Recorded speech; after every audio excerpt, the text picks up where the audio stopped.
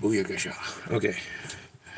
Crawfish is here. Let's go. All right, we're gonna do blessings, and we're going outside. Hi, Kush.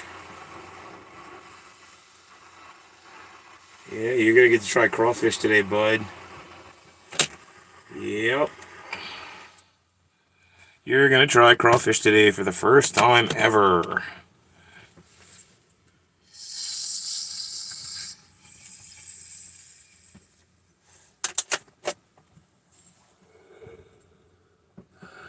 Welcome in, Janice. Congrats, Janice, for getting monetized.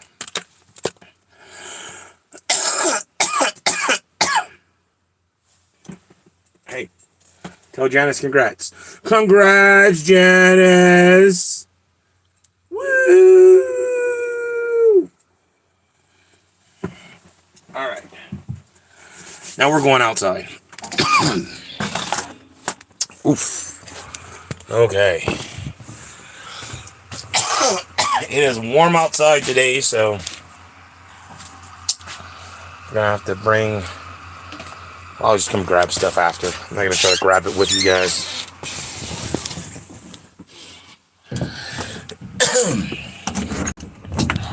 It is warm and sunny outside today. I had to set up not just my crawfish table where I'm going to eat on, but also a table to put you guys on because I have no stand out here.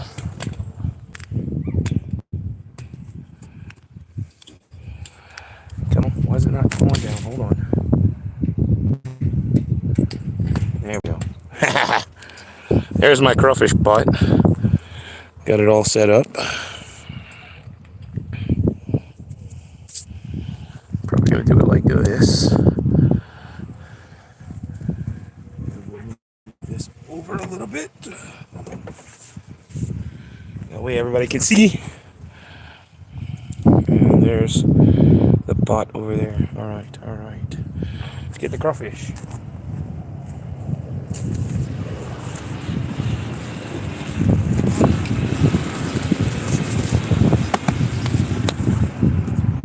Be right back.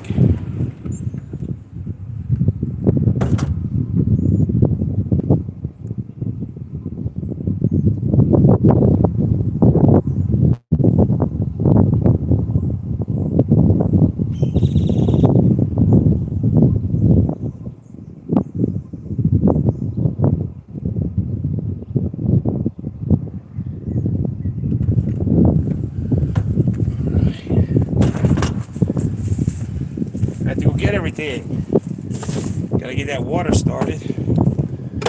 Got the best seasoning in the world for crawfish. Let's go. Alright, let's get that water started and then we're gonna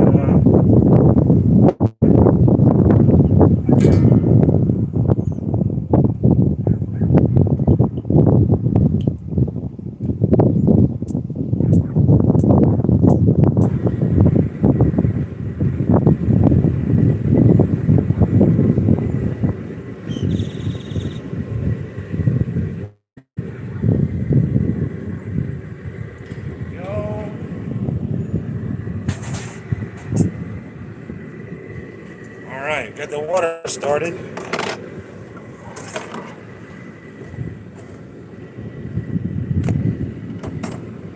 Put some salt in it.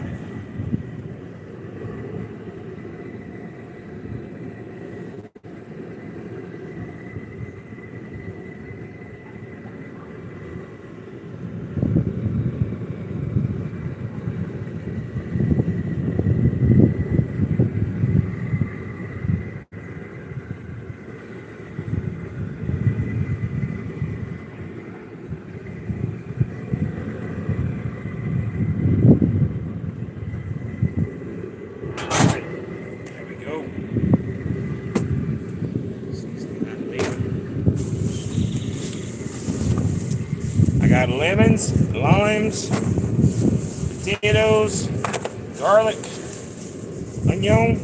One of my onions started to sprout. I had them for a little while. I was going to do this a few weeks ago and ended up having to wait.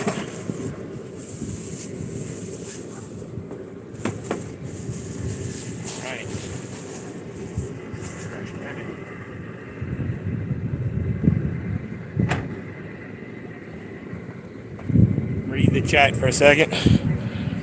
Welcome in to Brother Paulo.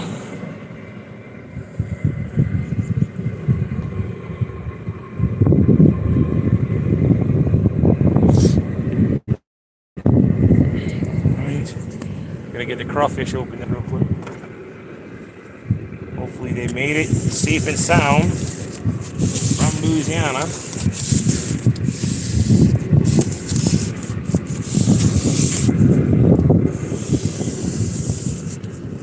Here's the moment of truth. Alright. That's cool, they sent me some extras. I already got the seasoning, but they sent me some extra. That's okay. It's not the same kind of seasoning that I use, but it's a Louisiana seafood boil. And they sent me Louisiana seafood boil, and I think it's some Creole seasoning, so that's kind of cool. Thank you. Thank you. All right. Woo! I see some monsters. Let's go. Let's go. Okay. Okay. All right. They still sleeping. Man, this is going to be good. This is going to be good. Woo! Oh, they look good, y'all. They look good. Let's go. We're going to empty this sack out. We got 10 pounds. We're going to soak them in some fresh water. No salt, just some fresh water. We're going to let them soak. Woo! Look at that. Man, that looks good. Got some big ones in there, too. Look at that little guy. All right, nice.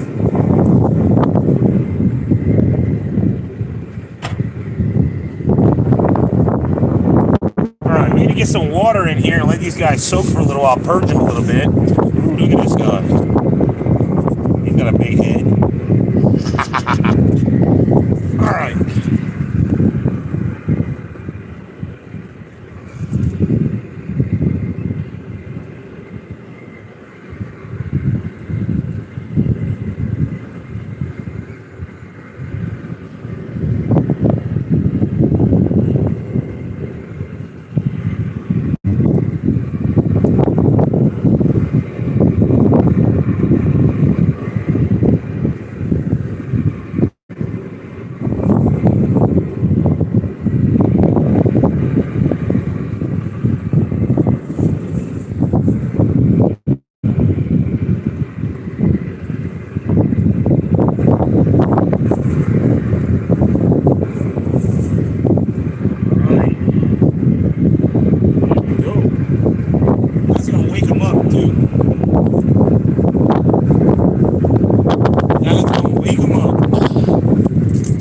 Got some water in there so they can clean themselves out. Oh, God. Look at him.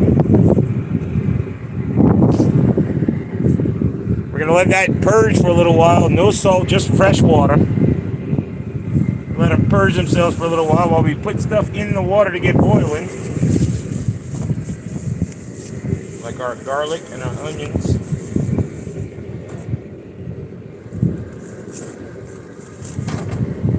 Got salt in the water.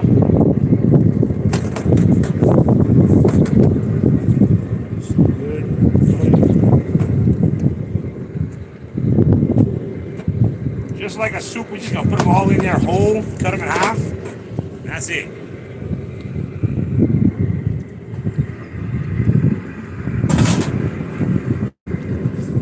Put about 8 onions in there. You like onion?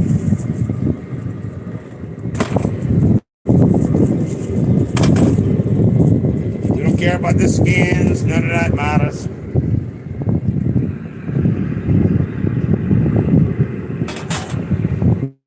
All that skin, it's no food.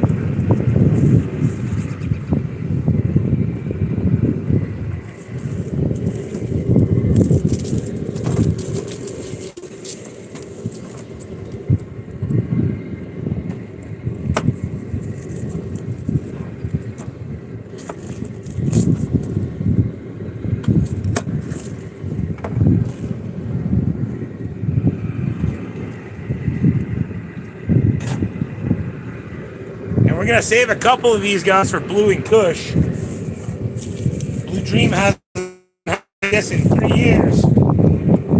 Kush is, but that's gonna change today. He's gonna get a couple. Okay, that one's no good. This one's still good. One of the onions went bad. Yeah, that one's still good.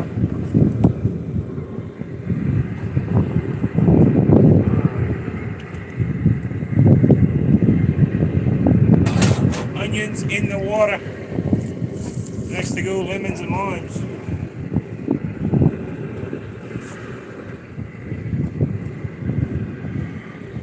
Well, actually, I'll put the garlic next. Get those garlic cloves in there. We're going to put 4 cloves of garlic.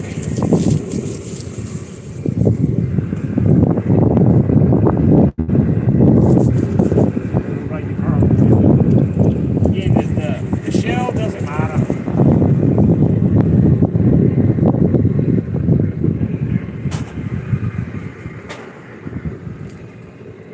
Break up the little cloves.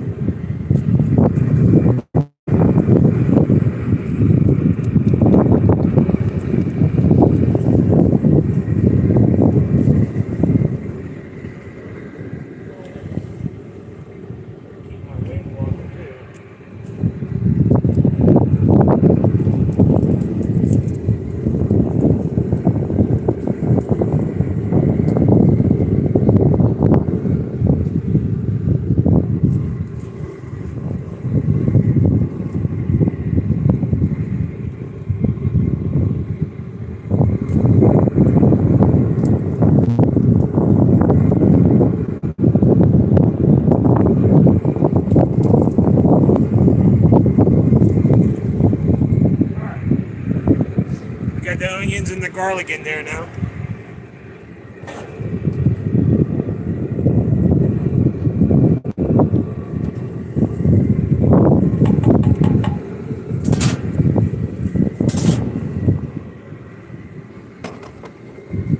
We're gonna get the limes, lemons, 4 limes, 4 lemons.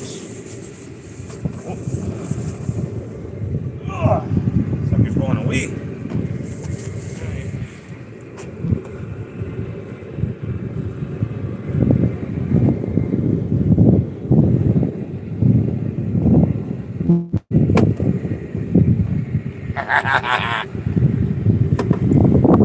Not just for cups. These are lemon holders too.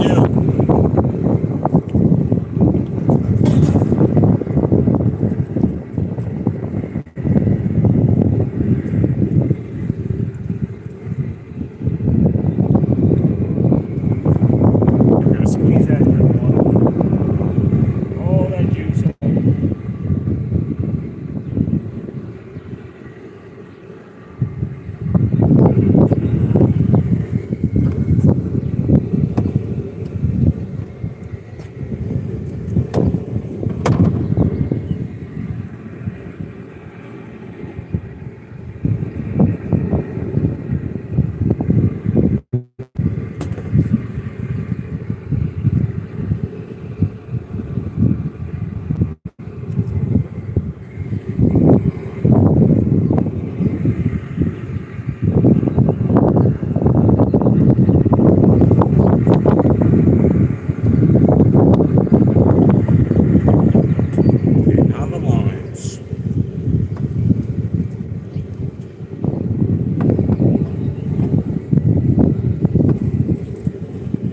Oh shit, dropped one.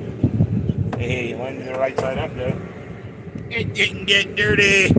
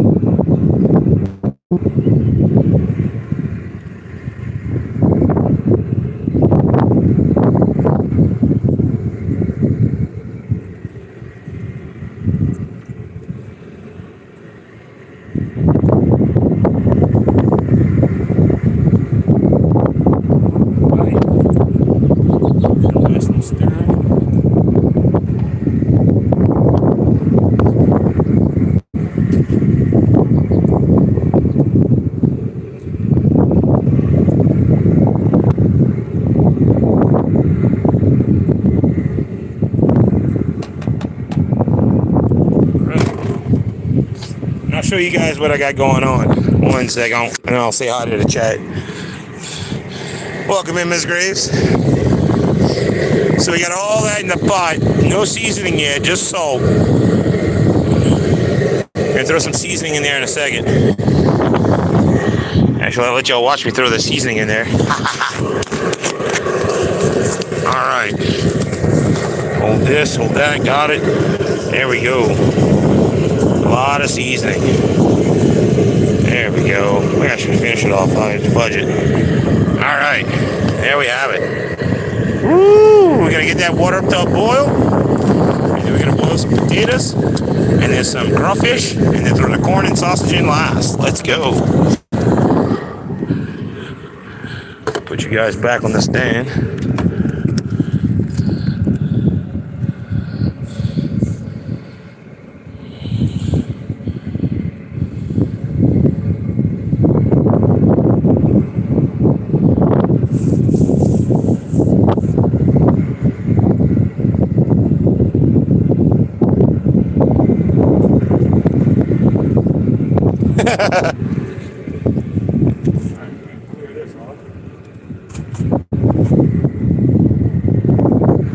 Where do you think you're going, huh? You're not going nowhere. Sit in that pot. Ooh, look at you, monster. Look at that. That's a big one. He's still waking up, though. He's still sleepy.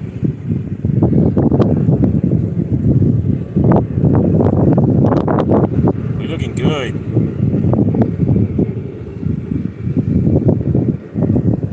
Alive, you? Huh? You alive? Waking up? Yeah, you alive. Alright, I haven't seen any dead ones yet. That's a really good thing. Let's start from out of there.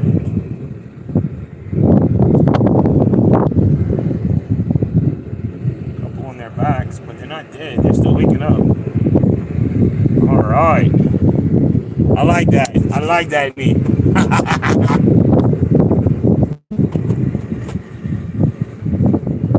Alright, for the potatoes. We got those little potatoes, the best kind.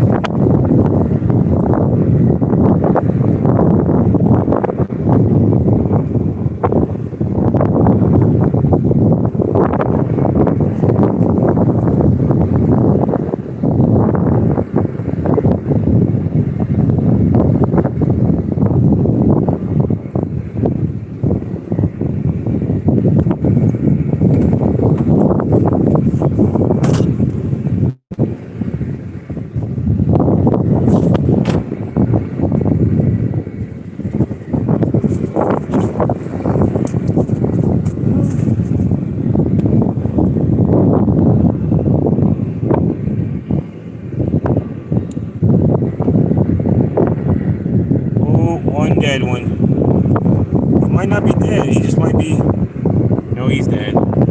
His skull is cracked. He's got to be dead. We're going to eat him anyway.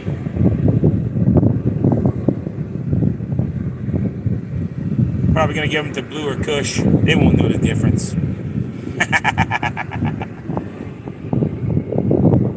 Actually get a little bite, get them a couple out.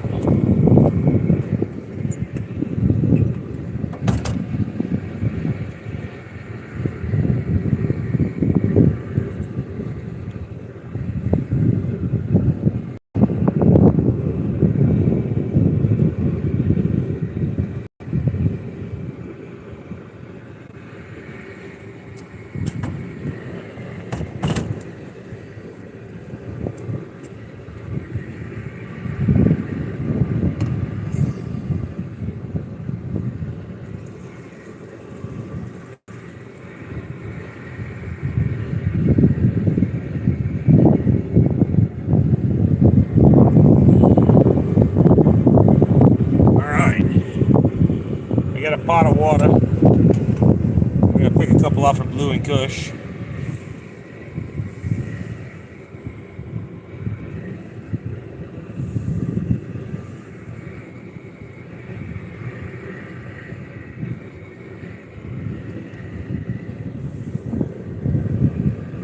Blue, 3 for Kush.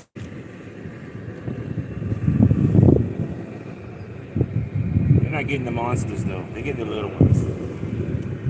Alright. 1, 2, 3. Yep, 3 and 3. Okay. Ooh, that water's looking dirty. They're cleaning themselves out. But we got 6 crawfish put to the side for Blue and Kush. Let y'all look at that. Those are going to be Blue and Kush's crawfish. We're going to cook those with no seasoning. Ours is going to have plenty of seasoning. Fine.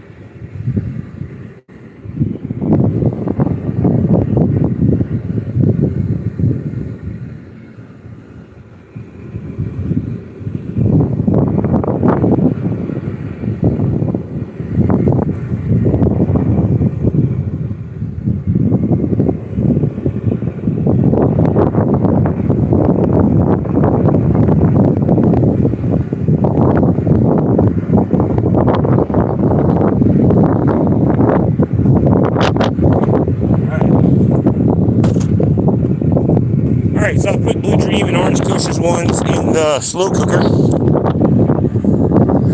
Welcome in, Brother Tim, Dirty Nail. Oh, we're about to bless them. Welcome in, Junebug. We're about to bless them. We're purging them right now. No salt, just clean water. But look, they're getting dirty, man. They're spitting out all that water, that mud. But they look nice, though. Look, he's trying to get out. No, sir. You can't go nowhere.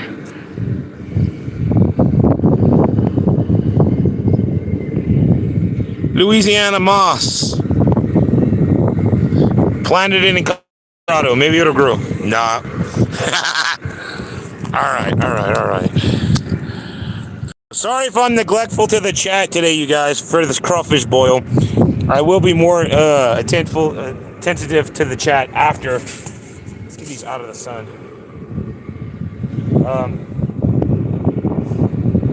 As soon as this stuff's boiling, we're gonna boil these suckers though.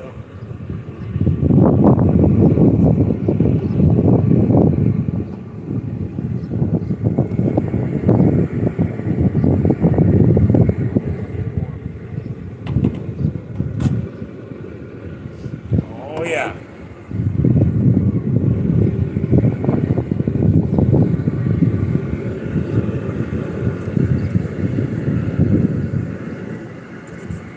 Turn up that heat.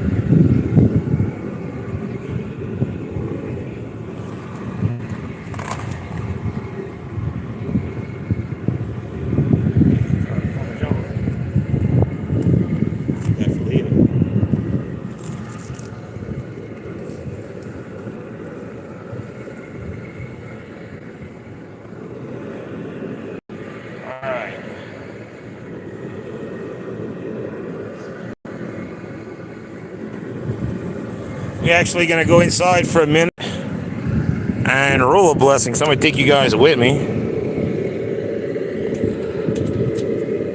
We're gonna roll one real quick while that water comes to a boil. All right.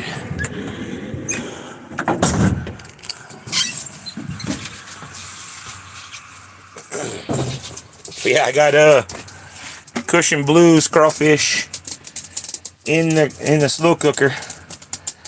Just gonna slow cook them for them. Oh, Blue's happy about that. All right, watch out, Kush. Move. I don't have a lot of time, dude. Move. Oh my goodness, that cat! I swear. Okay.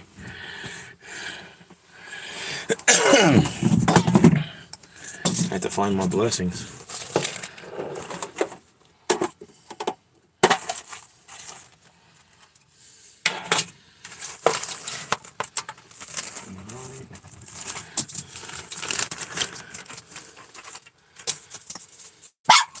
Oh, Blue, stop.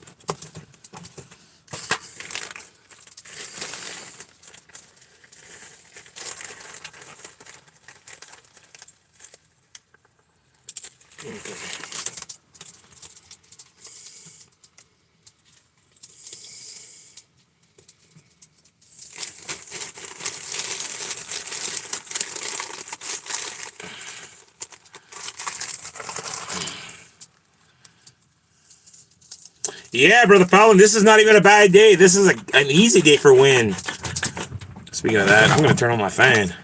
It's warm in here. Whew.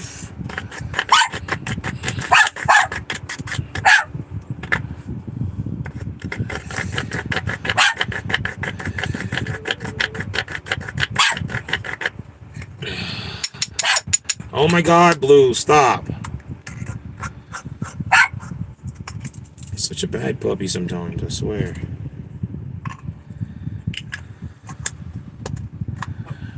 Okay.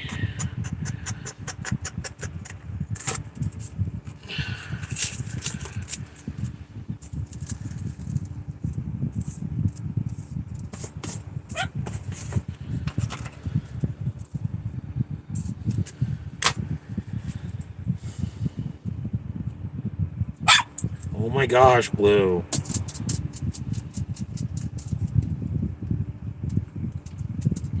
Sweating my ass off in here though, man. Holy cow.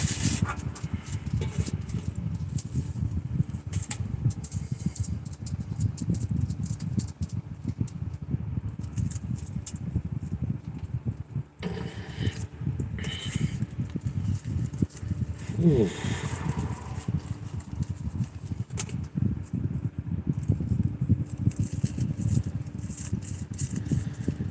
Quick, because we got to get back out there to the little crawfish stand, you know. Get them in that pot. I'm hungry.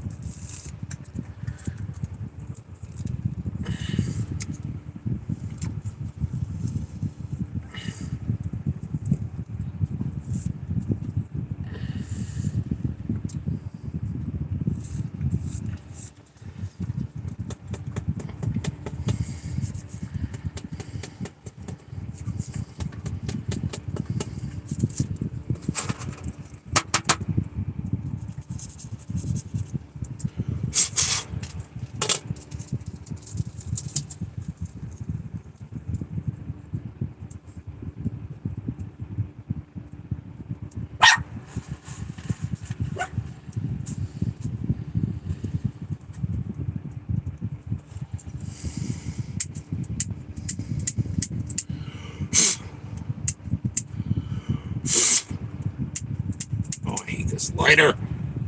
There we go. We're going to light it in here before we go outside because it's going to be hard to light it outside.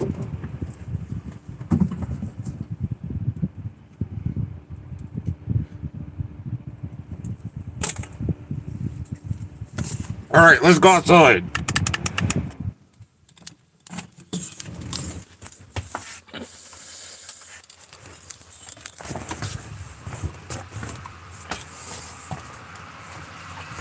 All right.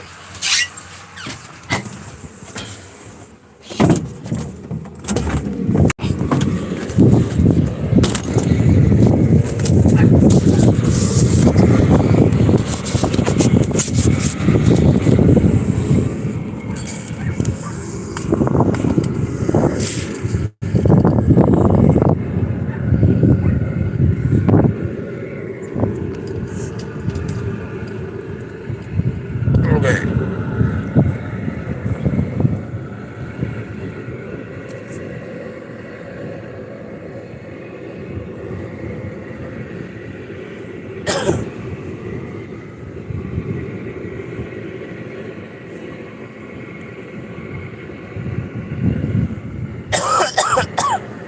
We're gonna go drain that water here in a second.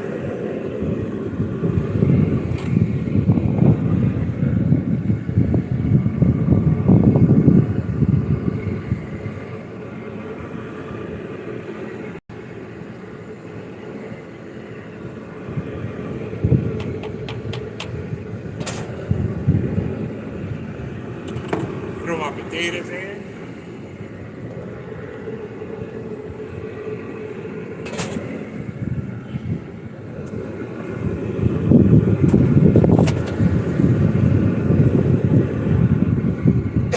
All right, I'm gonna go drain this water and probably put some more.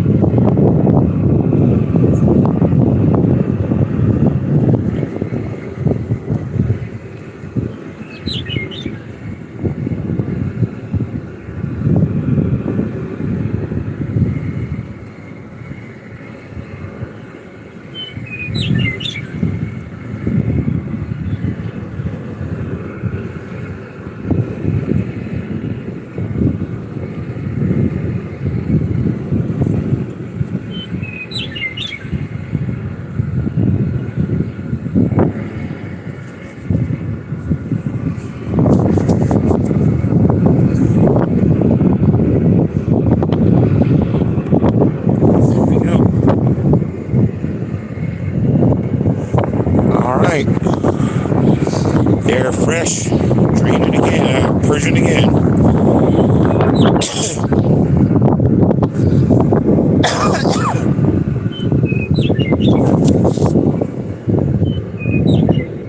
We're getting serenaded, you guys.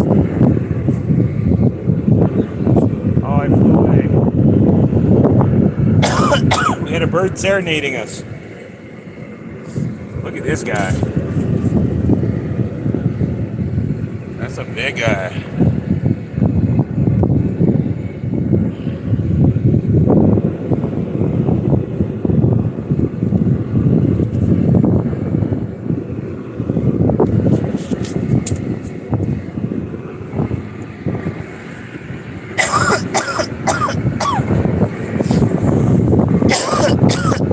Woo!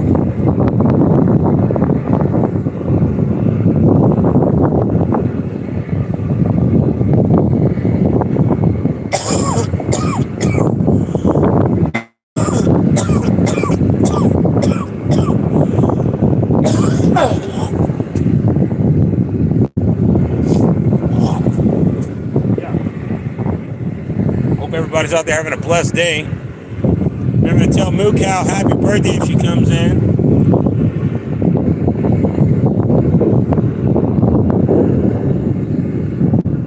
My little big sis is over the hill today.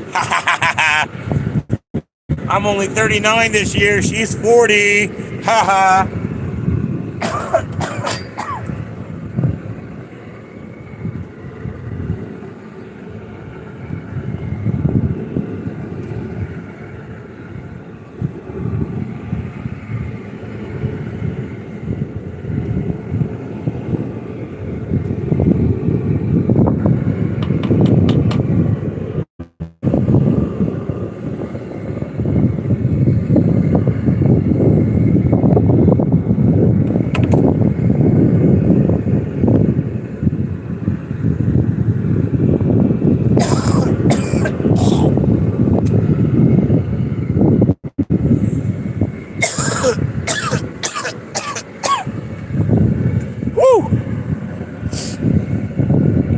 Welcome in, Lala girl.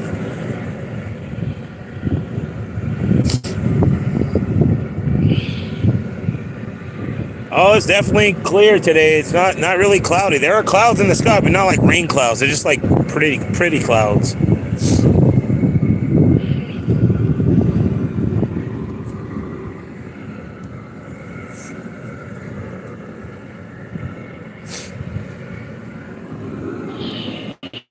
It's so bright out here, though, I can't see the chat.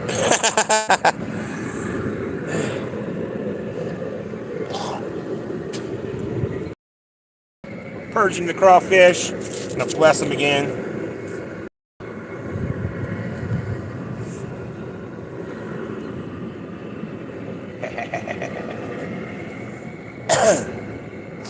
There's some big ones in there too. It's field run, so it's a mix, big and little. Keep that on there so they don't get too much sun.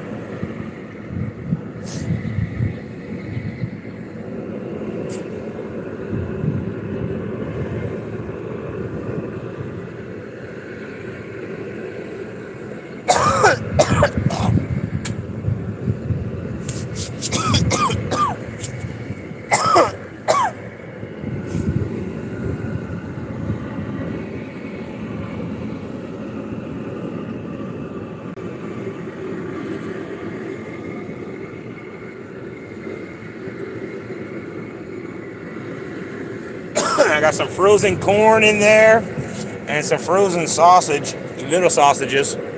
I throw that in at the end to stop the boil and soak for like 25 minutes.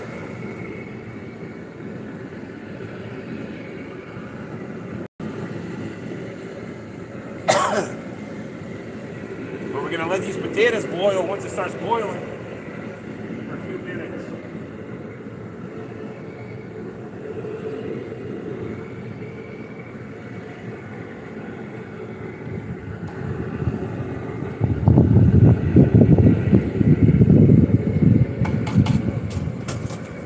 Almost there.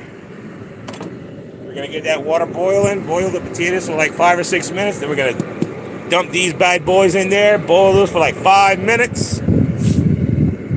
Be done.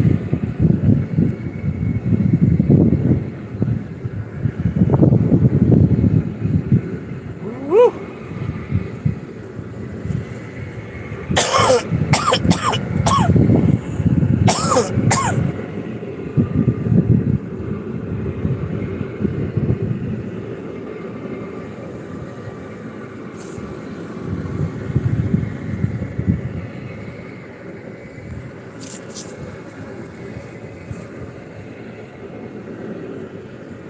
Gotta bless them good.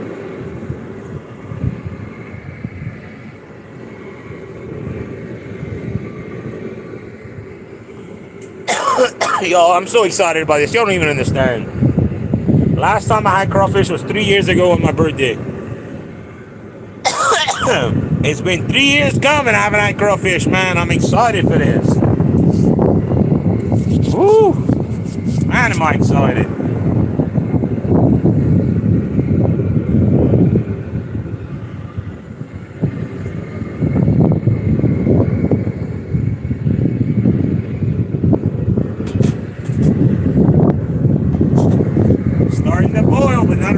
oil yet.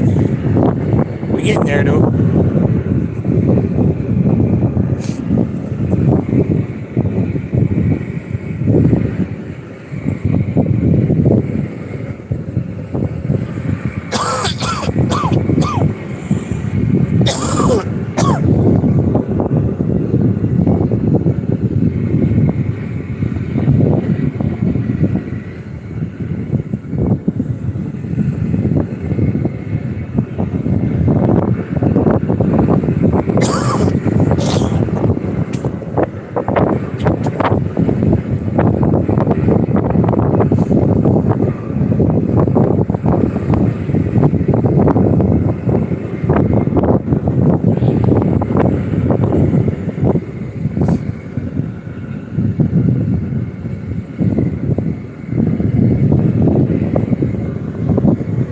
Might move you guys closer to the pot whenever I dump the crawfish in.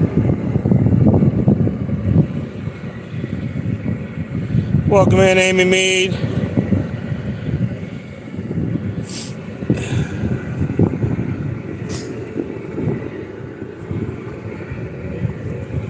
Yeah, like when it gets time to throw the crawfish in the pot, we're gonna go a little closer to the pot over there. Move the whole table. Not the one we eat on. That's gonna stay right here.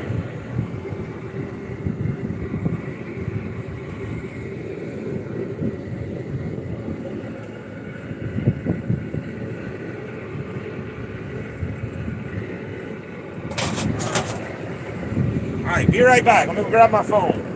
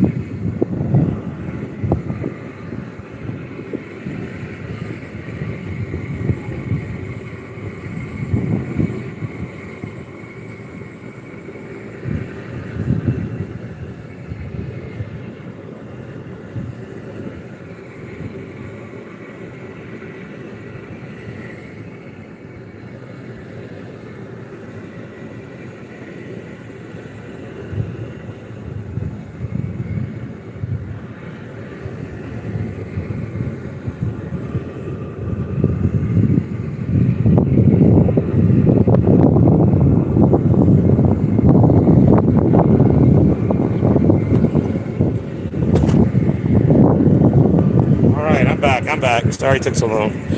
So, Miss Graves, if you're still in the chat, I added you to our family group on WhatsApp.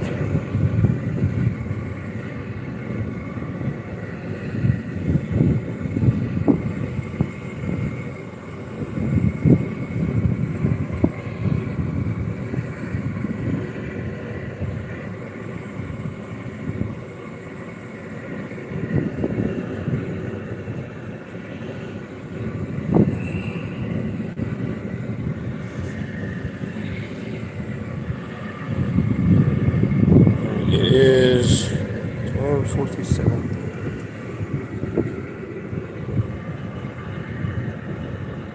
Okay, there we go. Now we boiling. Hell yeah. All right.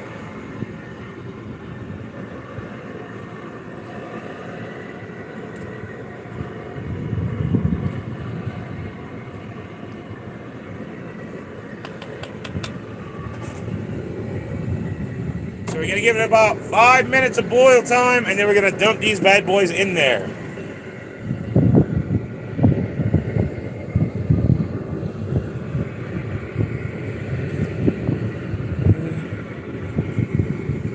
I'm going to go ahead and move you guys. to overbuy the pot. The whole table. Ha ha ha.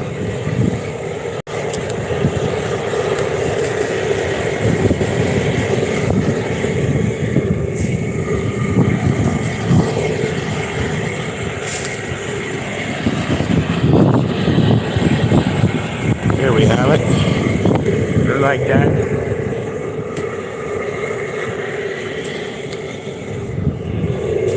There we go. Ooh. Welcome in, Brother Adam.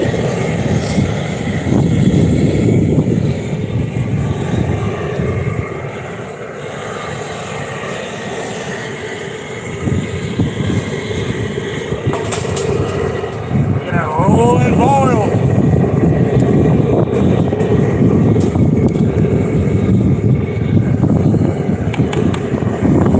There we go.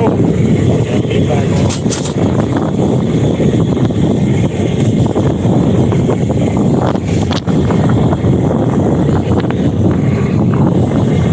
About 3 more minutes, and then we're gonna dump the crawfish in there and boil those suckers too.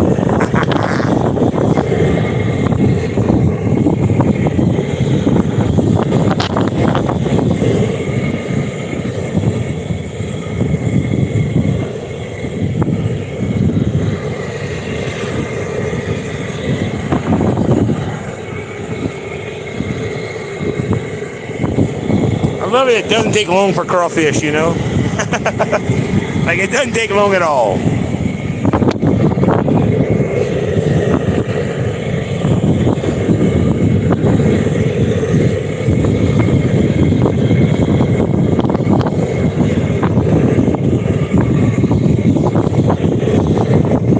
Sounds like I'm a jet engine taking off, though.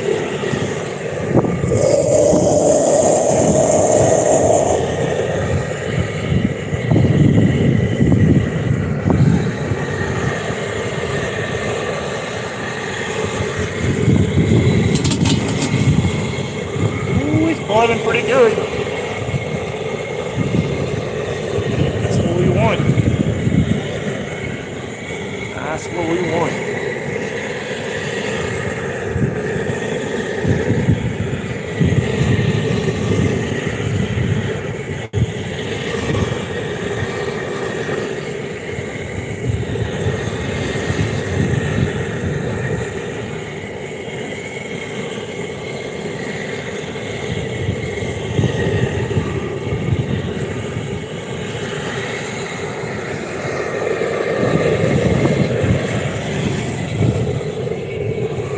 I'm gonna go drain the crawfish and get them ready to go in the pot.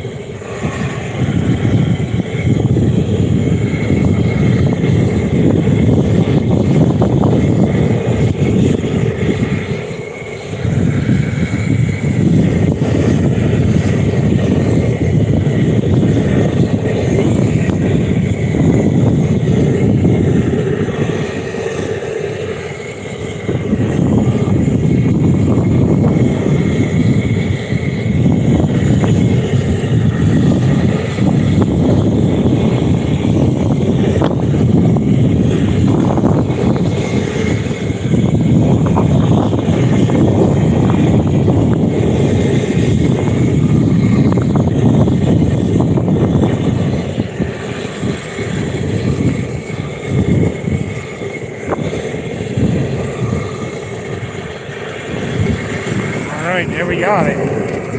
Drained crawfish.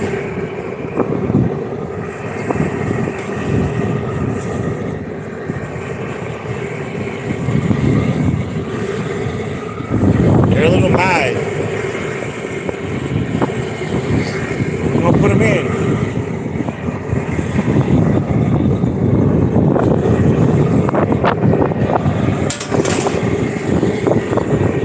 Alright, here we go. Woo! Here you go, buddy. Here you go. In. All of you. All of you. Let's go. They're in there.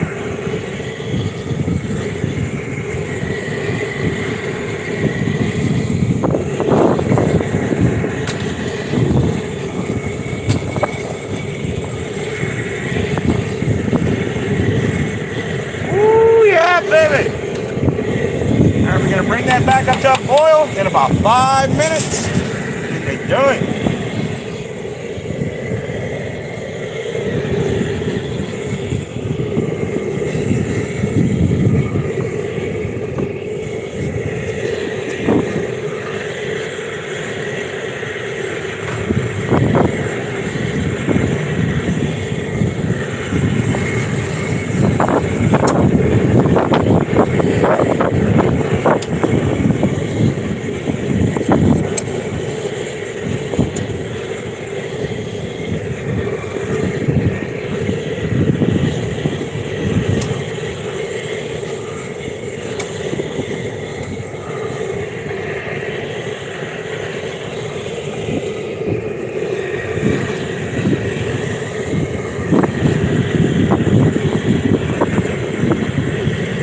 Almost there, man. Come on.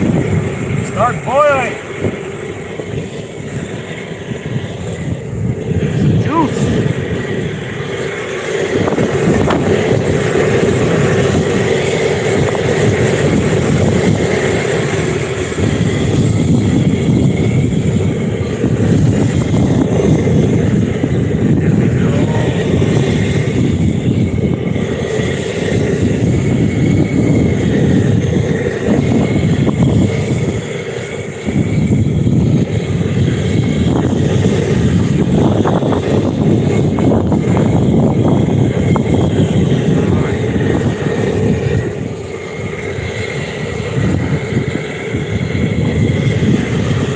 About 1 o'clock. I'm gonna pop that lid on so it boils better.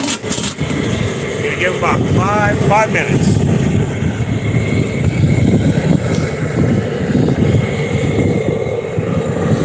I'm gonna go grab the corn and sausage real quick.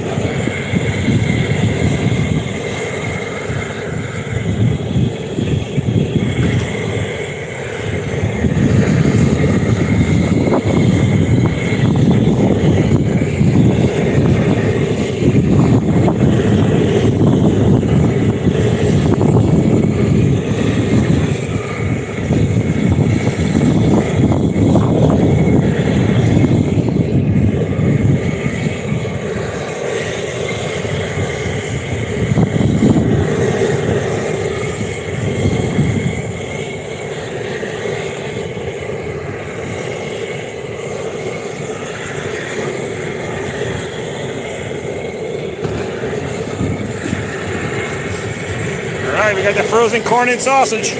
Oh, I forgot my phone. Shit.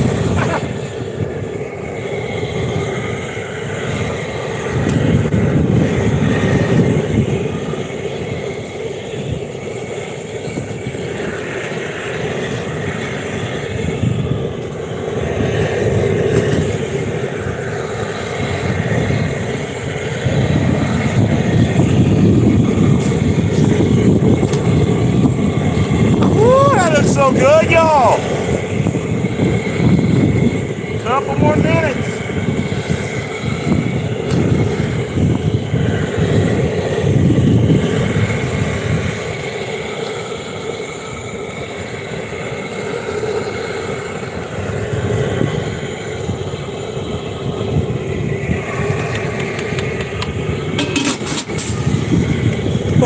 Oh yeah. Sausage bone, that looks good.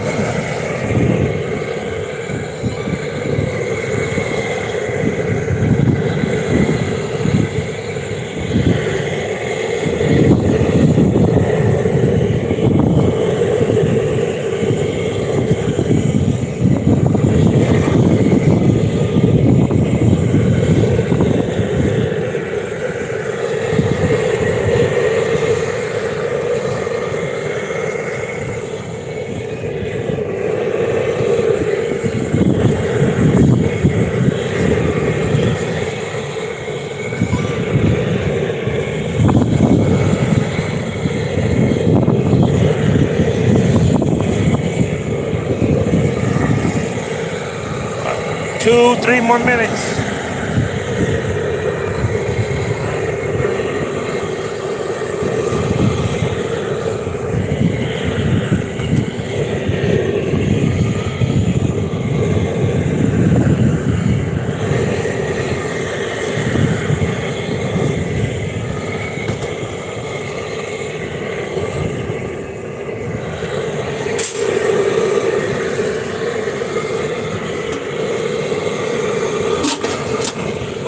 beautiful, you guys. Oh my God.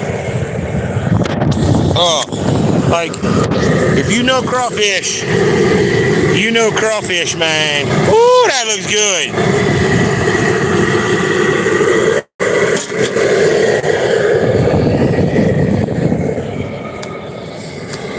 Welcome in, Brother Dustin.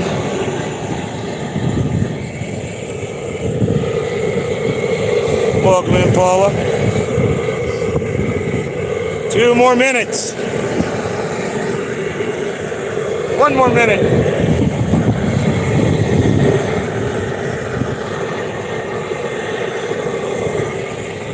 So you know what? We're going to turn it off now. I think they're done. They look pretty good to me. It's only me eating them anyway. Alright, I got the sausage opened up. Go ahead and take off that lid. That sucker's hot too, you guys. I recommend not doing this without gloves. Okay, don't do that without gloves.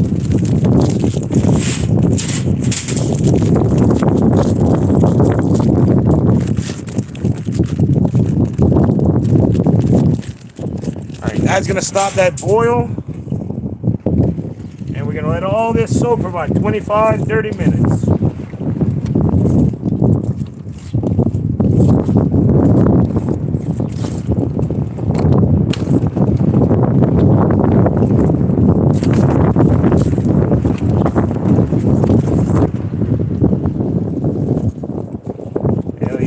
Stop. Now I just gotta let it soak. Woo, sausage bun, that looks so good. Y'all know what? We can't wait that long. We're gonna take one out.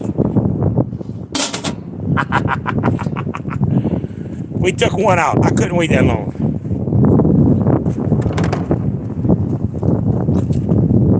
Alright. First crawfish for me in 3 years. You know what? Actually, we're going to do this. I'm getting a bigger one. I'm getting a big one. That's too small for my first crawfish in 3 years. We're going to grab that one.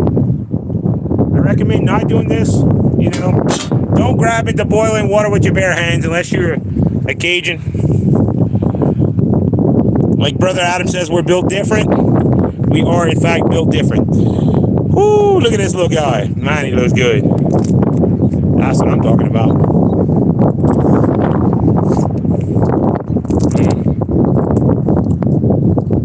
Look at that.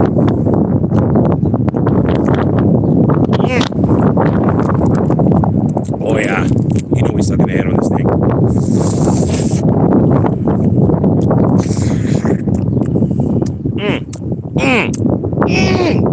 That's what I'm talking about. Woo! That's not what I wanted. Hold on. I hit something wrong. Booyah. All right. We are going to go back to the pot. We're going to let that soak. Oh, man, that tastes good. While that's soaking, it's time for blessings.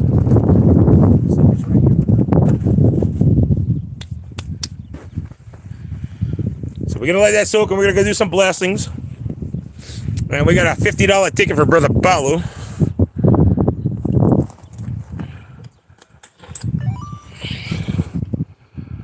All right, here we go. Man, that tasted really good. It's going to taste even better once it soaks for like 25 minutes in that beautiful seasoned juice and water. Oh, yeah. Sausage bone is going to be good. All right, we got Kush and Blues crawfish floating. We're probably going to take those in a second out. They look good too. Just no seasoning on theirs. They can't have onions and garlic and all that good stuff like I can. Oh. All right.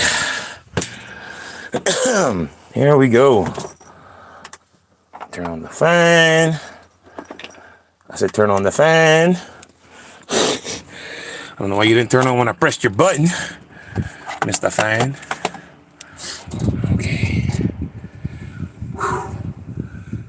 For one day, brother Dustin. Maybe one day. I don't know about days. I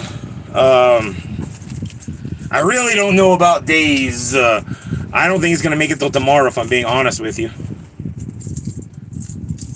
Where's my coin? We're gonna eat it outside together. Oh, there's my coin. Okay.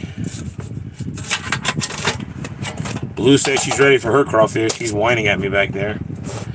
You see that? Look at Blue. Kush, you better be a good boy. You're not going to get no crawfish. I'm giving all to Blue. You better be a good boy. Trust me, you want crawfish, buddy. Blue already knows. Look at that tail going. Blue knows crawfish is delicious. Look, she's licking her lips. Huh, Blue? Huh, Blue? Blue says she knows crawfish is delicious. We're gonna plug you guys in too. That would take you a week to eat? Nah, not me, buddy. Woo, not me. That's gonna take me today. Today, I guarantee it. I'll probably eat all that with you guys on live stream. I haven't had crawfish in 3 years. I'm freaking hungry, and I love me some crawfish.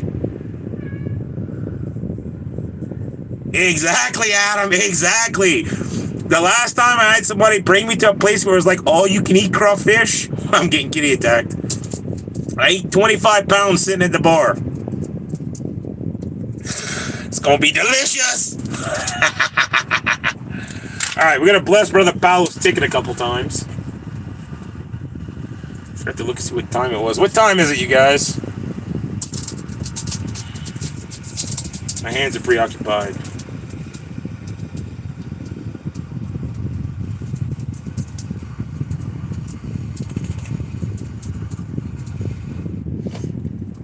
I might save a little bit for tonight, just so I can split it up to 2 meals.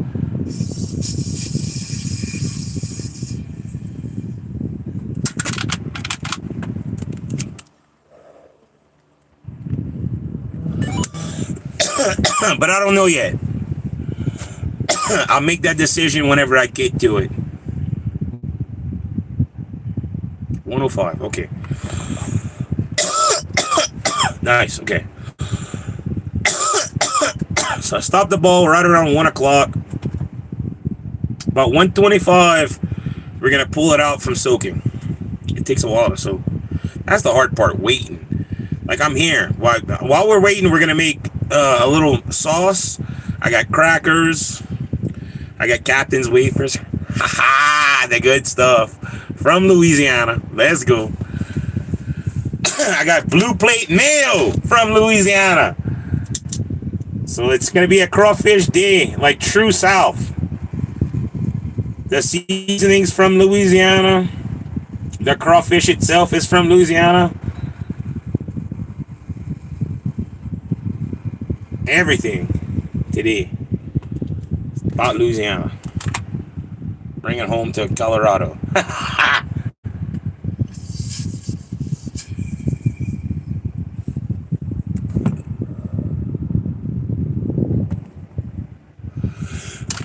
Okay, I'm gonna go take the crawfish. Not my crawfish, but Blue Dream and Orange Kush crawfish, and go stop it from cooking.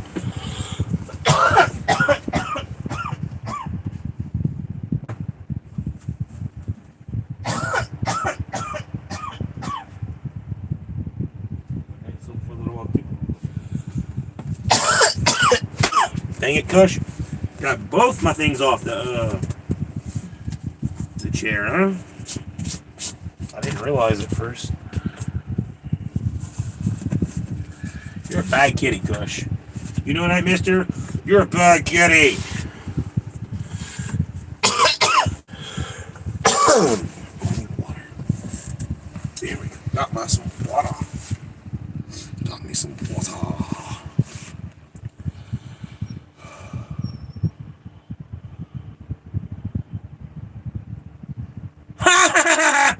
I mean, the crawfish is still outside soaking, but I'm inside now.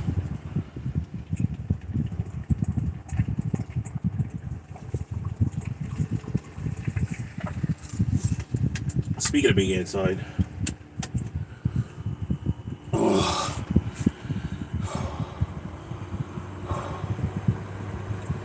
You turn that air conditioner on for a little while. It's hot outside, man. It's like in the 80s today.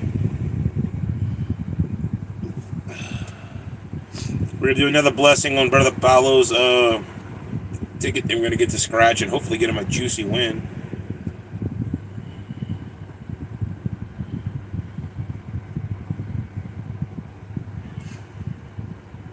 Man, y'all, I'm so fucking excited right now. I'm not even gonna lie. That crawfish was so delicious. I just had, man.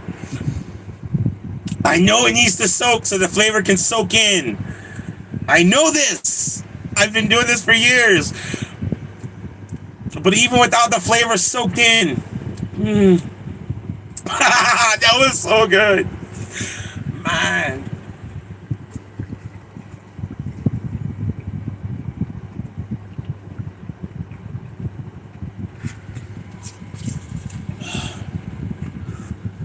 Trying to flush out the flavor. So I can calm myself down for like 25-30 minutes before I can actually go out there and grub. I want to.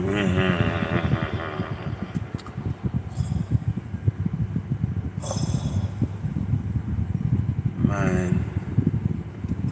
I miss back when I used to do this with 30, 40 pounds at a time, 50, 60 pounds of crawfish. We do it like 25 pounds at a time in the freaking pot. We'd have 2 or 3 sacks of crawfish at home. We'd feed about 25, 30 people. Everybody get a little bit. If you're quick enough, you get a lot of it.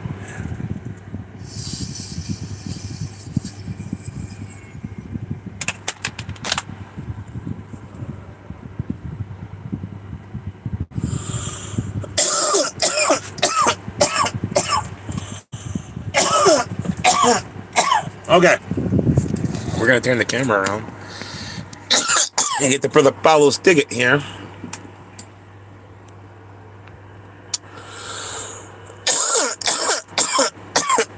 Make sure we're not, buffering.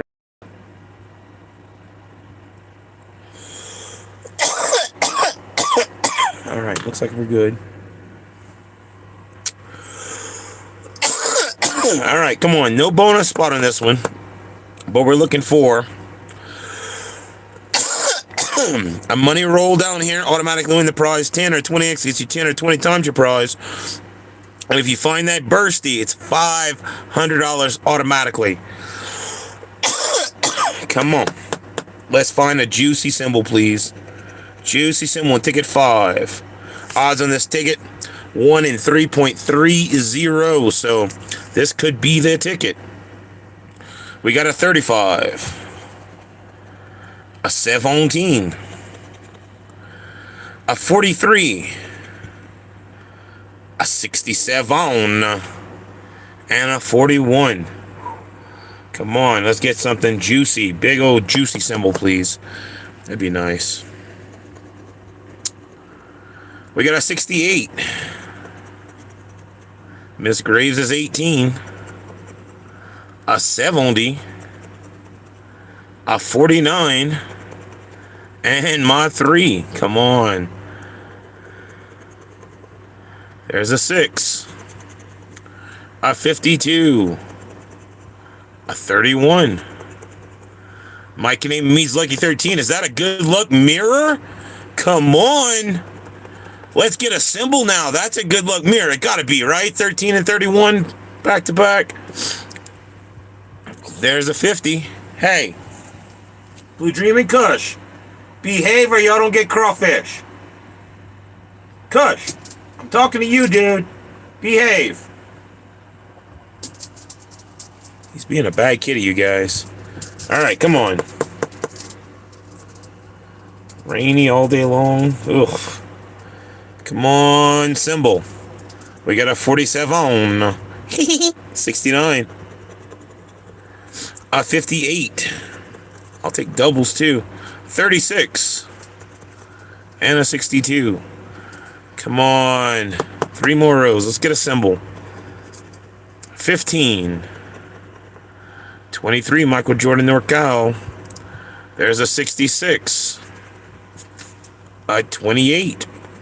And the money number. Come on, 2 more rows. Let's get that $500 bursty one time. 64. A 55. 61. Come on. A 40. Brother J-Sar just 44. Come on, last row love. Come on, last row symbol. We got a tuk-tuk. A 29. A 33. A 16. And the clutch corner. A 24. Doggone, no symbol. Come on, please give us a match. Match. 27. Nope, we got a 28. One off. 48. We got a 49. One off. Doggone. 26. Day of my birth. On Thursday. Not down here. Kush is freaking out, you guys. 11. No 11. Come on. 53. We got a 43. No 53. 37. No 37. I got a 47. Come on. 51. We got a 50 and a 52 for a one-off sandwich. 61. You sucker. 7. One off the 8. Come on. Hit something. 45. We got Brother J-Star just 44 for the one off. Last chance. A 59. We got a 58 for a one off. Doggone. I'm sorry, Brother Paolo. We did not get a win on ticket 5.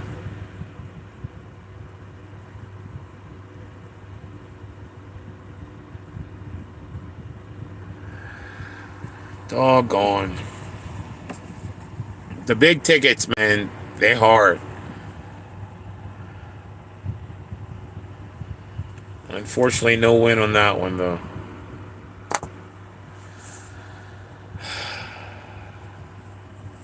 All right. Still got about 10, maybe 13 minutes of soak time on the crawfish. But that gives me time to go make the sauce. And no, it sure didn't, Adam. Could have been. Could have been, but it was 10 off. No win, unfortunately. Alright. Let me go mix the sauce real quick. The stand's outside, so I can't bring you guys with me in the front. Oh, let me blow my nose. Oh my gosh.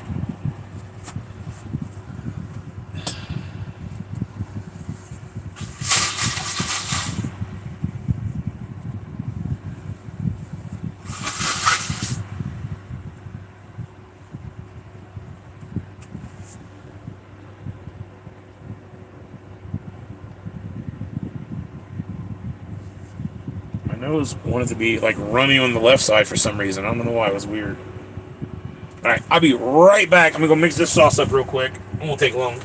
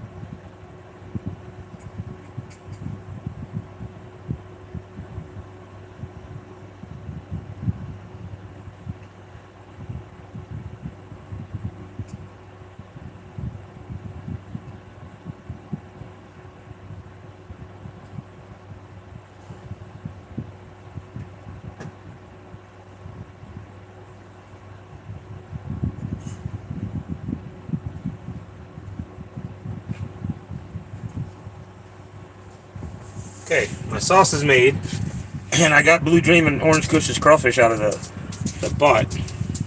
So I'm gonna go peel this for them real quick.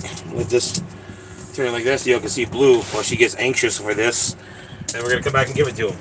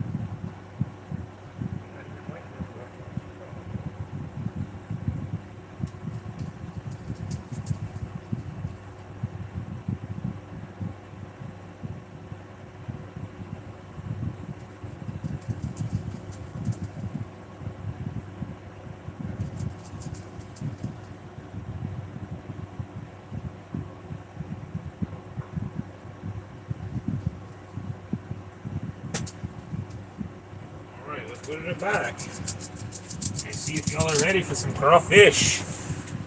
Ooh, we got some crawfish peel for Blue and Kush. Move this back like that. Let y'all watch. Blue, you gonna sit? Are you sitting? Come on, up here. Sit. Good girl. Blue gets one. Oh my gosh, that was delicious, huh, Blue? Kush, you want to try a piece? Sit. Good boy. Okay, that's crawfish. Nay, nay. Right there for you. Try it right there. You sitting? Good girl. Who said she liked crawfish? You sitting? Good girl. You want to try it out of here, Kush?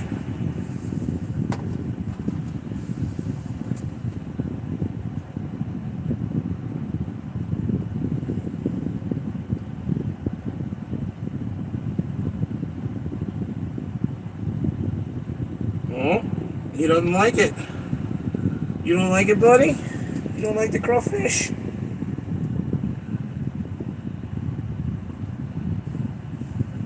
No, Kush says no. Let's see what Blue says. Blue like the crawfish? Blue says she liked the crawfish. Alright, I guess Kush ain't a seafood cat. He likes beef and chicken. Wash my hands real quick.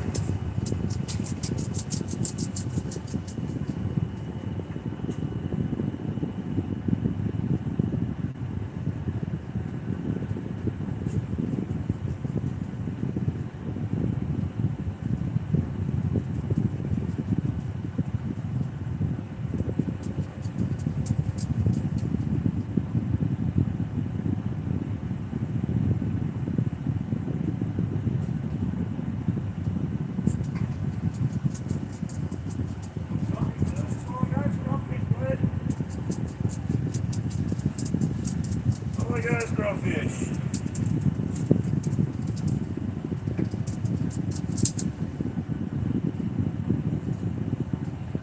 Sorry, buddy. Kush don't like the crawfish, and he's mad at me because he wants something else. So we're gonna give Kush a treat. Blue just had a treat. We're gonna give Kush a treat if his treats like he likes. He's a Colorado-born cat there. I don't know what to say. He's a mountain cat. Blue, go to bed. Nope. Go to bed, Blue. Go. Stay. You had your treat. Come here, Kush. I know you like these, buddy. I know you like these. Give me a sit. Good boy. No. Is that better? Oh, he says that's better. He's going to town on those.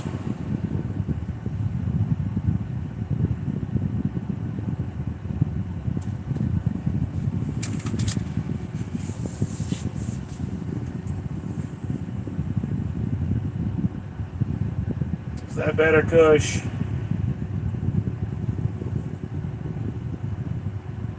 You had yours, Blue. You had 6 whole crawfish. Kush didn't eat any crawfish. You ate all 6. Kush had his treats now. Okay. Alright. So we found out something about Kush. You don't like crawfish. It's okay. Blue's got Southern in her blood, apparently. She's the reincarnation of my previous bandito. And he's a Southern boy. He's from he loved crawfish, man. Oh my God, he loved crawfish. He was all about the crawfish.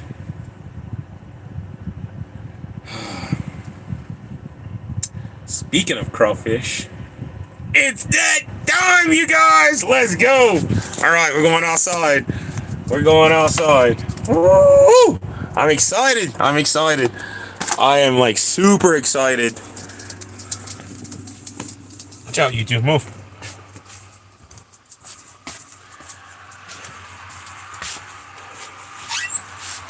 I'm going to set up my table so I can sit at it and not have to stand. And set you guys up to watch me eat.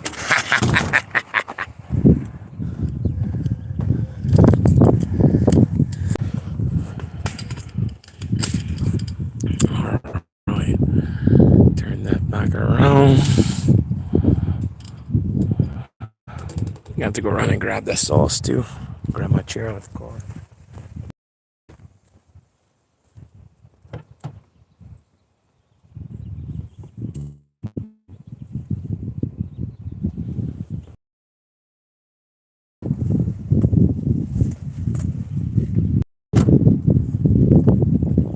Got my chair.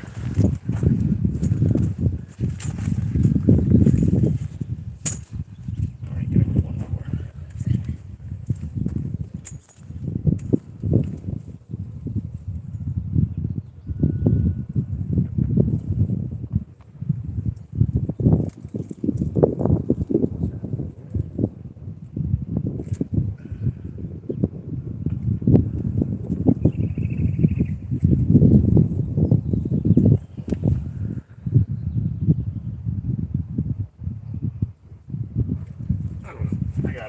I can sit. That's cool.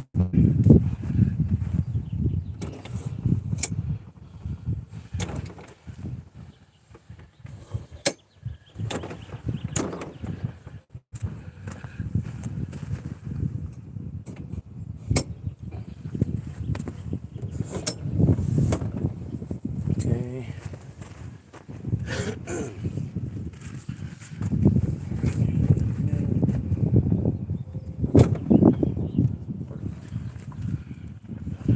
Perfect. Let's go. Okay.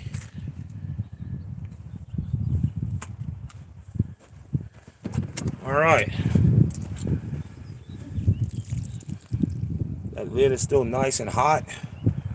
I do not recommend doing this without like Cajun hands. Okay. Woo! Look at that. Look at that. That's what I'm talking about, man. That is beautiful. All right, we're gonna get that one. Let's try one. Let's try one before we pull it out. See if it's done soaking.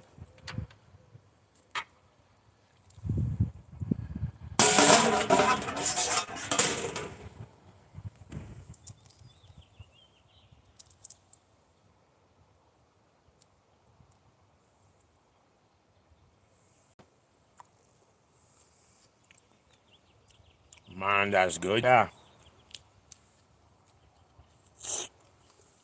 Even a little one. All right, I'll call that done. Use this one so I can pick it up because it's going to be heavy.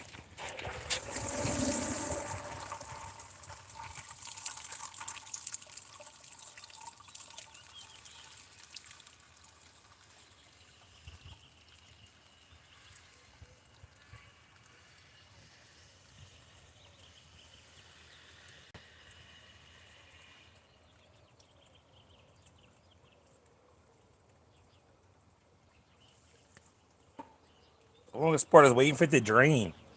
Normally we put the paddle in there, but this little thing ain't strong enough for that.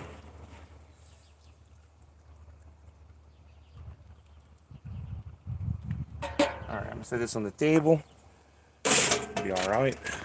It's a metal table, ain't gonna hurt it. Alright.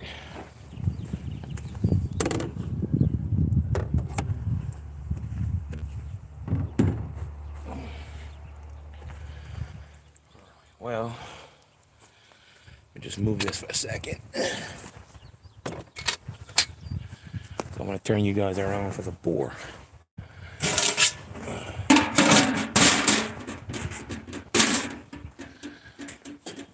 Alright, here we go. And I'll put the chat on my other phone so I can see and communicate. Yeah, he's gonna be here in a second there, brother Adam. Oh, all right. Here we go. Here comes that nice, beautiful pour.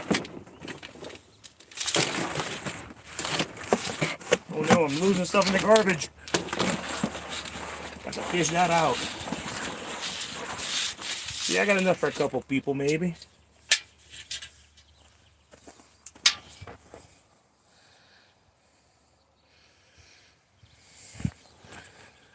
Set this back over here.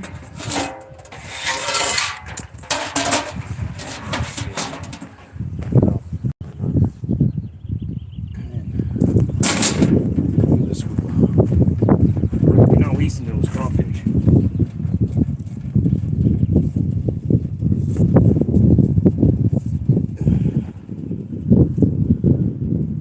Only three. It's okay. At least we know the hole in the middle works right to the spot. So let me go grab my water, the napkins, and my sauce, and I'll be right back.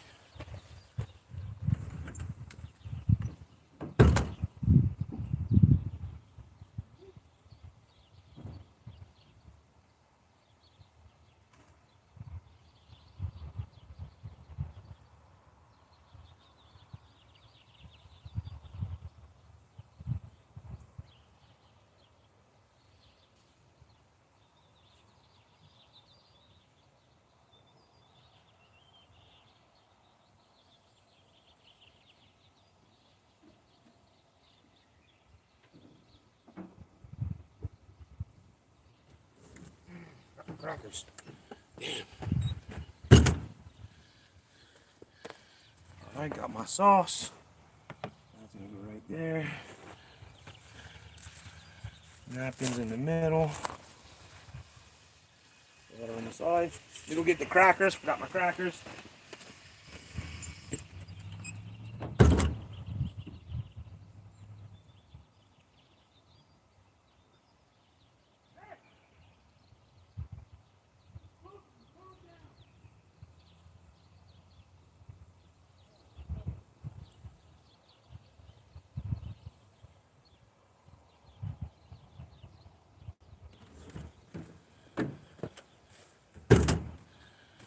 Alright, I got my Captain's Wafers crackers. Booyakasha. I don't know if y'all heard that, but I had to fuss the animals. Kush was attacking his sister. Apparently he's mad. Stupid flies at Genoa. Alright. Alright, I'm going to pull up the chat so I can see the chat. I mean, if y'all want to come down, come down. Come on down. I'm willing to share. Sausage.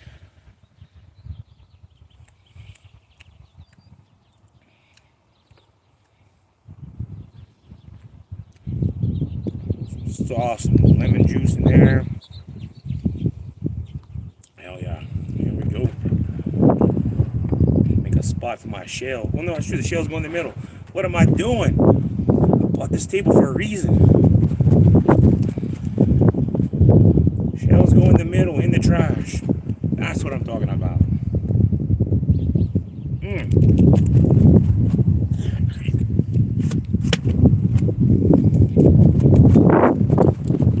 And I'm doing this the old-fashioned way, like we teach children how to peel crawfish, because I want to savor this.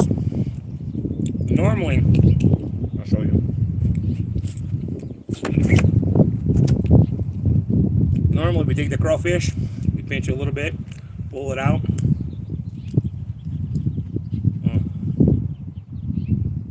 Pull it out like that, one go. But when you eat it like that, you don't get sauce. So, I want to savor this. And it's peeling nice too.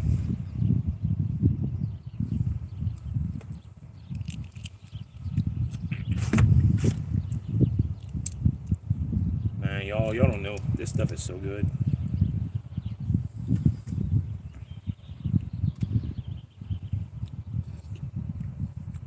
Potato.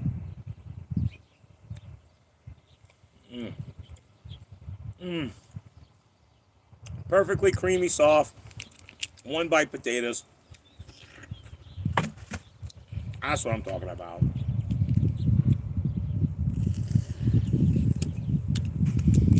Damn, I forgot to do. See, I forgot to get into my old habits. I forgot to peel and use sauce. Alright, sorry if I don't comment. I can't see the chat, you guys. The sun's too bright. So I am really sorry about not being able to see the chat right now.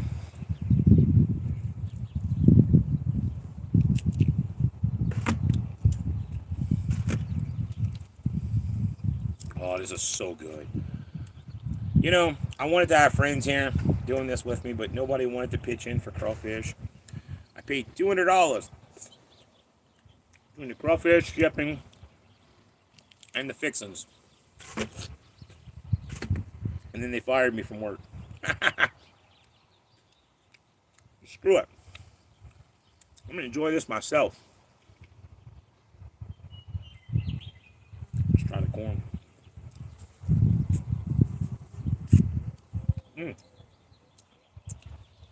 Well, that's good sweet corn too. Nice.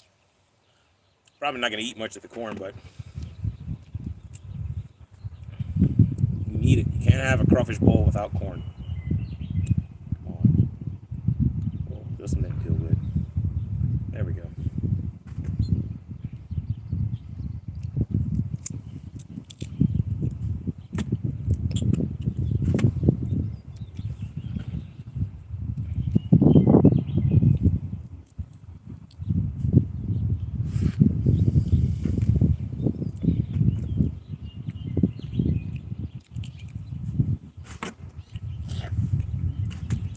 This is so good, you guys.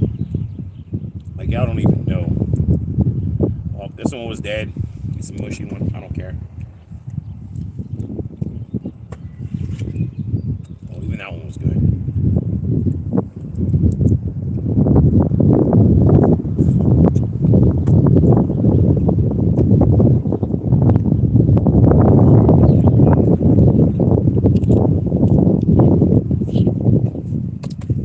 There's just tuning in. Welcome in, welcome in. Sorry about the noise of the wind and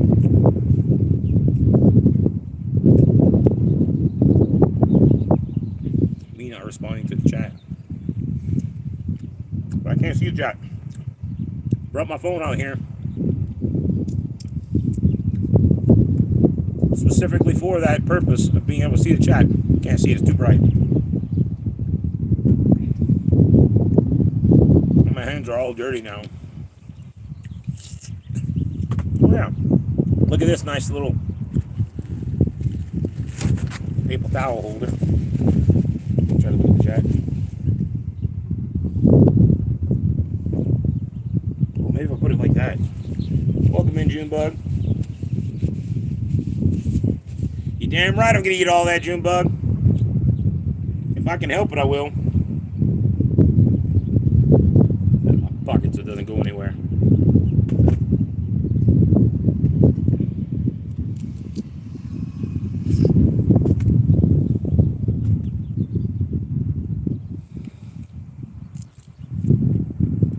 When I was a kid, man, this was a no-brainer. It was about a third of a sack. We'd have to have about 5 sacks for a group of, I don't know, 15 people.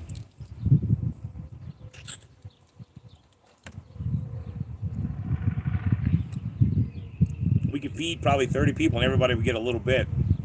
But if we're eating just us, it was like 3 or 4 families, you know, that would come together. And my cousin Terry Ann, she had all the kids. So she had like 9 kids. And then I'd go over and me, her, Terry Ann. Me, her husband. And her 9 kids. So it'd be like 12 of us.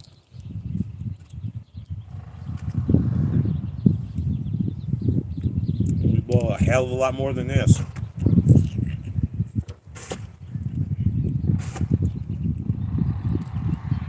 Well, I see a little potato that needs to be eaten. It's way too small to let go. Yeah, little thing, tiny.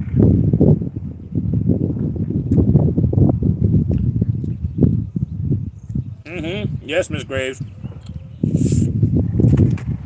You and your hubby are welcome to come down if y'all get here quick enough. You might be able to get here before I eat it all. I'm lying. Y'all don't have enough time to drive here before I eat this unless y'all tell me y'all coming. But y'all are still welcome.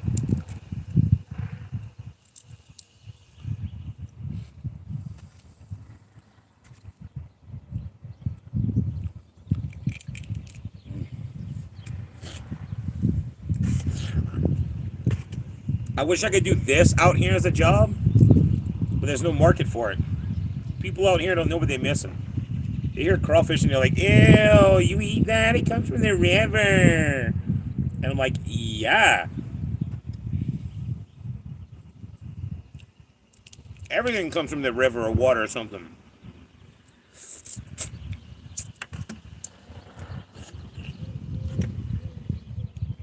Corn. Where are you going? In my belly.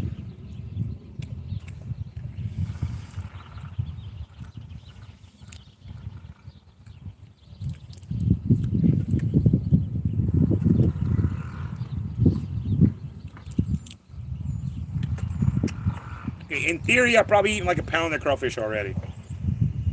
A couple potatoes and a little sausage. But it's not. The shell, I think, is the most of the weight when you're eating crawfish.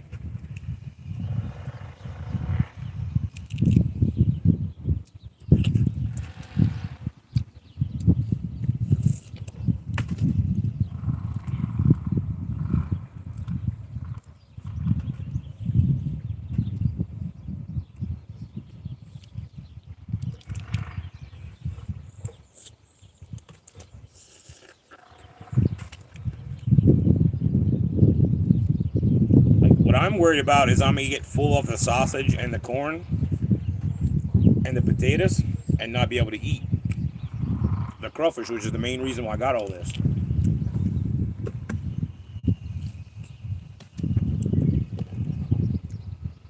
But I'm actually not that scared. I forget how little 10 pounds is.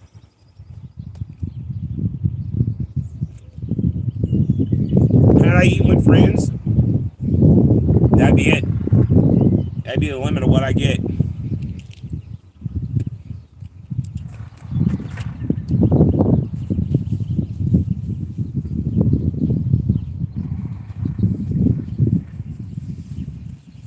Get a little water here.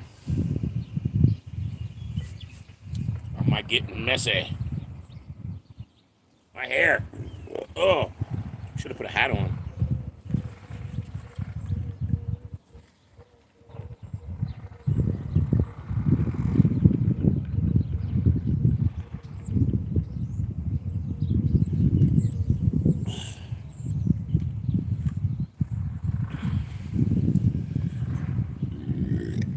Back to the crawfish.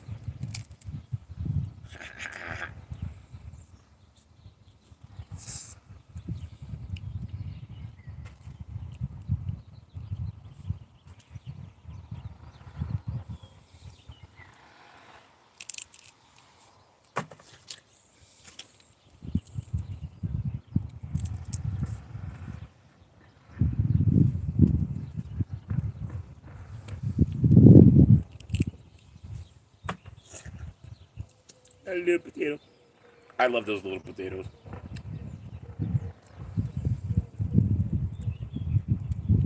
They're pricey as hell. Okay. Because you gotta spend like $5 to get a little box of potatoes that's like that big. It's like $5 a pound. Versus the other potatoes, the bigger size, that's $1.50 a pound. You know? But these little potatoes are so good. There's another one around there somewhere. Over there, right? Haha. These tiny things are so good. So good.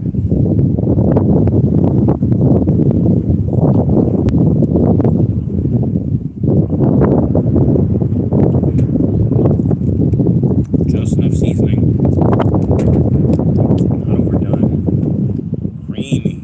Too juicy.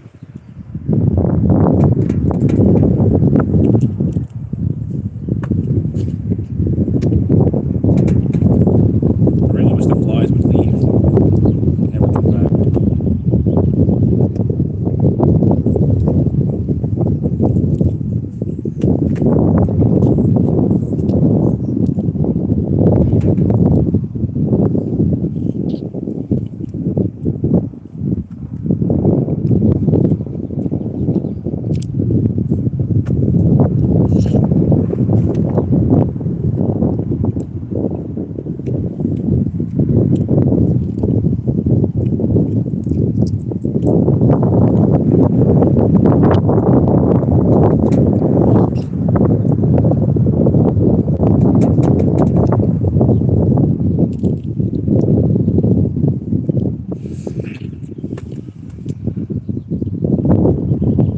Gotta eat the fixes too, though, you know.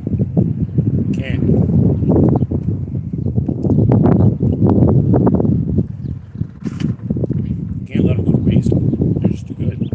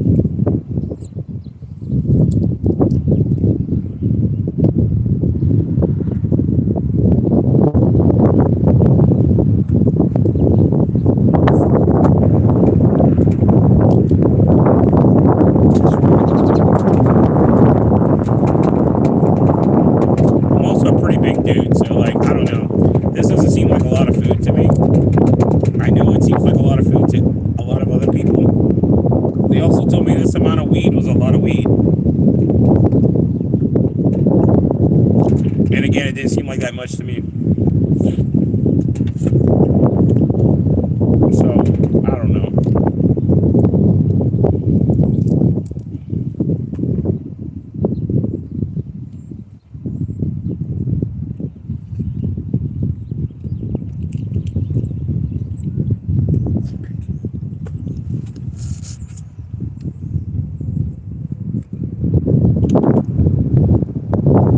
A couple dead ones.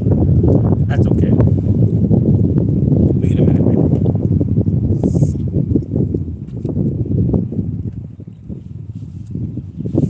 Sauce for the table.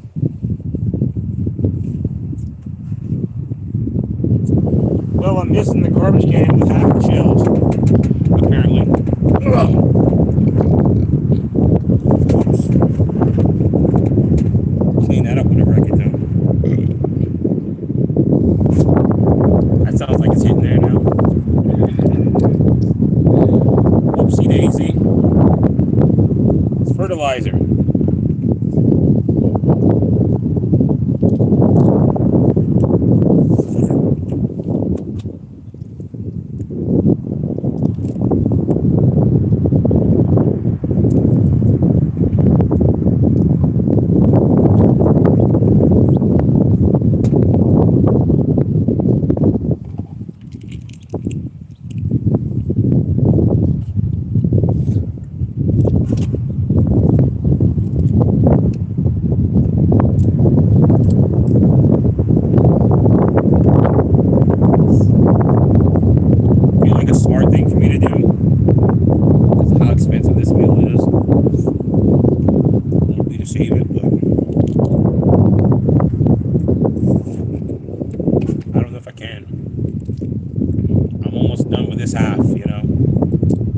See how I feel.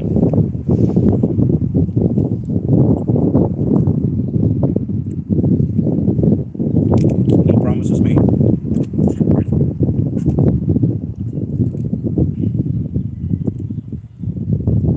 the kind of person, if you want to eat crawfish with me, you got to be here when I'm eating it.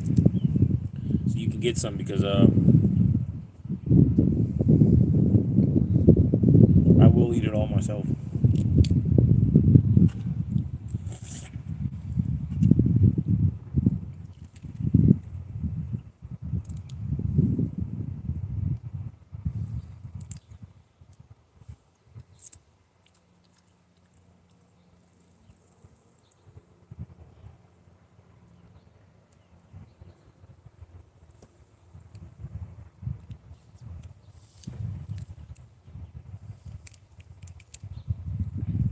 Oh, I love this table, dude. I made one like this out of cardboard and plywood one time when I was working out in Littleton, Colorado. And then I thought about it. I was like, I Googled it, and it exists. People make these. I was like, that is awesome, and I bought it. I bought this table like 5 months ago.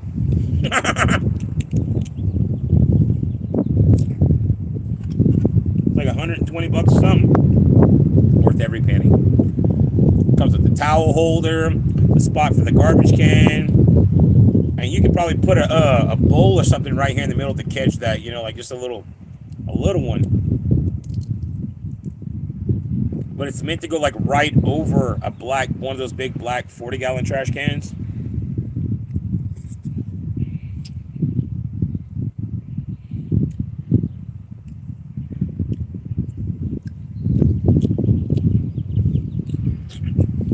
Nothing going to waste.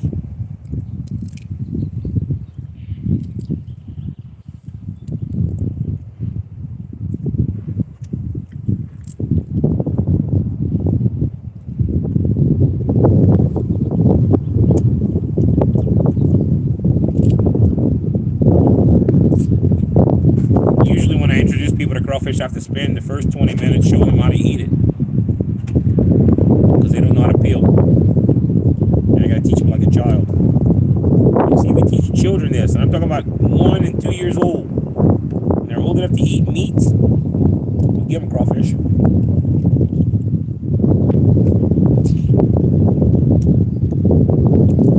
I know I've had crawfish since I was a baby.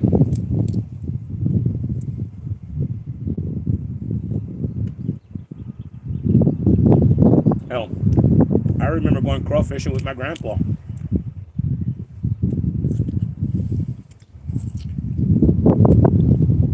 He had the the big tri-hook pole. He had me in his one arm, tri-hook pole in the other arm. He was picking up the crawfish nets, and he put them in the bucket.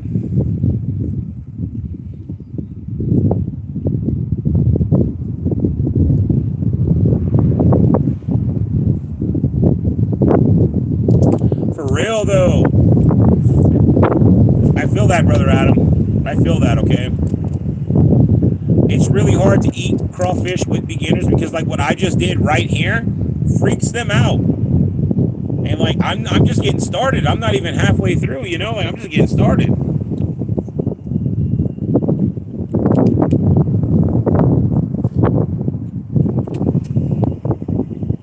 I don't know, man. I don't know.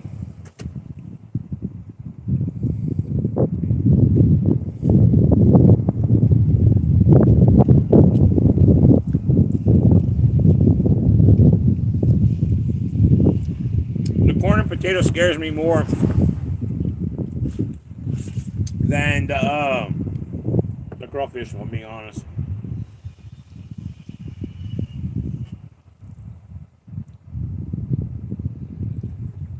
Yeah, I ain't got time to teach you, really, if I'm being honest. I like to eat. Move the corn off the way. I use the corn to stop that boil, but I'll try to eat most of it too. I just don't want it to affect how much crawfish I can eat, you know? Stupid flies.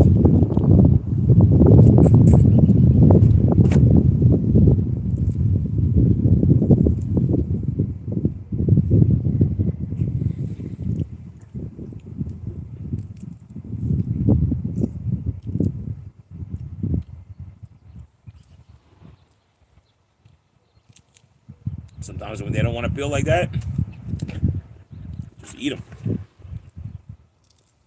Right out the shell like a lobster.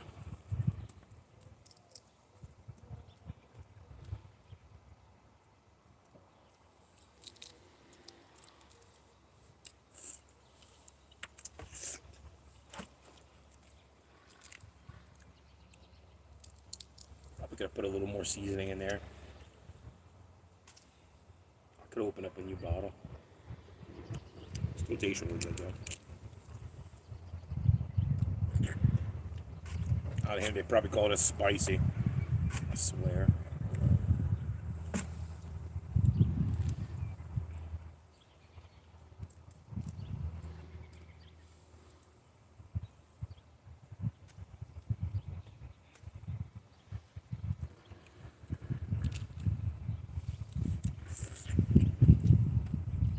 Couple little ones in there. It's okay though. I don't fault Louisiana Crawfish Company for that. The little ones come with the big ones. We eat them too.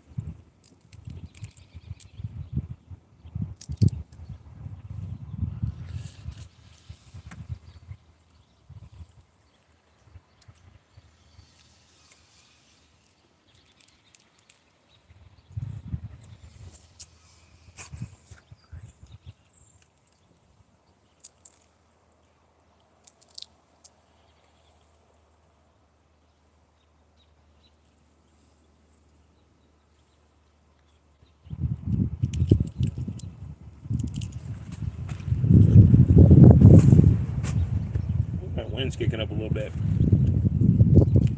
Just had a little dust devil come through here.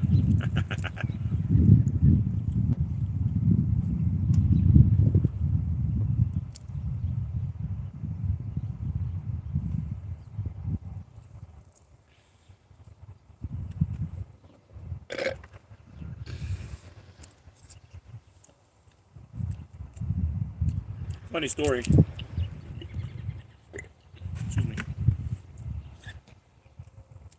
When I was a kid, we didn't have tables like this. We just had tables, you know. You'd have a pile of shells in front of you. And everyone would compete to see who could get the biggest pile of shells the quickest. That meant you ate the most crawfish faster than everybody else.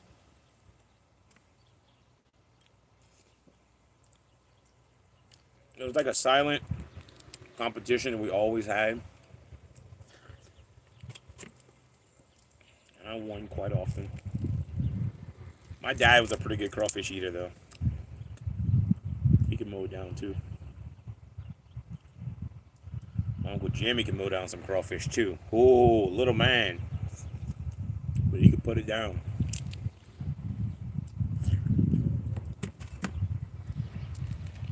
They used to get mad at me because I'd eat them before they'd let them soak too long. I'd try to eat them like right out the pot. I can't wait that long. I'm hungry now.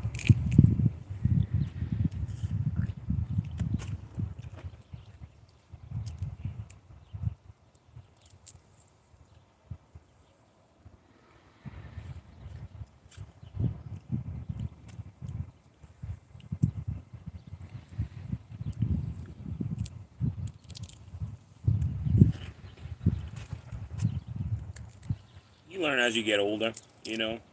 It's proper. You let it soak. The flavor's there. It tastes better. Crawfish is just good, no matter what.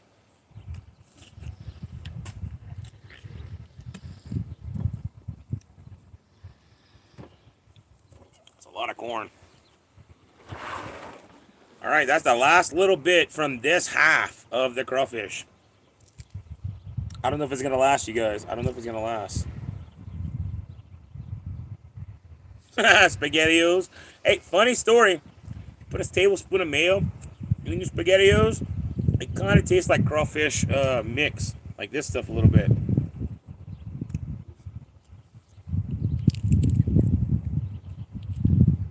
Still not as good as crawfish, but just a little pro tip. Like if you add bacon to cornbread, it's a game changer.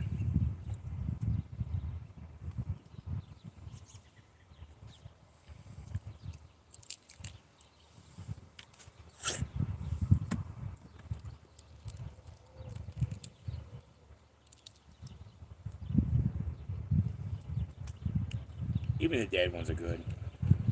Man.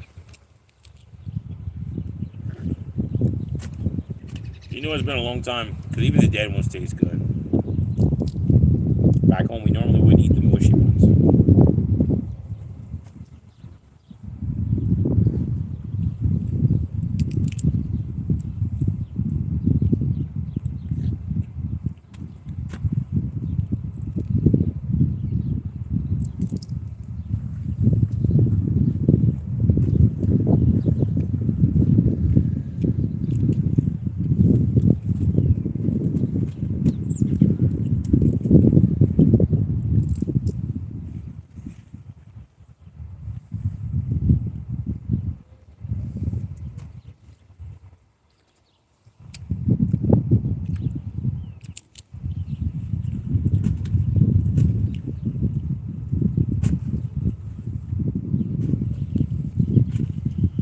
I'm not gonna throw any of the sausage away or the potatoes, anything like that. So I'll make something with that. I'll eventually eat it. Limes, lemon like rinds, the corn I'm saving, sausage I'm saving. I'm eating all the crawfish probably. I don't think the crawfish is gonna last till tonight. I feel like I'm just getting started, and I'm looking at almost no crawfish. I'm definitely not ready to stop. So, I don't know. Probably not going to save any.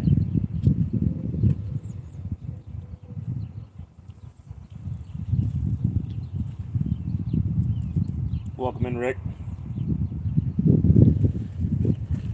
Trying to see the chat as best as I can. Glasses are dark.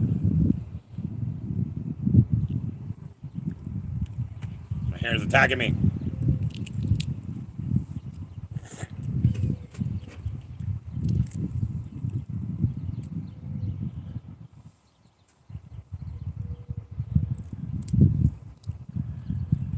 I don't know.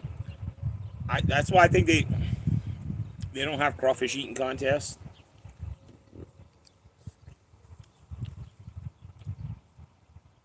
Because crawfish, you could put down so much.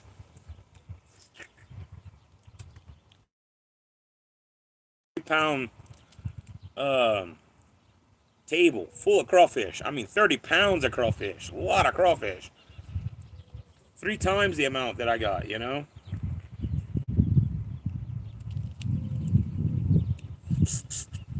And then you'd probably get somebody stumped. Because there's more people out there like me. There are people out there that can eat way more than me.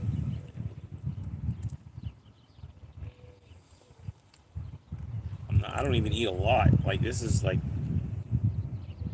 This doesn't even feel like a lot.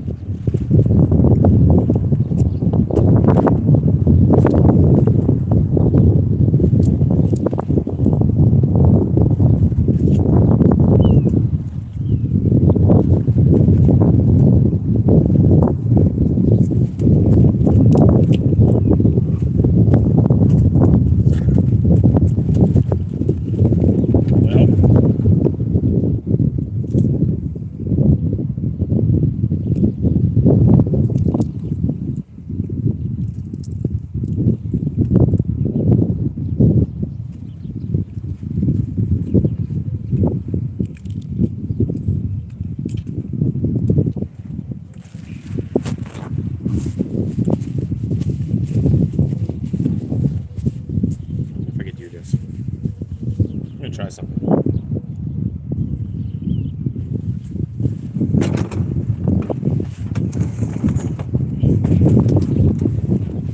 It's not. The table, come on.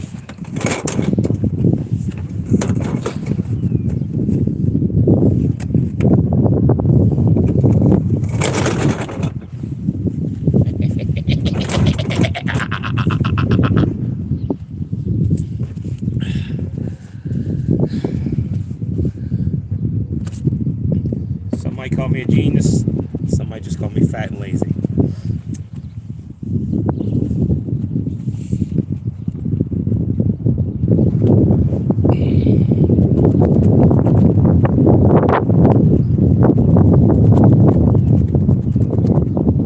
£33 of tails in 2 hours. Yeah, see, that sounds about right.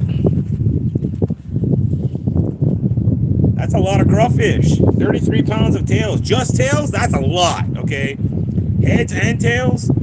It's only like 15 pounds of meat.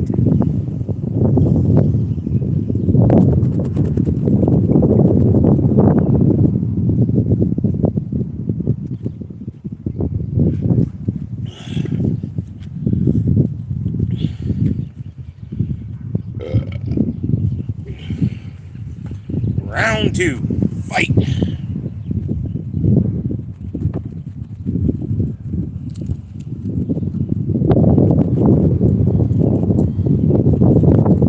Yeah, sorry, you weren't eating it fast enough, Adam.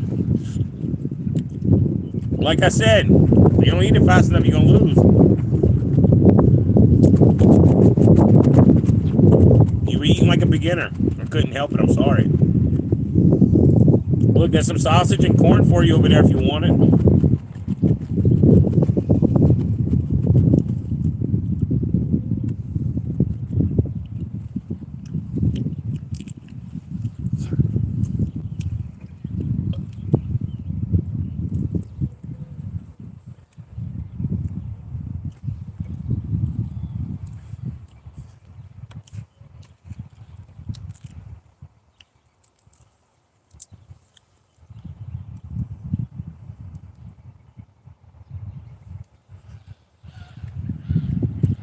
See, like Dustin says, I'm not even attempting a record here. I'm only eating 10 pounds.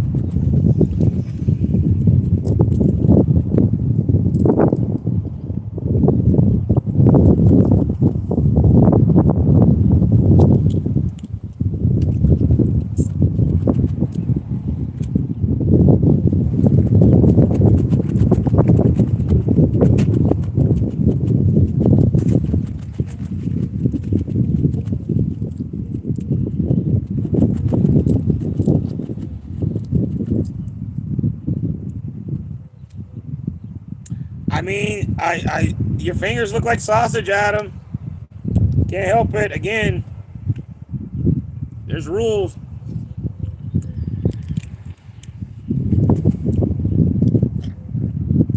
This is not my pile.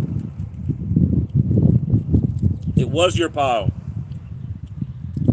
But you'd eat fast enough, so it became my pile. I didn't make the rules. I just abide by them.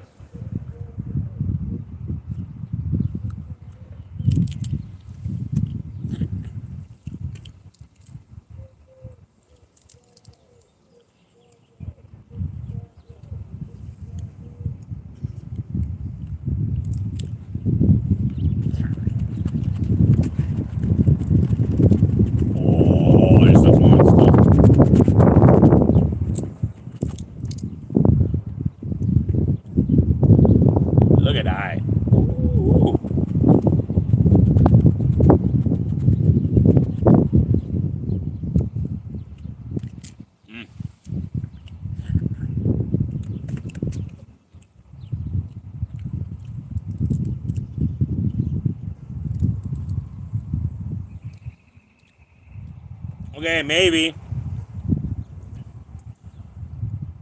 I might be making them up as I go. I'm still gonna follow them.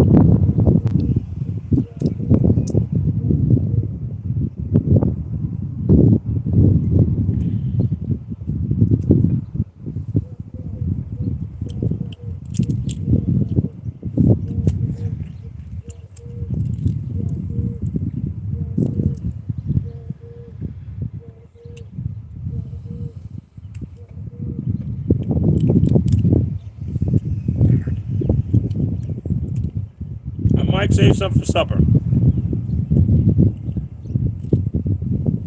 don't want to eat this again, man. I haven't had it in 3 years. I feel like I'm gonna be mad at myself for eating it all in one go.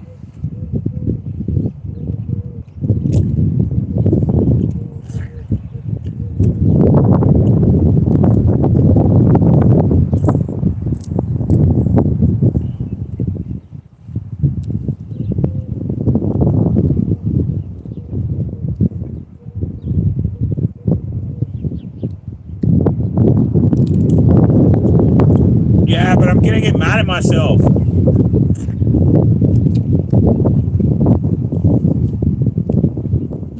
I eat it all. It's $120 a crawfish. You know how long I usually eat on $120 worth of food? A week or two.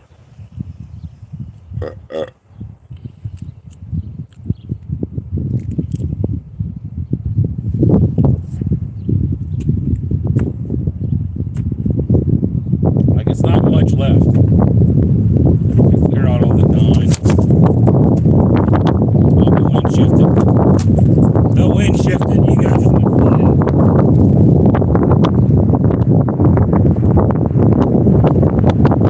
The wind shifted. Getting a boost.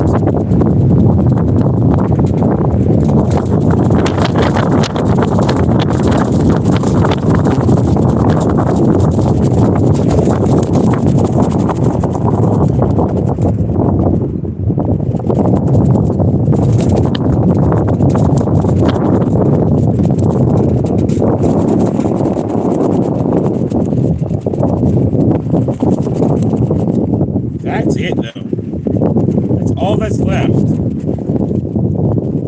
think I'm gonna save that for supper. Welcome in, no! Lordy, lordy, look who's 40!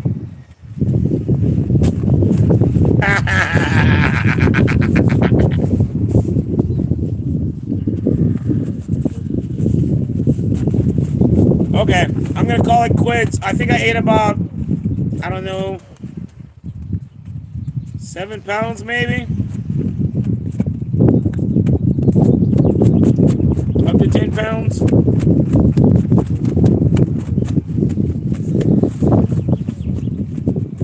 Welcome back, Brother Paulo.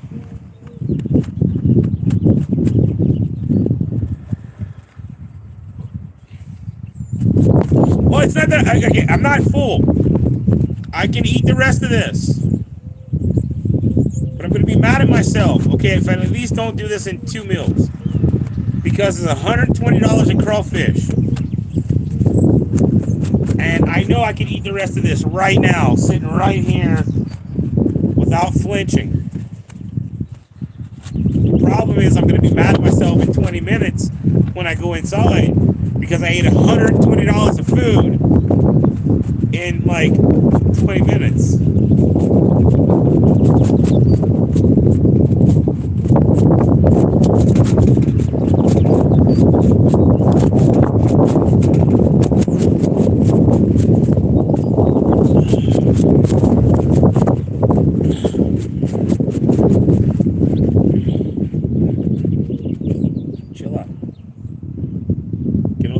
be there.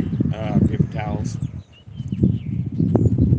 That was delicious. Like, I mean, that was freaking delicious, man.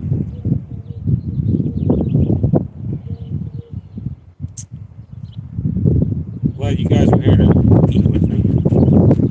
I'm gonna go find something to put this in real quick. And then, yeah. Try to save as much of it as I can. Crawfish, the corn and the potatoes and stuff, I'm gonna try to save too. But the flies, man, the freaking flies out here are just horrible. Okay. Flies are driving me nuts.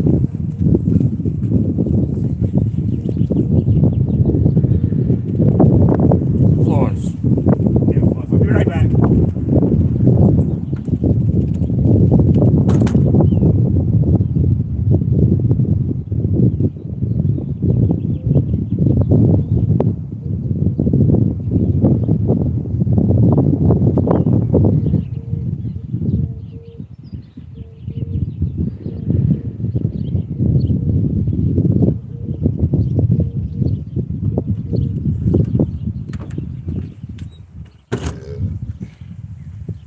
Well, I don't have nothing fancy to put this stuff in, so I'm just going to put it in some plastic bags. Oh, I didn't even need any crackers.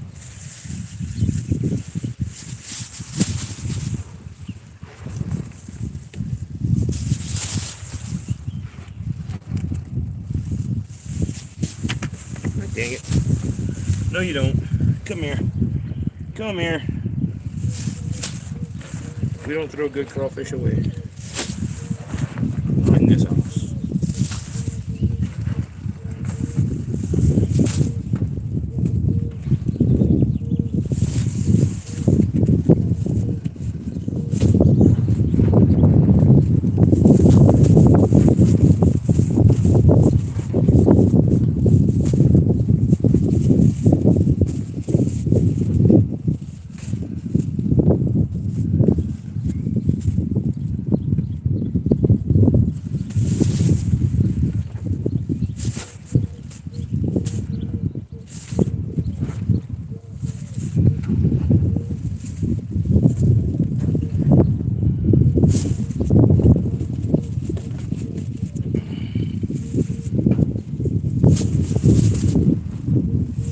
Alright. I think I got everything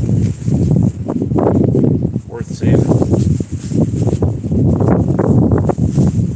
Don't bag it.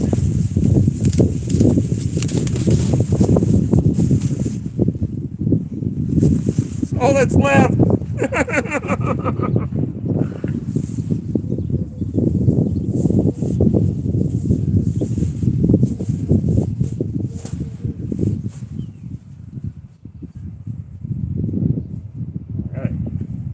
Well, pick this stuff up. Right back. Get all this cleaned up.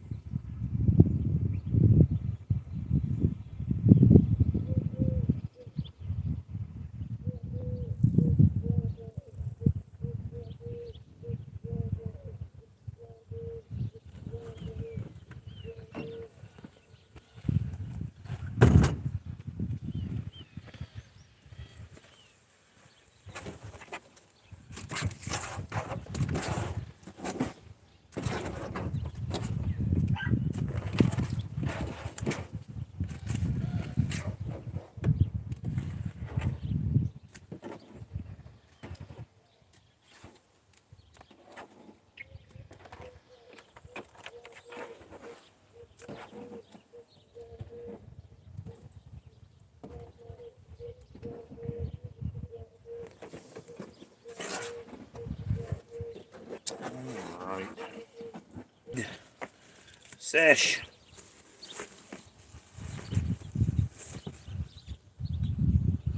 Come here. Sucker. Ah.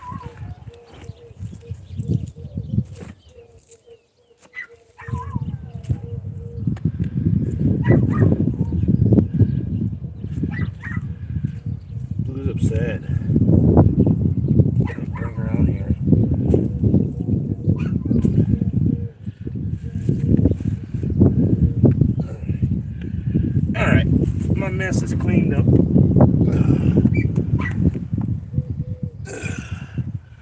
There we go. Everything cleaned up. Nice. Throw this away. Away. This thing here.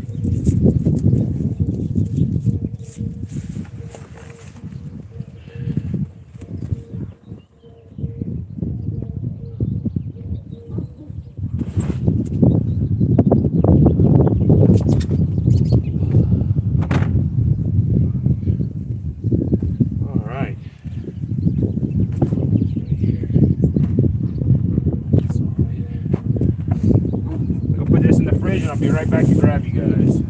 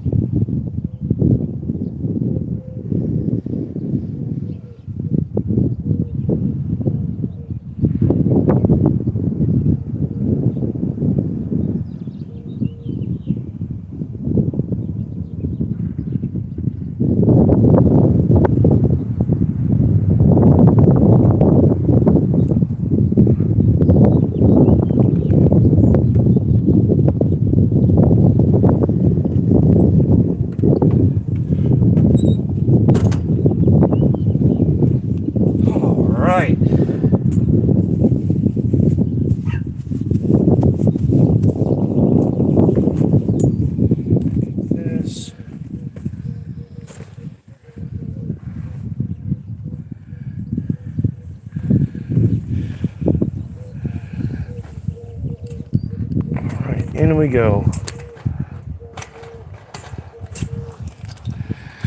It's nice and cool in here. It's nice and cool in here. Not super cold, but cool.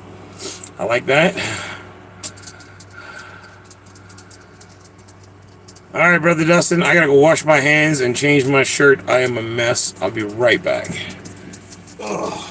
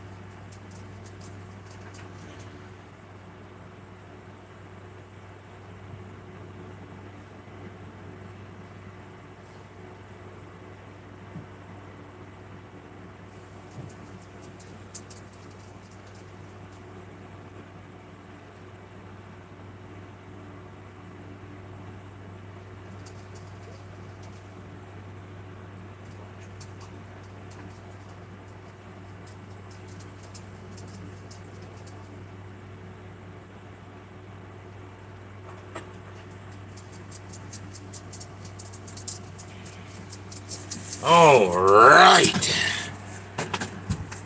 Hands washed, shirt changed. I feel better.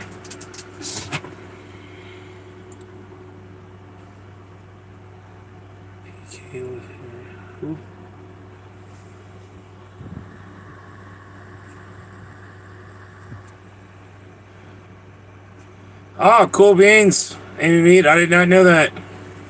Glad you stopped in.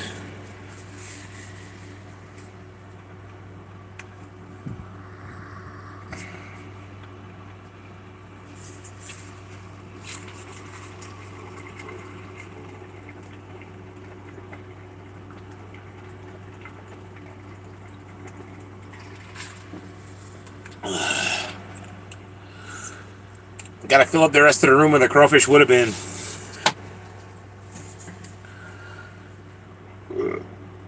That was delicious, though. You guys don't even know.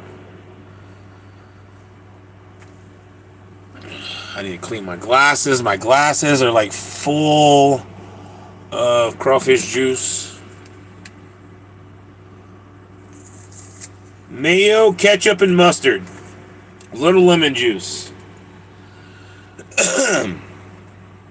Blue Plate mayo, to be exact. It's the best mayo in the world.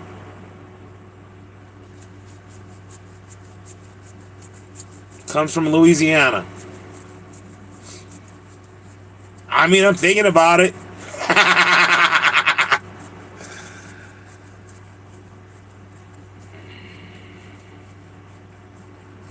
Crawfish don't last long with me. It's not fair, okay?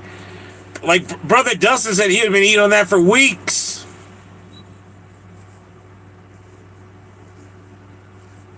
This Thursday, brother Paolo. So everybody's clear. He's talking about this Thursday, the 26th.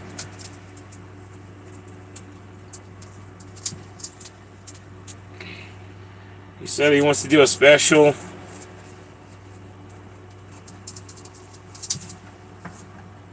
Dugopoly.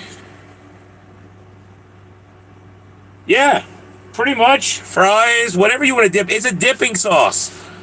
We just make it a seafood dip back home. It's mayo, ketchup, and mustard. That's it.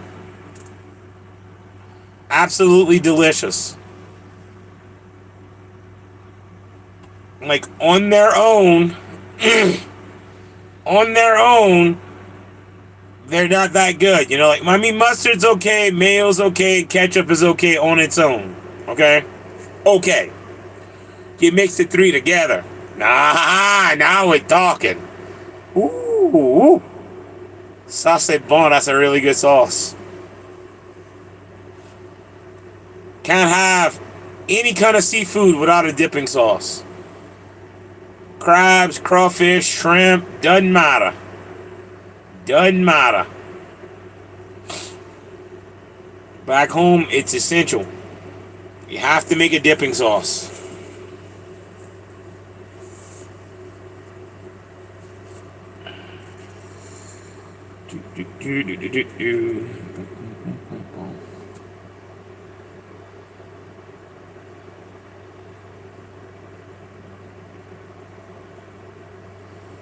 Welcome in, Selena. If you're still there, sorry if I didn't say welcome in. I didn't notice you when you came in.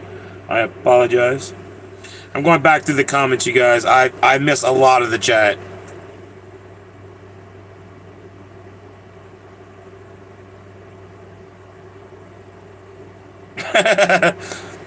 Paolo says he's going to pretend he was eating crawfish with me.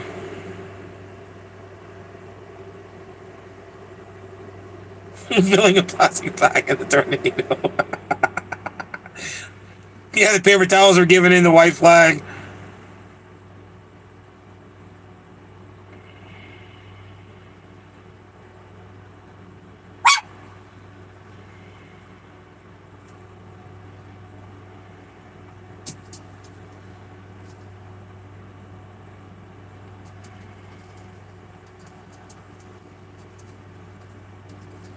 I'm glad you're feeling better, Lala girl.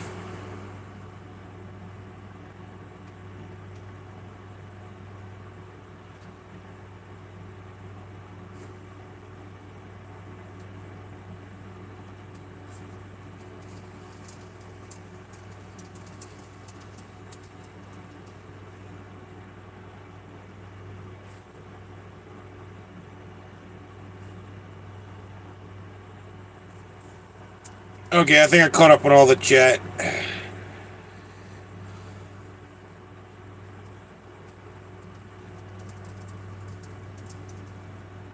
Okay, Lala girl. I still got your stuff. No worries.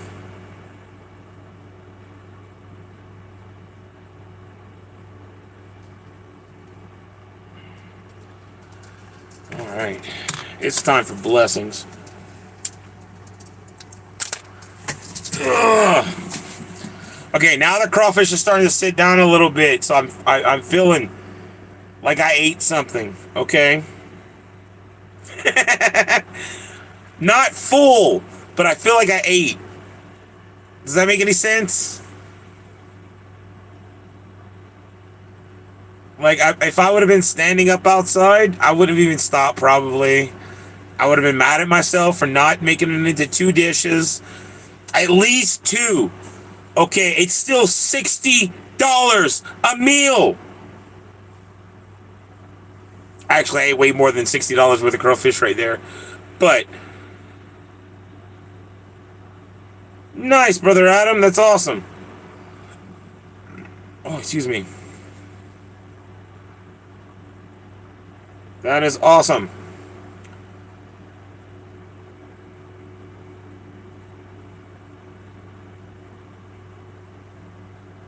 I remember, okay, it was so funny. I had a shop foreman, not a shop foreman, a site foreman that was bragging to us about crawfish in Texas. We were working at a Whataburger, or was it a Taco Bell? It was a Whataburger or a Taco Bell. I can't remember. We were out in like Houston, Texas or something, around the Houston area. And he started bragging about this place with crawfish and how it was all you can eat. And I was like, my ears popped up. I was like, ooh. All you eat, you say, huh? And the foreman started laughing. And he says, what? How much you think you could eat? What, 3-4 pounds? And I laughed. I said, 3 or 4? That ain't enough to get me warmed up. He said, no way, I don't believe that. I said, let's go. I'm down, let's go. We clocked out of work and we went straight to this bar. And they had these signs up, all you can eat crawfish and this and that. And the little waitress comes out, and it comes out in 3 pounds increments. Okay, they don't just give you like a table full of crawfish. Well, she comes out and she's like, what can I do for you guys? And the foreman goes, well, this little guy right here is bragging about how much crawfish he could eat, and I want to see if it's true. And I said, man, you better be ready to put your money where your mouth is, because I'm hungry.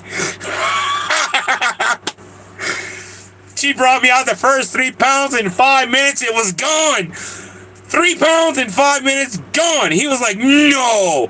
And I was like, oh yeah, I'm just getting started. She come out with the next 3 pounds, next 5 minutes, it was gone. 3 pounds later, gone. 3 pounds later, gone. I did that 5 times sitting at the table. Not even stopping, at the bar. I had 15 pounds in my stomach before they even started to question me. It was about 35 minutes maybe worth of eating. And then we were there. I kept going. I slowed down a little bit after that. I didn't mow through it as much, because I was 15 pounds in and I was feeling it. I was like, okay. But I was trying to prove myself, because I told him that I could mow it all down. So I sat there for another hour, slowly eating another, I think it was 4 more trays of crawfish there at the bar. And they started to close the restaurant down. And the little girl waitress was like, you want us to make you a tray to go? You're almost done with that one. And I was like, sure, I'll take 1 to go. So I got 3 to go. I ate 25 pounds sitting at the bar, and they gave me 3 pounds to go home. But it was funny because the whole time I'm sitting there enjoying myself, just munching down. I didn't eat no corn. I didn't eat no potatoes. I didn't eat no no sausage. Just crawfish. I was going just for crawfish. And the shop foreman, his jaw was on the floor the whole time watching me eat this crawfish. His jaw just hit the floor. He's like, huh? Huh? And I'm just mowing it down, you know. I didn't pay for it, so I didn't care. It was like $35 or something for the all-you-can-eat crawfish. And I got my money's worth. Well, it wasn't even my money, but I got their money's worth. It was good. All right, time for a blessing. I think I said that, and then I started talking about a story about me eating crawfish, and I forgot to do a blessings. Shame, shame, shame.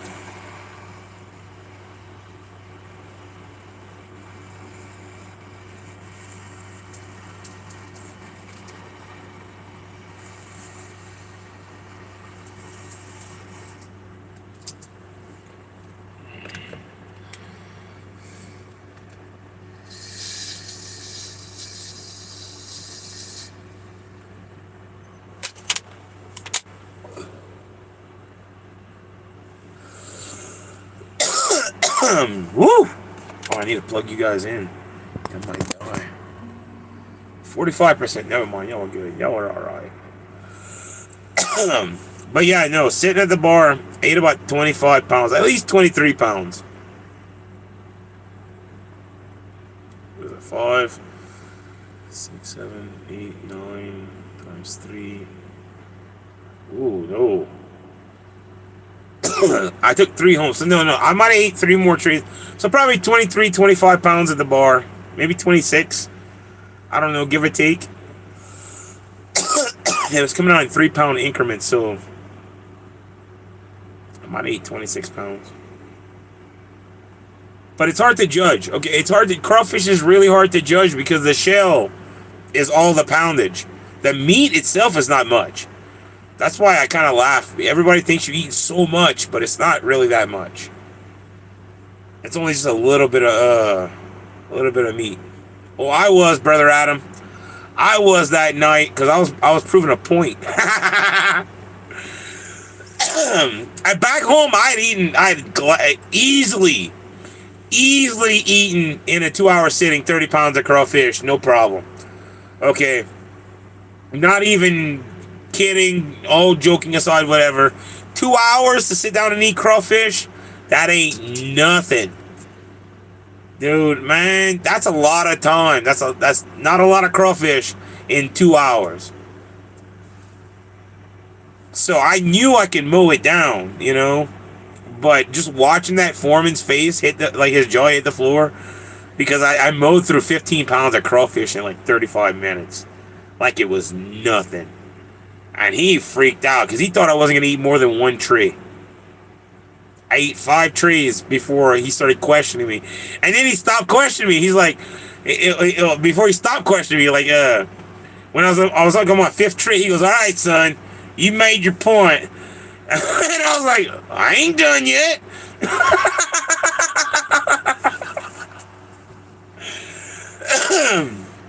I kept eating. I didn't give a crap that night. It was not on my dime. And it said all you can eat.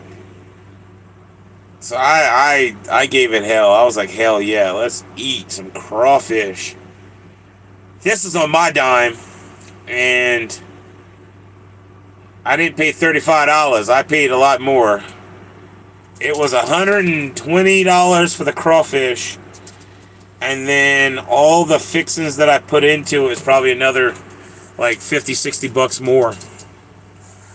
Between the corn, the sausage, the potatoes, the onions, the garlic, the lemons, the limes, seasoning, you know, all that cost, the salt. Probably like 60 bucks more on top.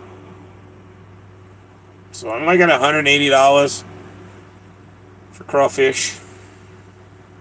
Sad. Back home, okay. That would have cost me like 30 bucks. I wouldn't be so sad back home. Back home, I would have paid like 30 bucks. Yeah, so it was like $12 a pound. It's still like that right now on the crawfish website. Louisiana crawfish.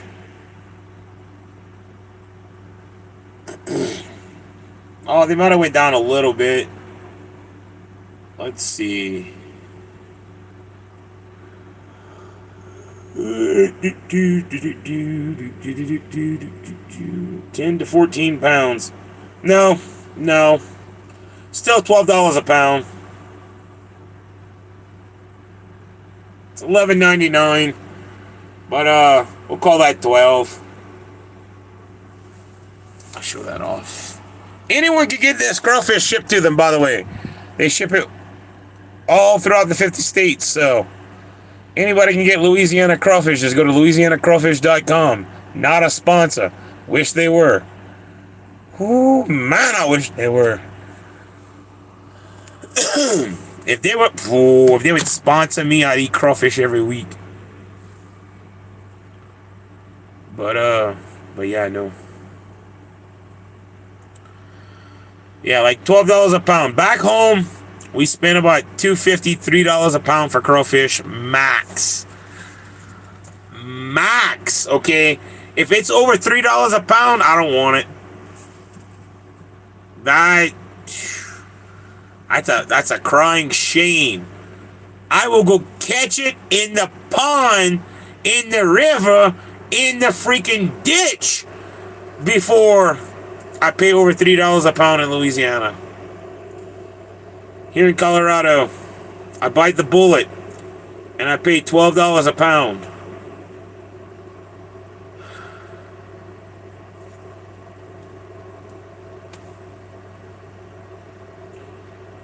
And it was worth it. Welcome in, Ash. It was worth it. Oh, it was worth it. It was delicious.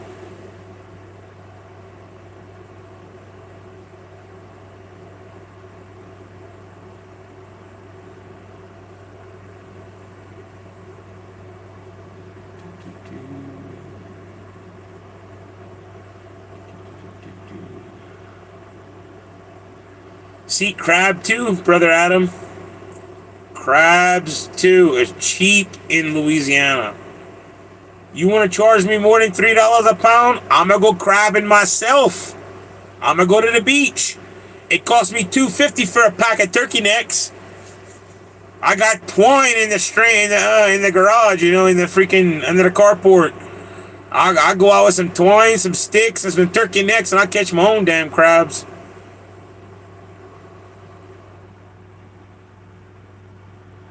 Ew! No! No! We pay like $30 a dozen. Ew! Hell no, Brother Adam. That's way too much.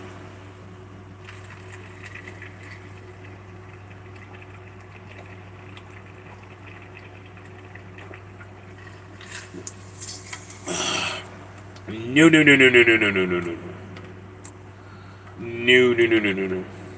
Again, I will go catch my own crabs if you want to charge me that kind of money.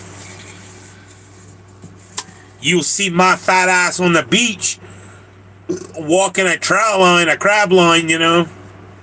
Whoop! Catch it in the net. Whoop! Catch it in the net. Whoop! Catch it in the net.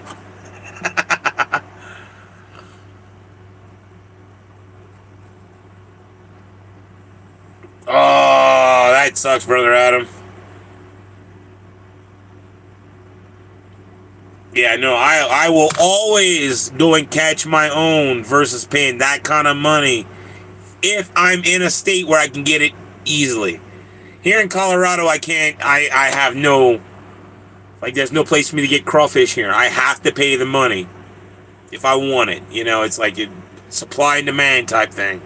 You want it, you gotta pay for it. And that sucks, okay? I don't want to live down south anymore, though. It's too hot. It's too humid. The bugs. Oh, my God. See what we did out there? The flies, how the flies were all over the place? That's mosquitoes in Louisiana. Not as pleasant. All right, I don't like the flies. But the mosquitoes, man, they'd be eating you alive. We'd have had a giant citronella candle in the middle of that table instead of a garbage can.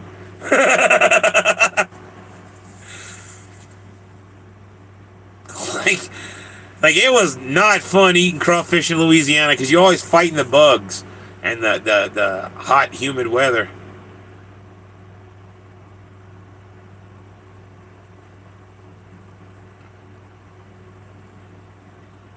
But yeah, no.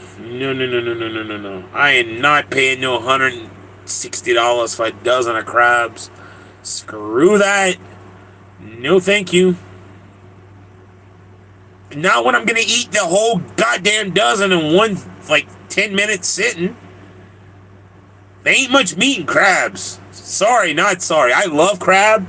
Okay, crab is delicious. But there's not a lot of meat in a crab. There's a lot of guts and stuff in the middle on that sumbitch. But on those little legs, you know, you got 5 chunks of meat, maybe. 5 good chunks of meat. You're not getting much out of a good crab. Now, the reason I love them is because of the eggs, the fat, the flavor. But, it ain't worth no $160. Gotta get the big, dirty ones. I mean, all the crabs in Louisiana are big and juicy usually. We don't touch the little ones. We got rules about the little ones. They gotta be so big before you can take them home. But when you walk in the beach, man, or if you're on the troll boat, they get caught up in there. They get caught up with the shrimp too. I mean, again, it's some decent little chunks of meat, but it's not gonna be a lot, okay? Like, you're not gonna get a pound of meat out of one crab. You might get a quarter pound to half a pound of meat depending on how big a crab you get.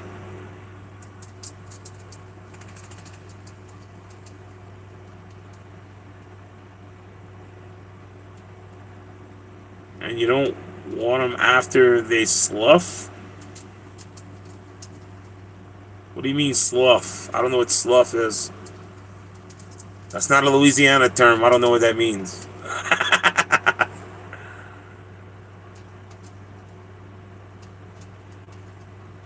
The only exception for crabs in Louisiana for small stuff is soft shell crabs.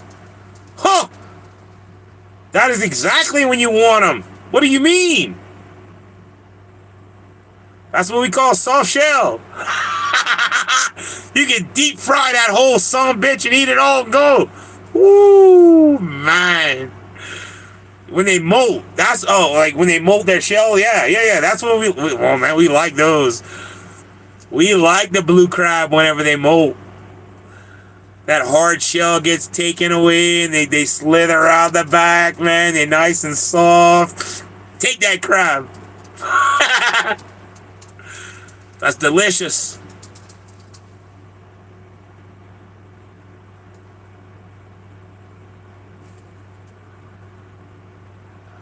Oh, there's plenty of meat in the blue crabs, brother.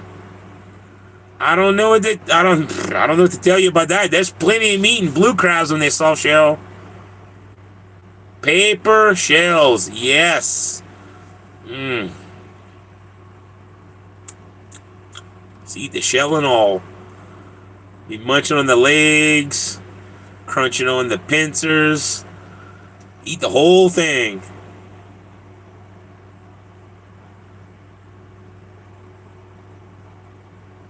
Well, yeah. I'm not saying that we we don't usually eat all the crabs as soft shell, but man, we have farmers that breed soft shell crabs. You know, like they have crabs galore, and they got them right at the point where they're small enough but big enough to meet requirements, and then they molt and they take them, freeze them.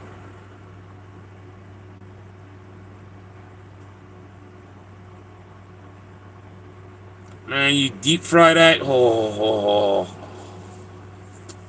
It's one of my favorite sushi rolls too. I think they call it the dragon or something, you know, with a soft shell crab in the middle.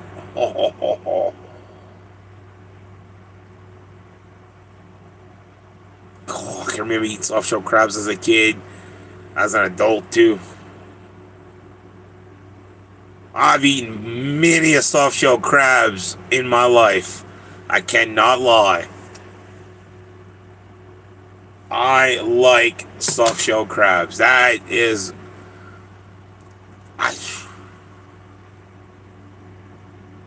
I mean, it's just... I don't know how to describe it other than it's delicious. You can deep fry the whole thing and eat it shell and all. I remember being at, what's his name? Mr. Roos's house. Jordy Roos. And he used to do the soft shell crabs. He had these special tables and stuff that would float the crab, that with just enough water in the table that the crab felt safe and it would molt in the table and you could see the shells. He'd pick the shells out, you know, take the soft shell crab out, clean out the guts, put it in a freaking vacuum sealer, and boom, good to go. He used to sell that good money too. Now that we would pay good money for soft shell crabs. You're paying probably like $5-6 a pound for soft shell crabs. But still not no $160 a dozen. That's insane to me. Holy cow. I would die living in a state like that. I would just tell them, now, you know what, I'm just going to get my license and go do it myself. I'll catch my own damn crab at that price.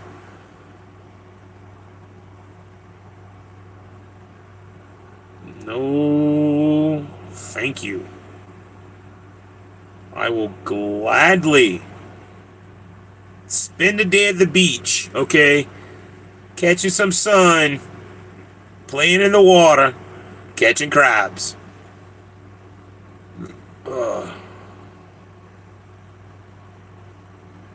I believe that, Brother Adam. Holy smokes, man. To me, that's insane, okay? I come from a place where seafood is literally the cheapest thing you can get. Everybody and their dad, mama, grandma, grandpa, the niece, nephews, everybody. We all fish, we all shrimp, we all crab. Everybody will go out and get it themselves. You're not charging anybody down south more than like $3 a pound for shrimp. I don't care you got the boat. I'll go get it myself for the cast net. Like, I'll pay you if you want me. Like, if you want me to pay you, I don't want to go out and catch it, okay? I will pay you $2.50 a pound. You better give me some good shrimp, though. Nice, you got a crabbing boat. See, that's what I'm talking about. I didn't have a crabbing boat. We had a little Peter hogs and stuff, and we look. I'm not proud of it, okay? As an adult, I would not do this. As a kid, and I'm talking about, I was probably my early teenage years, young 10 to 13, 14. You know, I was a kid. We take the Peter hog out. We go check crab traps. You know, everybody. You can see the little the buoys. You know, floating in the water. Creep up to that buoy, pull that rope up, got some crab, dump it in real quick, throw the freaking trap back, and dart. Crabs.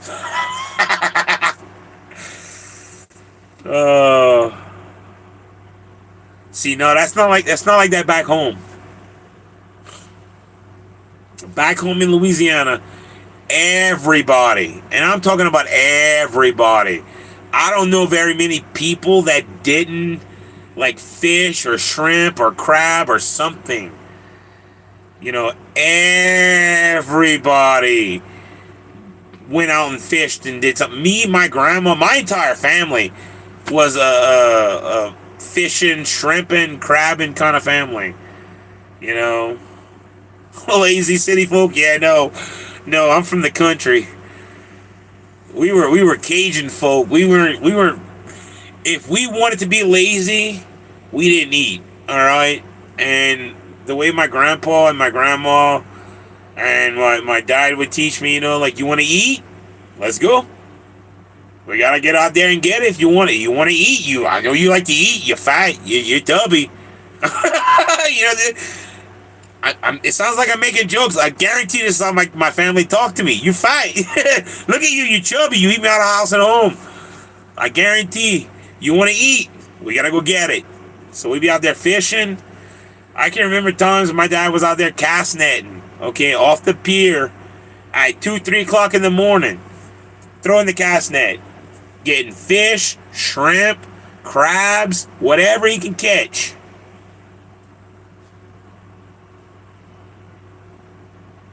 And I spent most of my childhood working on the back of a shrimp boat with my dad. You know, he gave me 20%. That was a lot of money back then for a kid like me.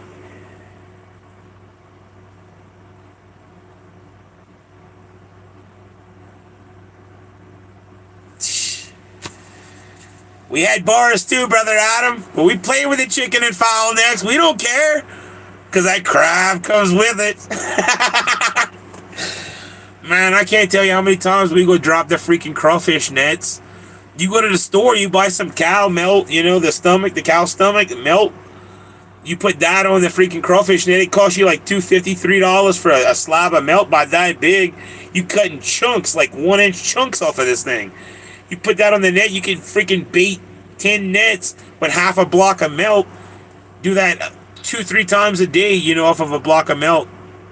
And you out there all day catching crawfish. Every 10-15 minutes, you pop the net up. You know, put whatever you catch in the bucket. Put the net back down. That was a freaking day. And then you end up with an ice chest full of crawfish. You go home, you eat. Everybody eats, and it's free. Pretty much, you know.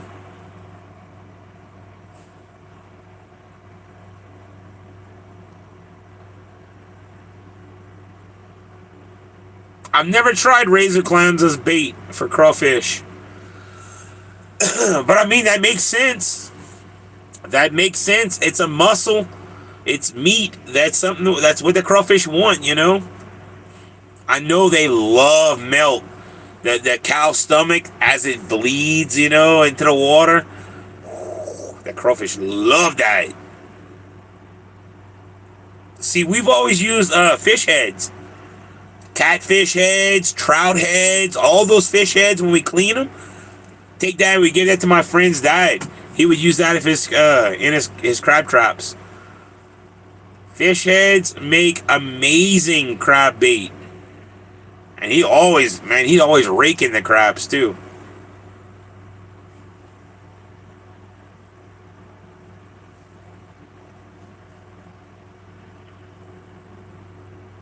A lot of fish heads. His house smelled too. Boy, man, when it was crab season,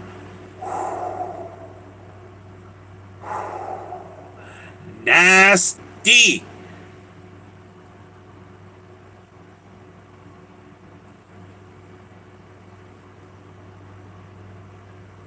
Yeah, yeah. Crab shells and guts make great freaking bait, man. You could chum the water.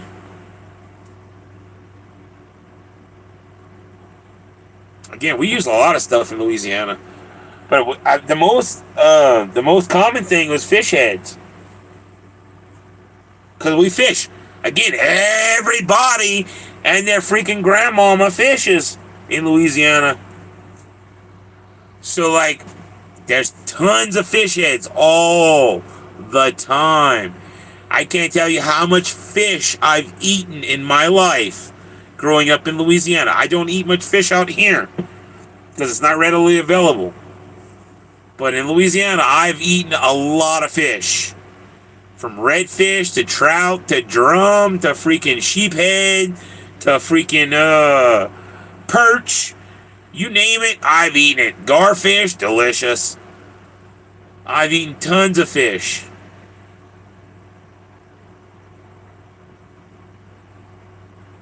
Yeah, no. Not in Louisiana. Seafood is not expensive at all.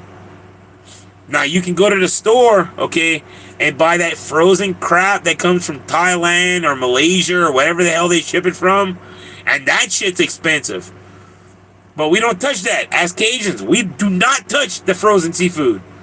That is a sin against Everything. That's a sin against nature. The frozen seafood aisle. Ugh. Whatever they do, it's not right. Man, we freeze seafood all the time, okay? But there's proper ways to do it. Fish is frozen in water, okay? It keeps the fish intact and beautiful and amazing and delicious. And it doesn't come out soft and all freaking crappy, mushy whenever they flash freeze it or whatever they do. I don't know what they do in that process, but it's not worth it, whatever it is. I've frozen fish many times, and we freeze it in water. Like, we'll take the fish, put it clean, whatever it is, trout, catfish, redfish, doesn't matter. You clean the fish, you debone it, you put it into a Ziploc bag, you fill the Ziploc bag about halfway with water, you close it up, you lay it on its side, and you let the water cover the fish. And then that is a proper way to freeze fish. And when you thaw it out nice and slow. You don't do it too easy. Yeah, I'm not a fan of frozen or farm raised from stores. Again, I've had plenty of frozen fish, frozen shrimp, frozen crab in my life. Okay? But every time it's always been done right. It's frozen in water, fresh water, and it's you thaw it out by leaving it in a bowl overnight in the fridge. You come back to it, it's floating in the water, or not floating, but it's in the water. And when you pull it out, it feels like fresh fish. It's still got the firmness of the fish. It's not mushy. It's ready for frying, baking, broiling, freaking whatever you want to do with it. But I don't do frozen fish from the store. I don't do frozen shrimp. No thank you. Our pre-cooked frozen stuff is just as bad. The pre-cooked crawfish that they get frozen and shipped out here from Thailand or something. No thank you. Yeah, I'm not a big fan of farm-raised fish either. Again, I'm from the South. We fish fresh, wild. It's all wild. It's not farm-raised. The only thing farm-raised in Louisiana is crawfish. I love farm-raised crawfish. I'm not gonna lie. Because, in Louisiana, that's a big industry, the crawfish industry. You plant your rice fields, and then you throw your crawfish into the rice fields. And bada bing, bada boom, farm-raised crawfish, and they're delicious, they're good, they're big, they're juicy, they're just as good as the field run or a river run. So I've farm-raised crawfish I'm on board with from Louisiana. But not pre-cooked frozen stuff. No thank you. I'd rather not. It's time for our blessings. I have standards. I'm spoiled to fresh seafood. Being from the South, I'm extremely spoiled to fresh.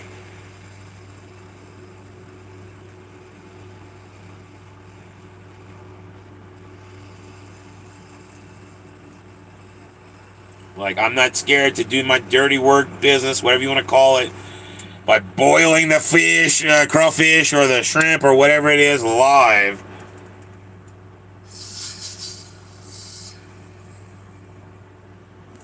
Call me inhuman or whatever. Oh, I don't care.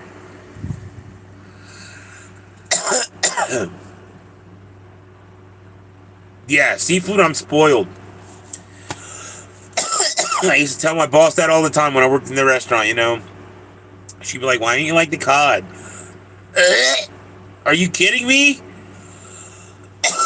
For one, that cod is disgusting.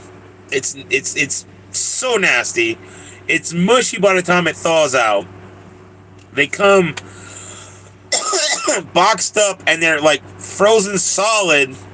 No ice, no nothing around. They're just frozen solid blocks of cod. Oh, I've had fresh bluefin tuna. Yes, it is amazing. I've had tuna steaks grilled. It was like an inch and a half thick. Dude, they were huge tuna steaks. Delicious. Absolutely delicious. I've never wanted canned tuna after that.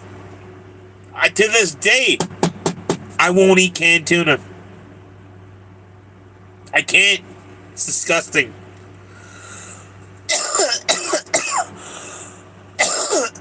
I'm not a fan of tuna fish, like canned tuna fish. No, thank you. If I can go to a restaurant and see the tuna steak and it would be grilled right then and there, yes.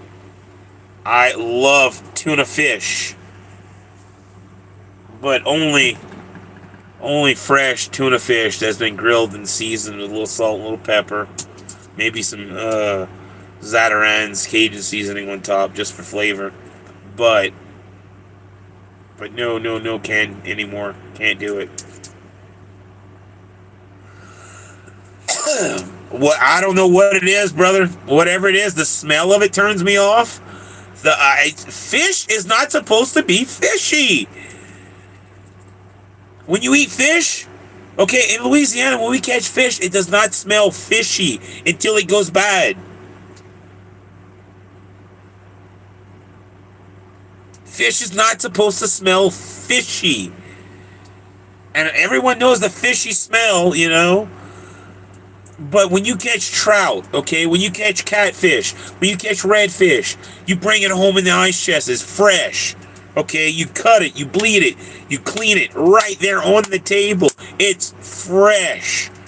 It smells like salt water at most.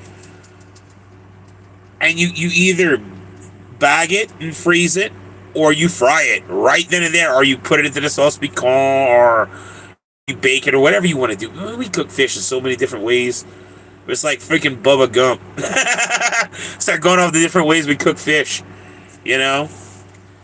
But like, fish is not supposed to smell like fishy. If it smells fishy, that means it's turned. It's not going somewhere good, it's going somewhere bad. No, fish is supposed to smell like the salt water that it came from, the fresh water that it came from. I've never, growing up, you know, after fishing, cut open a fish and be like, ooh, that smells fishy. Well, take that back. Mudcat smells bad. Mudcat is not that good of a catfish. The hardhead catfish, we usually use those for bait because it doesn't smell good. Oh, Blue. The mudcats, they stink. So, like, I guess I can't say that I've never smelled fishy fish. We don't eat the mudcats, though.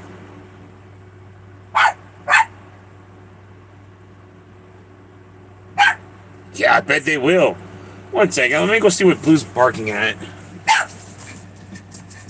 Blue, what are you barking at?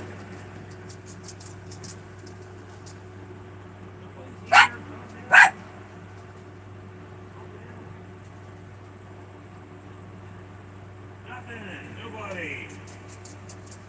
Good job, you protected us from nothing.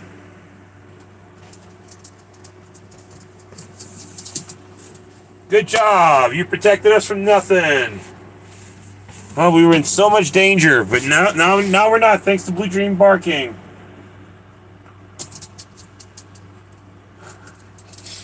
You're so special, Blue, I swear.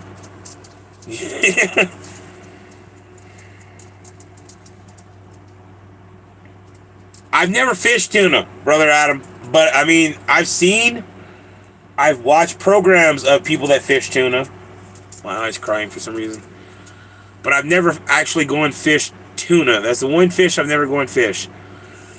Or one of the big fish I've never gone fish. In Louisiana, I fished a lot. I've caught big bull reds. I've caught massive catfish. Like, I'm talking about 40, 50-pound catfish. These motherfuckers are huge.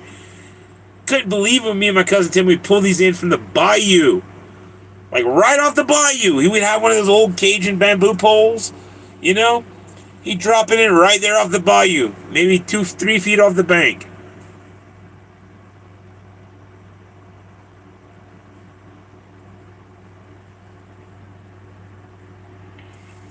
What are you doing, Blue? Huh? Being a bad girl? She's special, bro. She's special.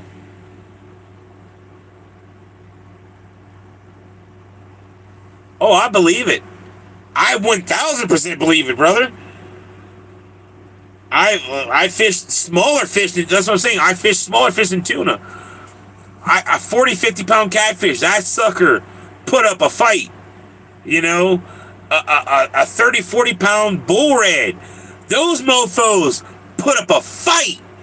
Like, I'm talking about, you're exhausted fighting these bull reds. I've seen tarpons. Our school mascot was the tarpon. The fighting tarpons, you know?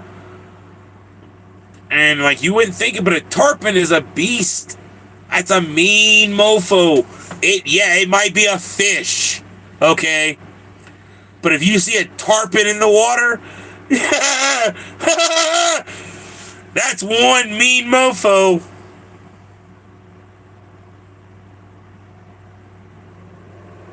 They're fast. They're huge.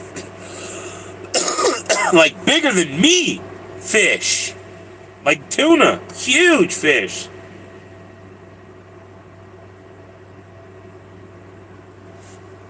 It's insane how strong these fish are.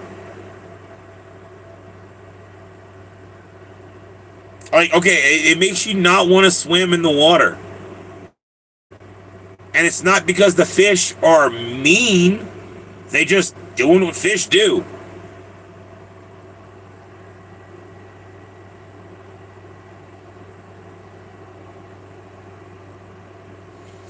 I believe that I've seen videos of people on like the what is it, tuna boats and whatnot that bring them in.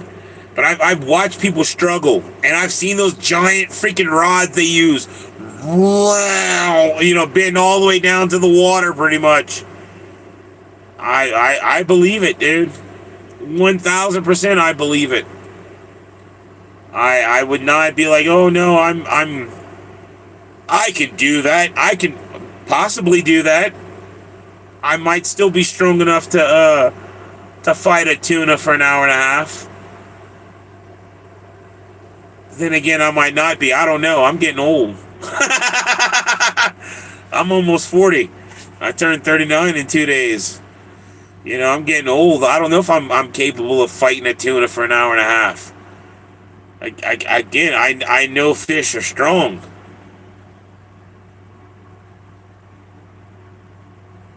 Most people, when we talk about fishing, they talk about trout, you know, like little fish. They go fishing for stuff that's this big. You know, they fish bass, 10-15 pound bass, you know, and that's big to them. Not in Louisiana. We have bass. It's fun to fish for bass.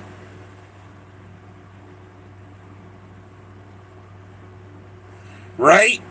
Right? You're attached to the rod, you're attached to the boat. I've seen they have a harness on that like anchors them to the boat, and they're anchored to the rod because they don't want to lose those rods. Those rods are super fucking expensive. Like, those rods are like thousands of dollars to fish tuna. The reels alone, they're huge, you know? Those gigantic reels, those have got to be like $500-600 just for the reel, much less the giant like pole that they got to go on. The rod is probably another $500-600 easily for like the cheap end. The cheap end is like for tuna. Welcome in, UK Dave. I'm googling it now. I want to know what the cheap end is for a tuna rod.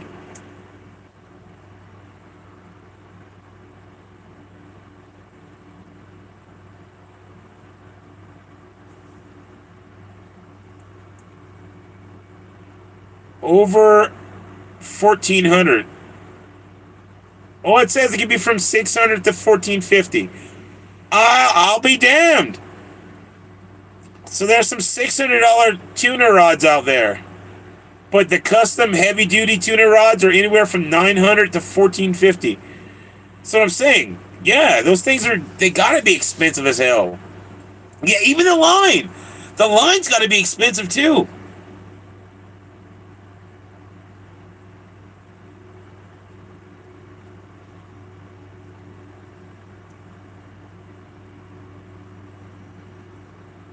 Yeah, that's craziness.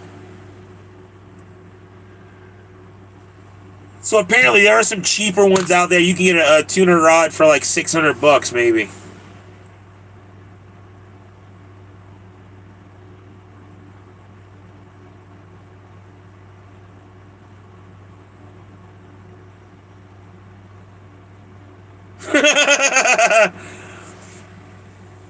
I don't think the key lime pie would last longer than a minute or two with me, Amy Mead. If I'm talking about a couple hours fighting a key lime pie, you better have backup key lime pies ready to go, because I give it 4 minutes. 4 minutes for key lime pie. That's 4 slices, cutting it in fourths, 1 minute per slice. A key lime pie goes down like freaking nothing. It's like pudding. Right, Adam. I would not want to use a cheap $600 tuna rod if I'm going to fight a 300-pound tuna. You know, no offense to the people that make the $600 rods, but I'd probably want that extra heavy-duty reinforced tuna rod, you know, that's going to have the giant reel on it, the giant freaking rod, and the massive string.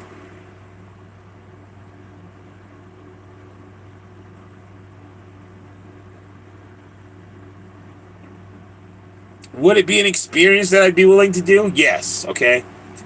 If I had the opportunity to go out on a boat and go tuna fishing, I would gladly say yes. In a heartbeat. Yes, let's effing go right now. I would love to go tuna fishing.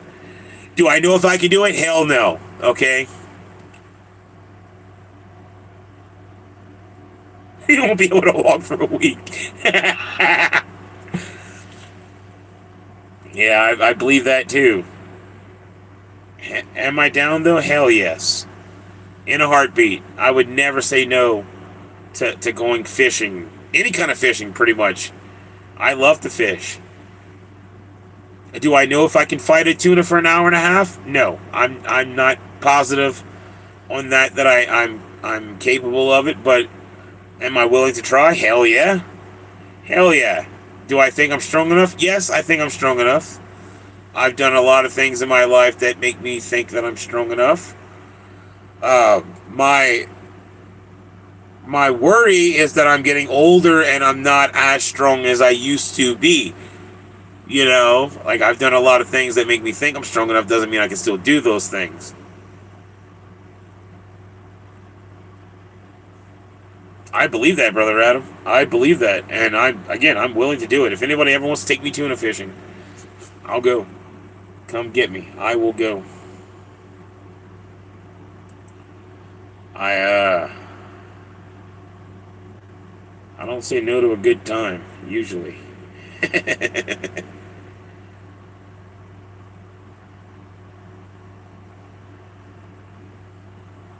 haven't been fishing in so long. I tried to go fishing a while back, but we went to a place and it was like, there's no fish. There's no fish in Colorado.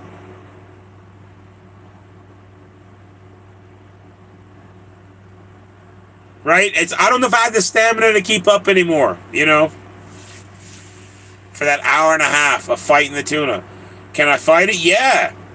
Yeah, I'm pretty confident I'll give it hell, okay? I'm not going overboard. Guaranteed, I'm not going overboard. If they got me tethered to the boat, unless that freaking boat snaps, you know, that bolt that's holding me to the boat, unless it snaps, I'm not going anywhere. That rod's not going anywhere either, you know? But can I keep up that freaking struggle, and then, can I keep that up for an hour and a half? I don't know. I would be willing to try. And back to Amy Mead's pies, I'd be willing to try eating about 30 pies in like an hour and a half. I love a good key lime pie too. Key lime pudding. Any kind of pudding or pie. Pie's delicious. So I'm never going to be skinny. I'm always going to be fat. Because I like food. Food's delicious. And I can eat a lot of it. That's the problem. It really is a problem. Because I could do that every day. I could sit down. If I had the money to have crawfish shipped out every single day, I could do it. And I could eat 10 pounds a day. Not even flinching. That's not even a lot of food to me. It's maybe 4 pounds of meat, if I'm lucky, out of 10 pounds of crawfish. And I'm being generous there. I'm being generous because they weren't huge crawfish.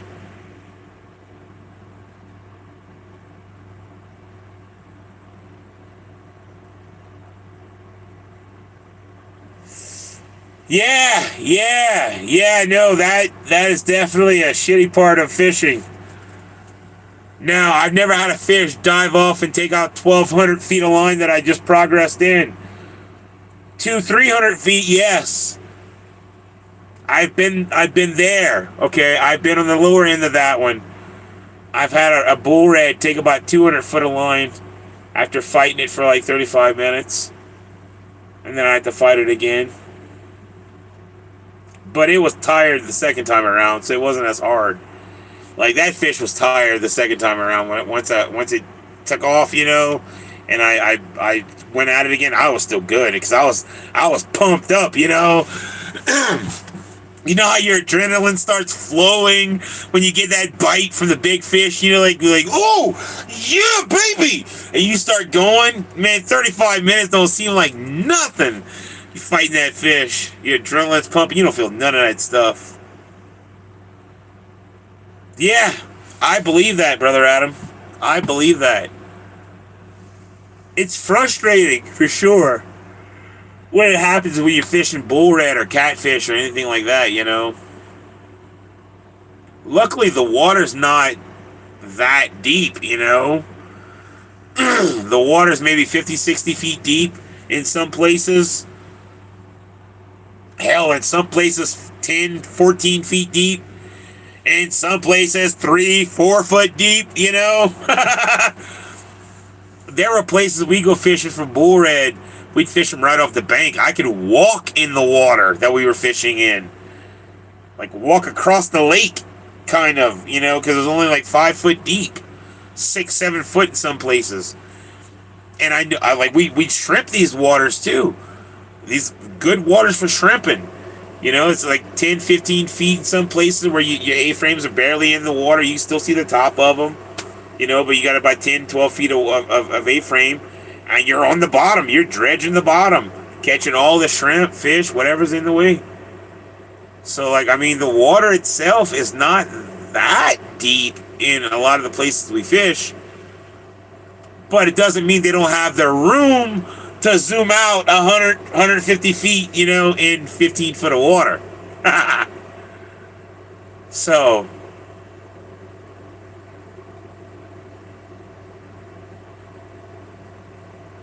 yeah, that's crazy, Brother Adam. Again, I'm willing to go. I'm willing to go if anybody ever wants to take me out tuna fishing. I'm willing to go. Poor Blue will miss me for a day or two. But I'm willing to go tuna fishing. I'm willing to travel out there to the middle of the continental shelf.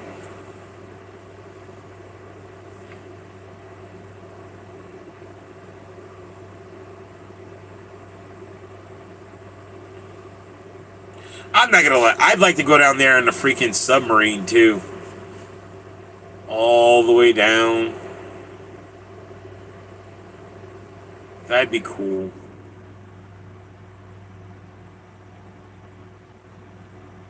Imagine seeing a megalodon going down that deep. You know, like 900,000 foot, 1500 foot. You know.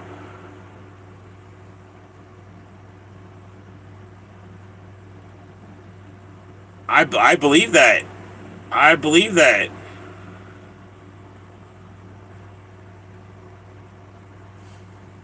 Again, could you imagine seeing like a megalodon down that far?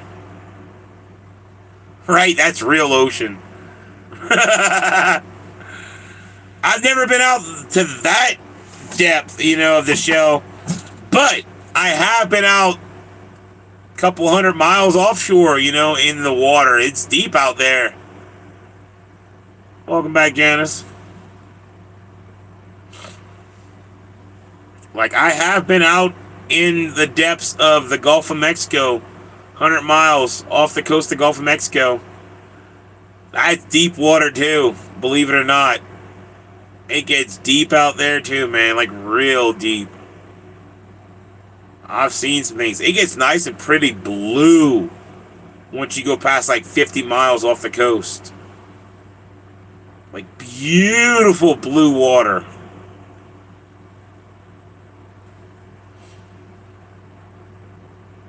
It's crazy how clean it gets when you're so far out. I remember going on the boat, and we went out and it was like it might be like 25, 30 miles out when it starts to clear out. It's not as murky and muddy looking.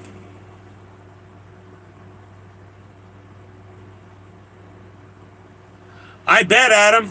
I bet. I've seen a lot of big sharks out that far. I've never seen rocket tests and stuff.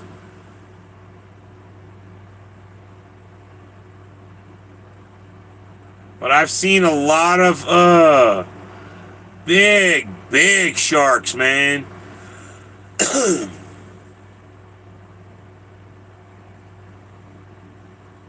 And other big fish too. Again, I've seen some stuff out there that makes me just not want to go in the water. Unless I'm in like a submarine or something. Or on a boat. I don't mind being on a boat. I'm not scared, But But I've seen some stuff in that water that makes me not want to swim in it, I don't want to be in the water with some of those gigantic creatures that make me look like I am nothing. Like, I seen a shark pass by our rig one time. I was on this like jack-up barge rig, whatever you want to call it. We had 150-foot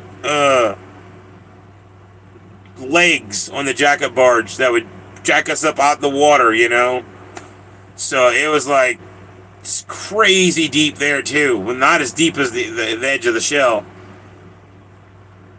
He went sticking to it. I don't blame you, brother. I don't blame you. I don't effing blame you. But I remember seeing this shark, swim by the leg of our jack-up barge. And my uncle come and got me to see this shark because it was so big. Like, it swam by the leg of the leg of the jack-up barge is like 8.5, 9 foot wide. Like this gigantic freaking metal beam that gets jacked up. It's got like cranks on the side of it. It gets jacked up in and out of the boat. And this shark looked like it was double the size of the freaking leg. Just like, boom! It at least 18, 19 foot long. Easily 18 or 19 foot long shark.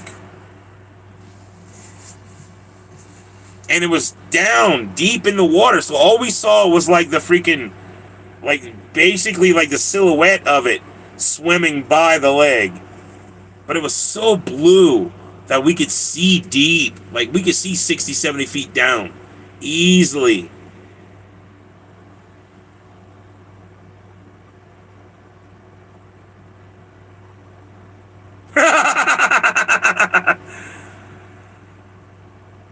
I believe that, Adam. I believe that. Those sharks are big.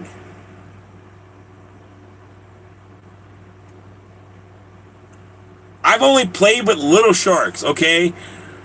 And mind you, where I caught the little sharks is where I used to swim as a child.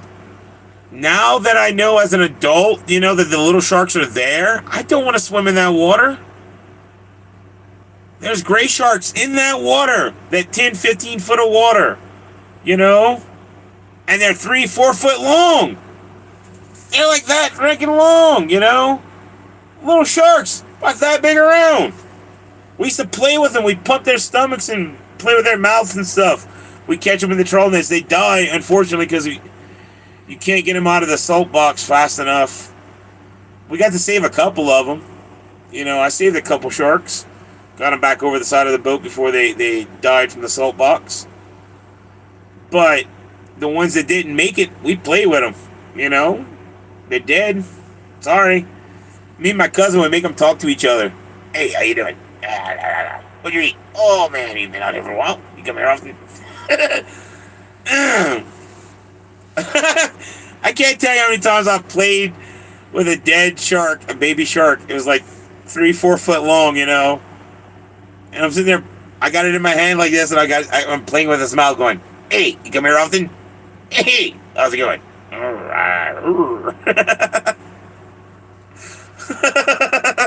Stupid times. Or the amount of jellyfish that we've caught in the water.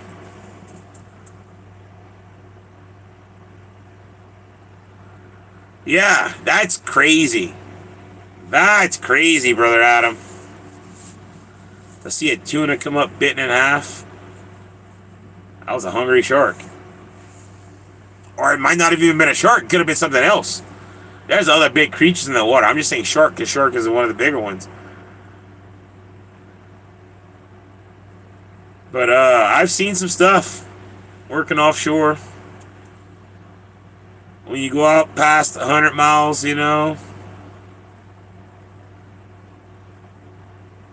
there's a lot out there.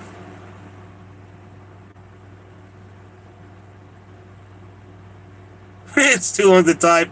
I don't blame you. I understand. I've never fished for shark. Not like specifically. I have caught a shark on the fishing pole before. That was kind of crazy. My dad cut the line. We didn't reel it in. He's like, you can have the hook.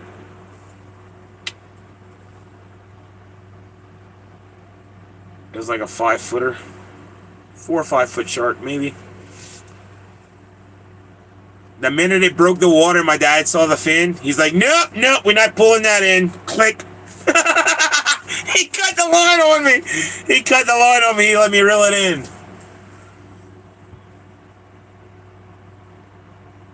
Shark fishing is fun. Not as hard as tuna. Again, I caught a shark on the line, so I guess technically I have fished shark. I mean, it fought like a normal fish. It fought like a bull red. I thought it was a bull red at first. We were fishing at the beach. I just thought it was a big bull red. But when it broke the water, my dad saw the fin break the water. He's like, nah, we're not doing that. Cut the line. He didn't want to deal with a shark. Trying to get a line out of a shark's mouth. We had tools and stuff for like catfish and whatnot. He'd take a welding rod and bend it over to where it'd make a hook. And then he'd bend the other end to make a handle so you can grab the hooked end and you grab the line with the hook and you grab the line like this and you grab the fish and you can flip the catfish off the hook with the welding rod. And like other fish that were not, you don't want to touch them. Like, no offense, but the catfish, the mud cats, you don't want to touch the mud cats because they got those barbs and they hurt, they're poisonous. And I like the feeling in my fingers. I do not like getting pricked or poked by catfish. Now, there is a way to grab them. I know you can grab them like with a try. You can take your hand like that. This finger and that finger goes around the head, right in between the hooks, and then you got the barb coming out this finger and this by your thumb. And you can grab onto the fish like that and You can get your hook out, but if that fish wiggles enough to get you with that barb, man, it's going to hurt your hand for a while. Right? I believe that a shark's not meant for, or a shark's not like a tuna. A tuna's all muscle. Tuna is all muscle. That's all they do is freaking like zoom, swim, eat and swim, eat and swim, eat and swim. Sharks eat and swim, but sharks swim at leisure. You know, like when you see a shark swimming, you don't see it zooming through the water, going 80 miles an hour like a tuna fish. You know, no, you see a shark. What's up? I'm gonna eat you. Oh, you know, like sharks swim at leisure, so I could see a shark tiring out. I didn't fully get this shark to the beach, you know, like my dad cut the line before we got it to the beach. He wasn't dealing with a shark that day. I don't blame him. I didn't want to deal with it either, so it didn't bother me that he cut the line. He just tripped me out because he's like, nope, we're not doing that. Clop, clip that line.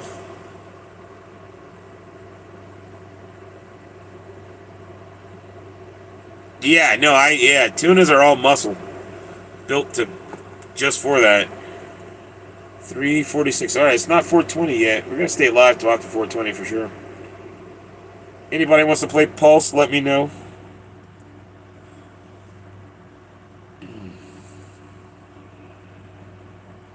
If not, no worries.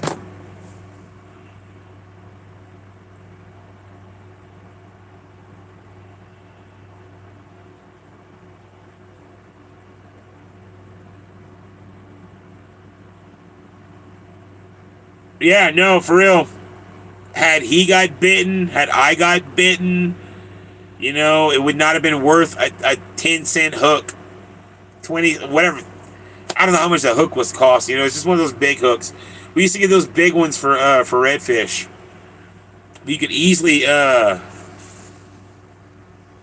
worries, brother Adam. You can easily catch a shark on a redfish hook. Those things are strong. They're big.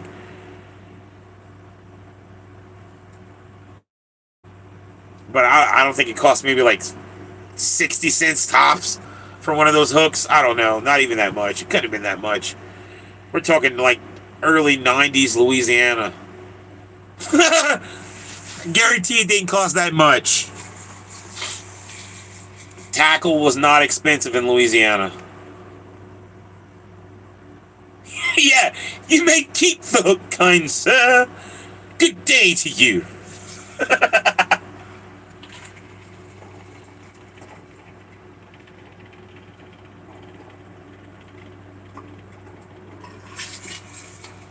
Clip.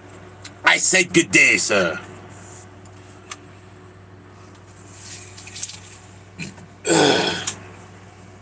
Caught a lot of things off the beach, though. Caught stingrays. Those aren't fun either. Like, my dad cut the line a few times on a stingray because he didn't want to deal with it. Normally, he would pull the stingray up and he'd cut the barb off the tail before throwing it back in the water. That little poisonous barb. Ugh.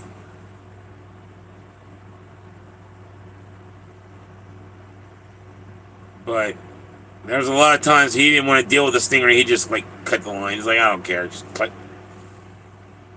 Rather not. Just give me your line. I'll restring it. Easier to restring a line than to deal with a stingray that might stick me.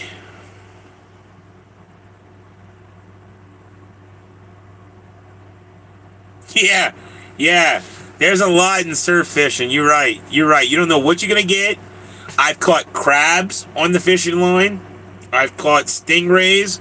I've caught flounder. I've caught bull reds. I've caught shark. One time I caught a shark.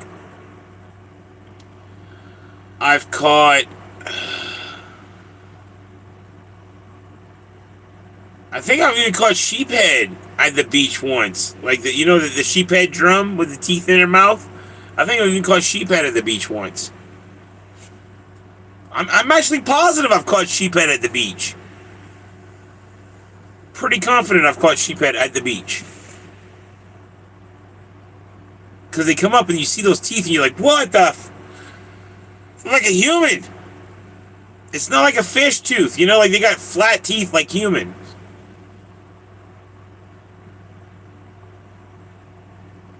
If you ever seen sheephead fish, you know what I'm talking about.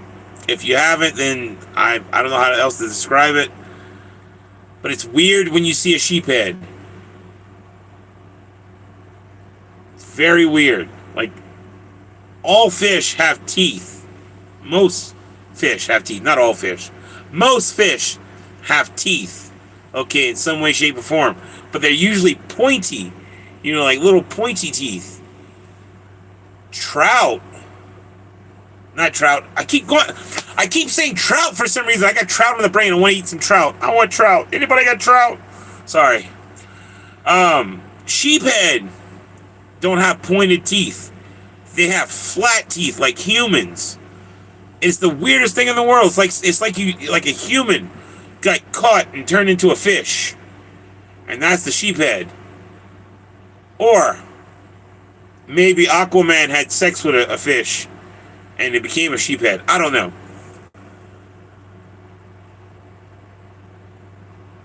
Right? Right? You can make dentures out of their teeth. You know, let me take that one from you, Mr. Sheephead. I can use it real quick. You know, I just lost one. For real, though. For real. The first time I seen it as a kid, okay, I freaked out. I was like, Dad, what the hell? Dad, look at the teeth. And my dad was like, yeah, that's a sheephead. You know, like, it was funny to him. I was freaking out. Like, I didn't know what the hell was going on. It looks super weird. It's the only fish I've ever seen with teeth like that. Yeah, it's smiling at me. Like, for real, sheephead have some weird fish. And they have those, like, it looks like human teeth. And then they got a lot of them, too. They got a top row and they got a bottom row. You know, like, they got human teeth. It's crazy. Oh, excuse me. I think that was one of the craziest fish I ever seen when I caught fish. And I've seen a lot of fish, okay? Alligator gar look like alligator, you know, with their teeth. You know, they got pointed razor-looking teeth.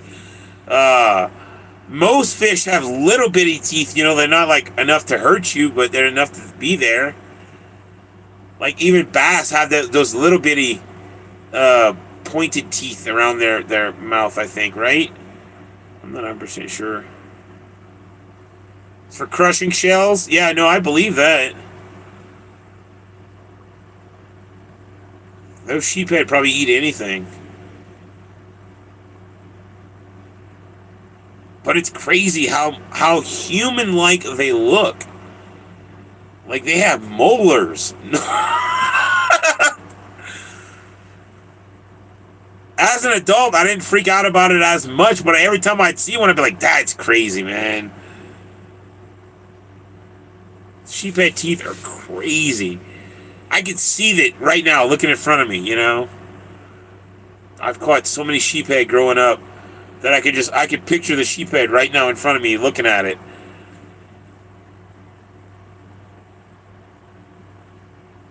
You're into northern snakehead these days? Hold on, I'm going to Google that, because I don't know exactly what that is. I don't know if we get that in Louisiana. We got a lot of different kind of fish, so I might know what that is.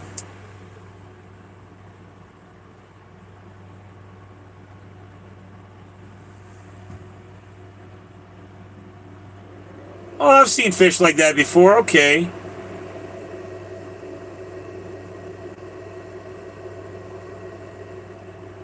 I've never fished fish like that before, but I've seen fish like that before.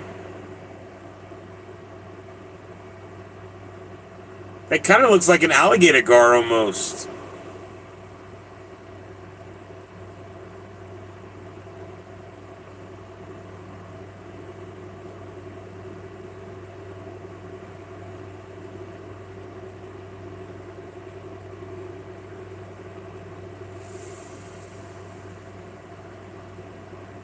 I bet.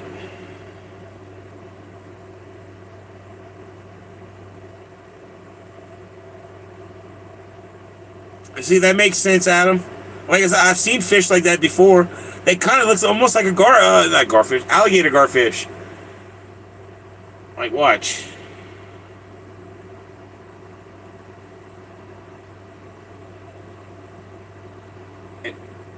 Almost. These things are huge, though. Hold on, I just want to see a good picture of them. See, this is, I'm used to seeing this kind of stuff, like alligator gar. And that almost kind of looks like a snakehead.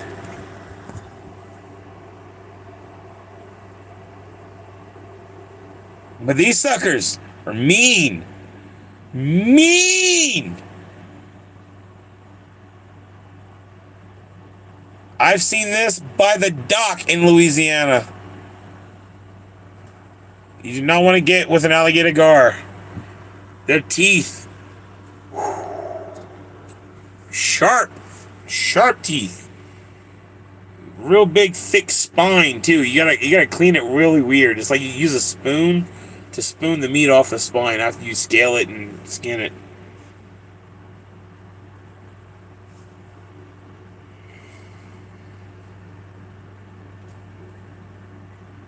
There's some big ones out there.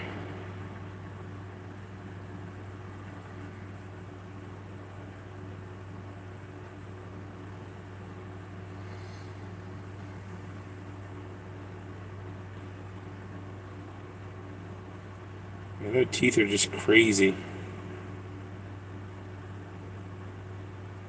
Yeah, look at this. Look at this. Freaking YouTube kicking me out of my own live stream. This chick's laying down on the side of a 270-pound alligator gar. I've seen that kind of gar in Louisiana, that size. I've seen something that big. Not even like kidding. This is one of the reasons why I think twice about wanting to swim in Louisiana anymore. Yes, very bony mouths. But if you use an extremely high woven test, like that stuff that's made for freaking sharks and stuff, you know, you can catch them. I've eaten alligator gar. The one I've eaten though wasn't that big. The one I ate was about maybe a 6-footer, and it was only about that big around. That one looks like it's about that big around and about 10 foot. Maybe 9 foot. I don't know. I don't know how tall that girl is. But it's got a good 1.5 2 foot more than she is.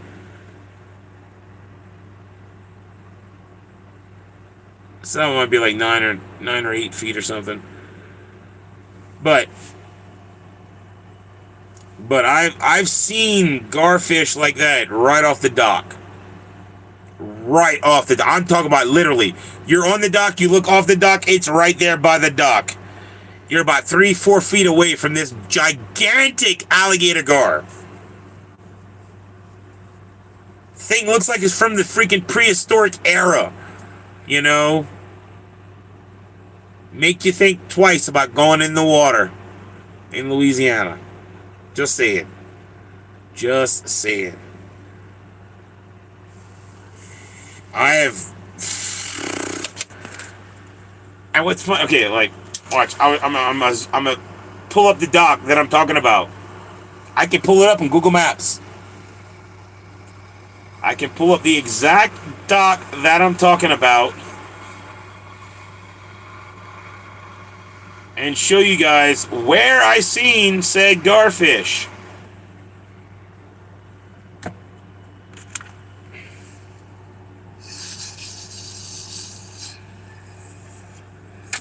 And it was just chilling. Just floating there, you know? Wasn't dead. It was just floating there.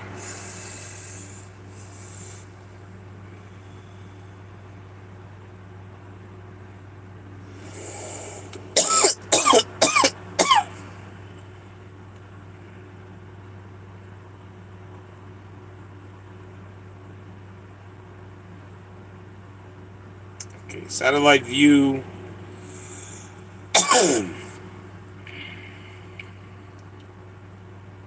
Where's the park? There's the park.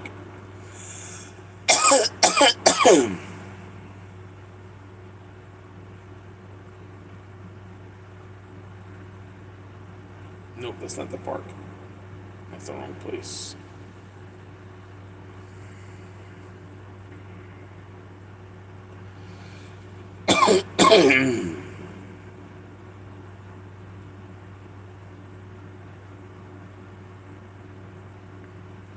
There we go. Okay. Right there. Right there. Woo.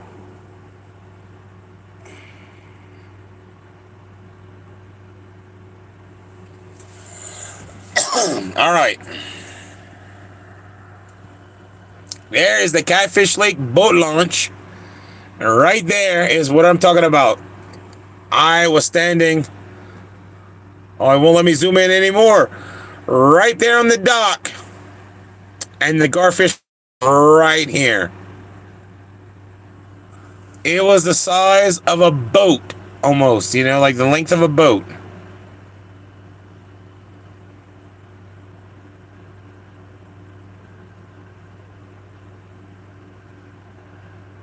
I don't know about that one, Brother Adam. I mean, I admit they're smart, but I don't know if I would trust them to not bite me in the water. Okay? Have I ever gotten bitten by one? No.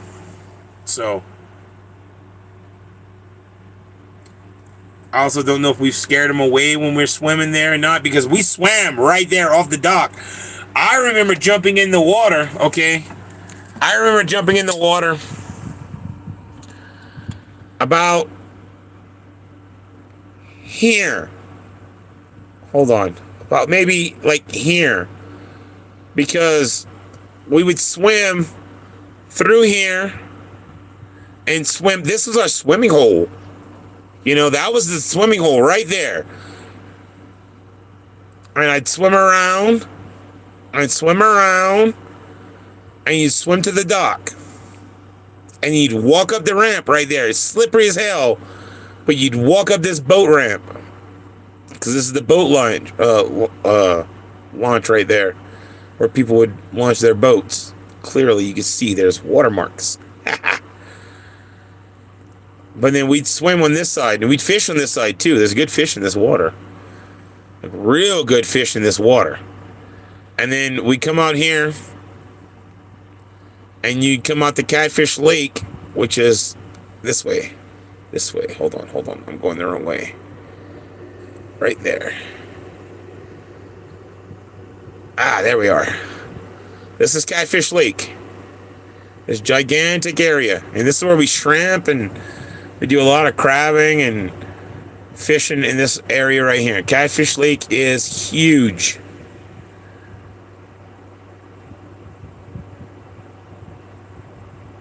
Not bite me, bite the lure. I was gonna say, I don't know. Fishing wise, yes, you're right. They won't bite your lure. If they know you're right there, they won't bite your lure. They're very smart. I'm talking about me in the water.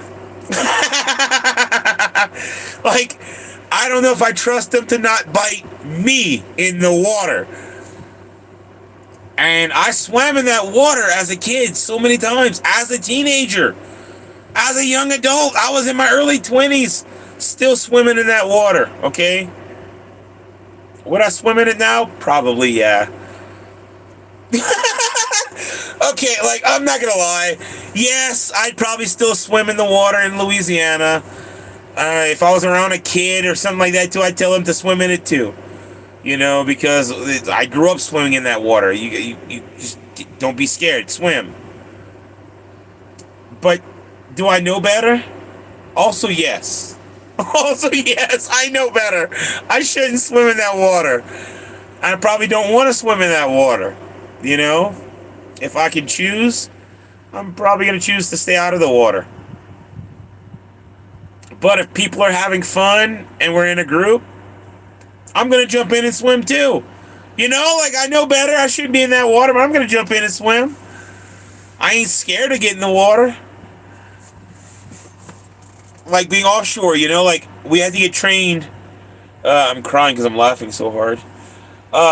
We had to get trained to wear these like rubber freaking suits in case of like a fire or whatever. You had to jump into the water to escape, and they call them the Gumby suits. You know, that giant rubber, they cover you from head to toe, but they guaranteed make you float. And anyway, we're getting trained with these suits to be in the water offshores and whatnot. And I'm like, I'm not worried about the floating in the water offshore. I'm just worried about the stuff that's in the water offshore. I ain't scared. They teach you how to jump off a 50-foot what's it called, deck, you know, because sometimes the jacket barge is a 50 foot above the water, you know. And if that motherfucker's on fire, you don't want to stay there. You want to go to the water. You get the Gumby suit, put it on, and jump over. Hold your nose and your nuts and cross your legs and pray for the best. That's what they told us. Hold your nose, nuts, and cross your legs. Pray for your life and jump. That was intense. Having to jump off a 14-foot platform, which is only 14 foot, not even 50.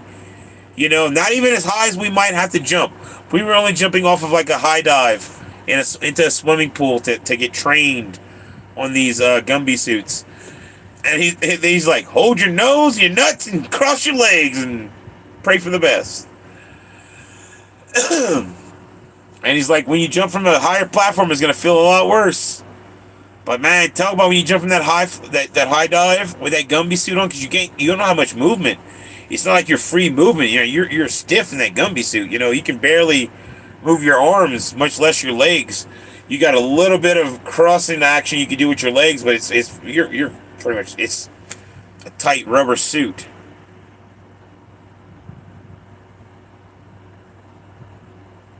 That place looks like heaven. I mean, I don't know about heaven, brother. If it didn't have the heat, humidity, and mosquitoes, it'd be alright. That's where I grew up. That's where I spent most of my years fishing in those waters. I could show you spots. I mean, not on the map. I never looked at it from a Google before. Not when I was younger. Like I'd have to be in the boat to take you to the spot. Like I know ways to go. You know, like we have to take a left hand or right hand. You know, is it the same? Maybe not. The marsh was sinking when I was a kid, so it might not be the same now. It might be different paths to get to the same place.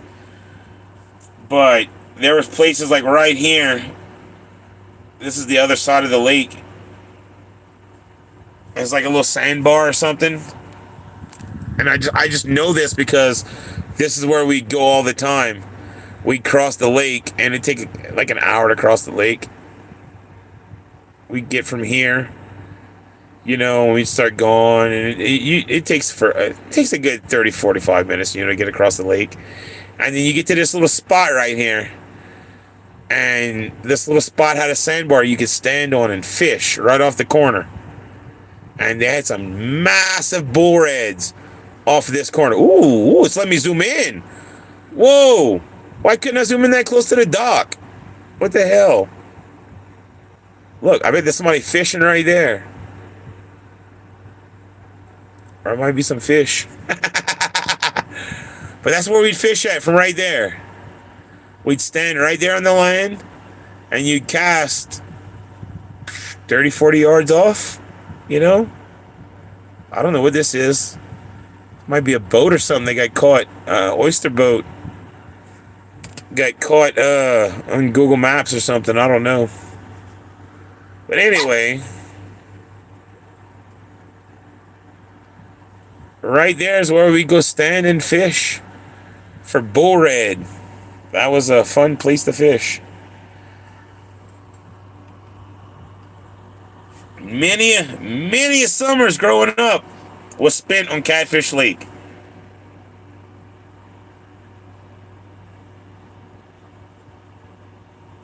what's funny is, like, where I come from is, like, just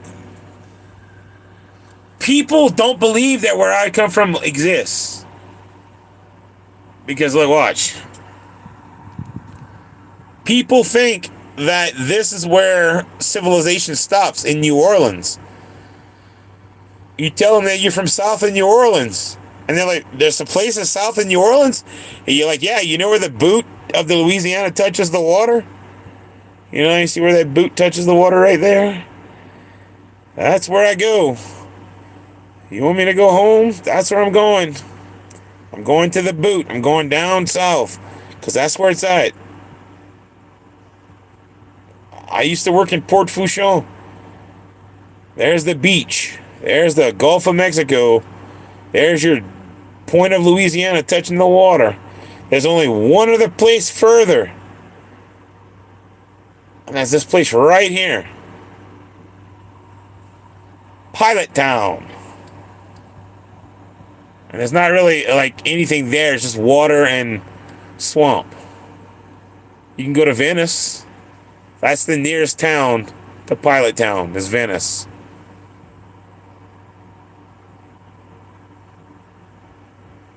That was a couple-hour drive from where I'm from. Go around to Port Sulphur and whatnot, you know. I fished in Lake Salvador many times. But you drive up to New Orleans and you go around to Port Sulphur if you wanted to go down to Pilot Town. Not Pilot Town, but over here. Fort Jackson.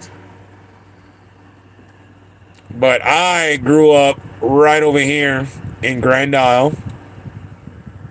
What's funny is we could swim to over here from Grand Isle if you had the stamina. It looks a lot farther than it actually is. You could swim from right there, Grand Isle State Park, to this side and end up in Venice within like an hour. It looks a lot farther than it actually is. It's not that far of a swim to Venice. But this was as far south as you can go. And there's the beach in Port Fourchon. There's the beach right there. You know, it's all water right there. It's all murky. Like I said, until you go like a few miles offshore, it doesn't get blue. Man, it's nice and blue out here. But it's dirty where I'm from. It's pretty dirty where I'm from. But there's the beach. I used to work right over here. One of these little ports. I don't remember where it was. But I worked in one of those ports with my uncle for a little while. But I grew up right here in Galliano, Louisiana. About 15, 20 miles away from the Gulf of Mexico. That is the width of my town right there, you know. Boom, boom. It was 2 miles wide and like 5 miles long. That's it. Galliano with the golden medal. That's it. That's 2.5 miles right there. And then 2.5 more miles and you're in Cutoff. And then there's La Rose. Anyway.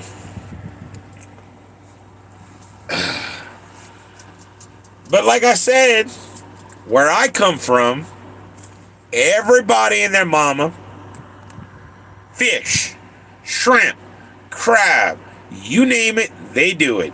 We all hunted, we all fished, we all lived off the land. So nobody was gonna charge more than $2-3 a pound for shrimp on the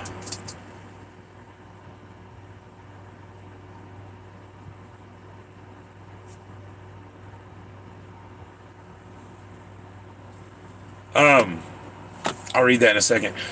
Welcome back, Brother Paulo. I just got your message. I'll read that in a second. But yeah, like everybody and their mama fished and shrimped and all this stuff. So like nobody could charge. If you tried charging more than $3 a pound, we look at you like you're crazy. I'll go to the boat right next to you. Literally. There's a boat 30 yards away from you, tied up at the next dock. I'll go to them and get shrimp for the right price at $2.50 a pound. Pay him good money. He'll be happy. I'll be happy. I'll get good shrimp and walk away, and you won't get nothing. So, but like it's out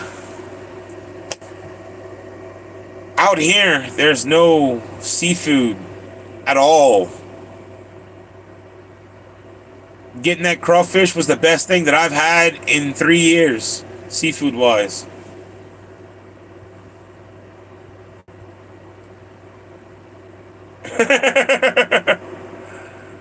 Well, you're the only one talking, Brother Adam. If anybody else would want to talk, they could chime in.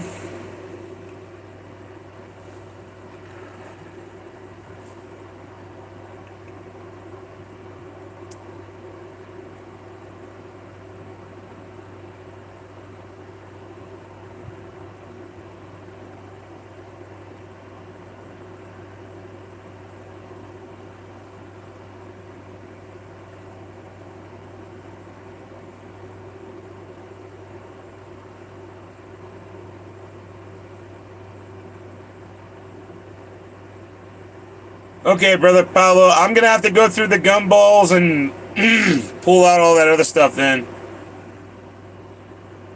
We could do physical prizes or whatever. There'll be, we'll leave the blessings and the treats for Cushion Blues stuff, you know, stuff like that.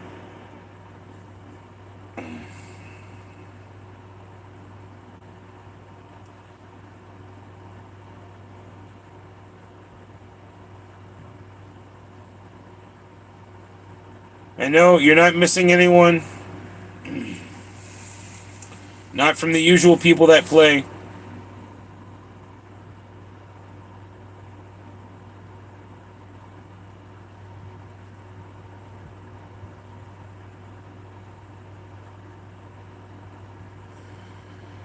Alright, though, that's an expensive Duckopoly sesh. But okay. If y'all say so.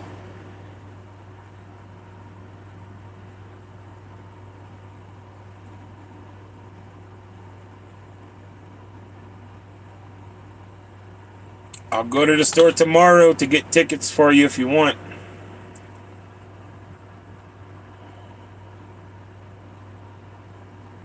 Okay, no worries.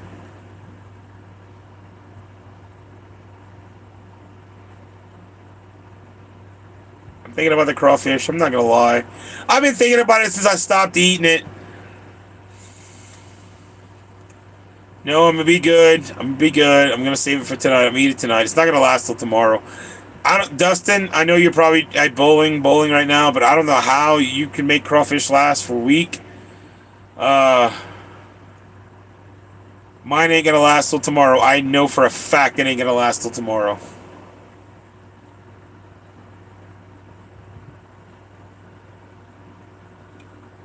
Oh, we'll see on Thursday, Brother Adam. We're playing a birthday Duckopoly on Thursday.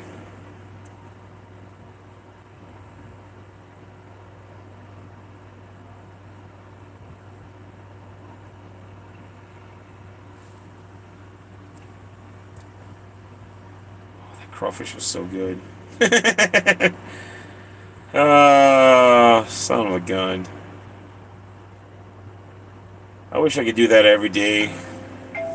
419! Yay! It's time for blessings. Enough reminiscing about fishing. Could write a song about that. I'm over here reminiscing about fishing. And how I used to go out every day. Get my rod and reel. Get my tackle still. Buy some shrimp and head out on the bay.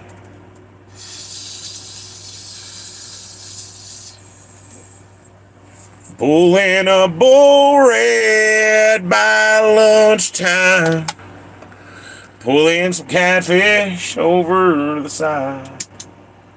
Got my 4-pack on ice cold. Happy 420 from Colorado. I lost track of where I was singing. Reminiscing about fishing.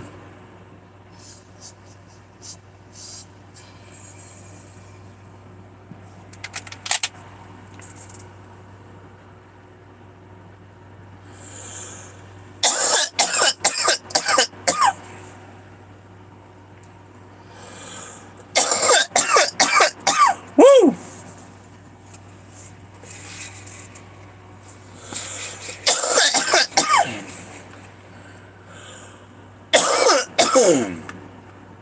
Man, I should have wrote that song when I was on the bayou.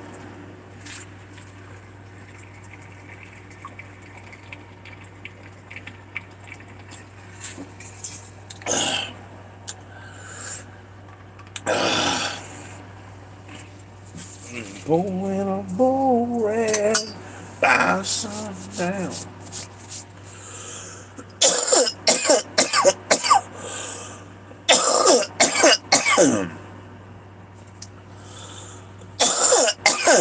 Woo!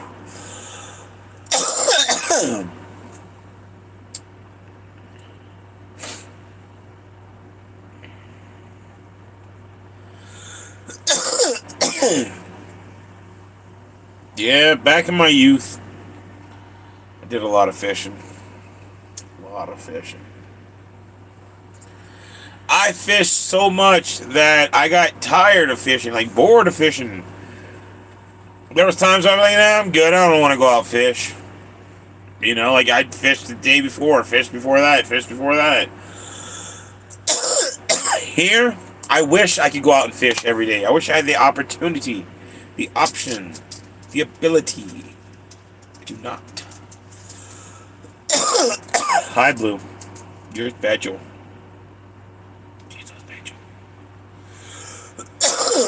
I don't have any more crawfish for you. I'm sorry. I know it was delicious. Next time I'll order 10 pounds just for Blue. 10 whole pounds of crawfish just for Blue Dream. Boy, your tail can't wag enough. You give me a breeze. Yeah. You're going to cool daddy off in the bus with your tail wagging so much because I talk about 10 pounds of crawfish? Blue likes crawfish.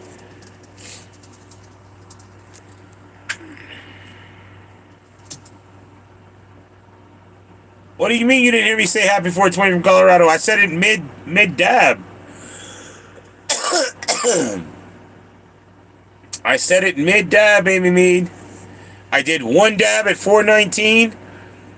And then I said happy 420 from Colorado. As I did my second dab. Or right before I did my second dab, I should say. I think maybe Amy Mead might be baked.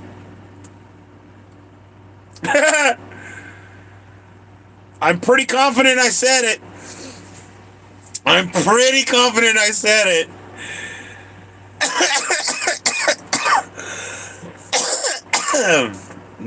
Like after I did my first dab.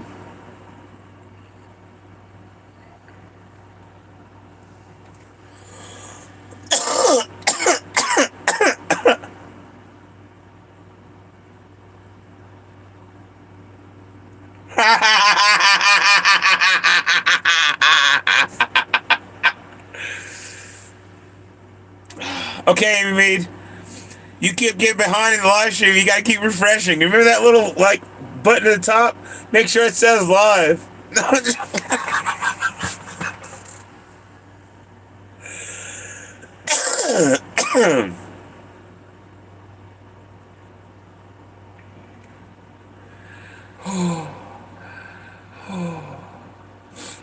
But yes, I am baked. To answer that other question.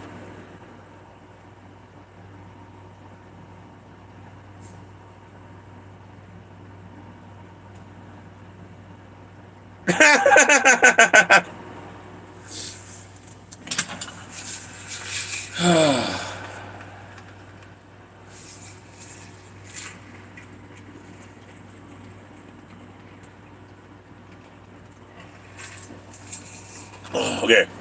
Funny thought that just popped in my head. Does anybody out there know that channel Beard Meats Food? His name's Adam. He eats like really giant amounts of food.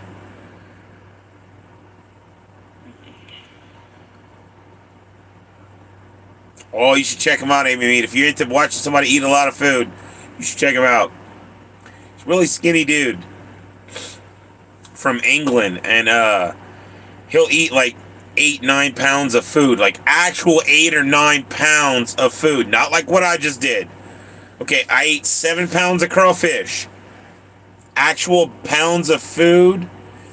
Yeah, Beard Meats Food. Yeah. Yeah, he eats a lot of food. I keep thinking to myself, Paulo, he was just in Portugal. Not, hold up. He was in Lisbon, Portugal. And I thought about you when I watched this video. I was like, oh, Brother Paulo should have went meet him. It's extremely crazy. Like, I ate about, I don't know, 3.5, 4 pounds of food maybe earlier in front of you guys. I had a couple potatoes and a couple sausages and a piece of corn and then like 7 pounds of crawfish tails.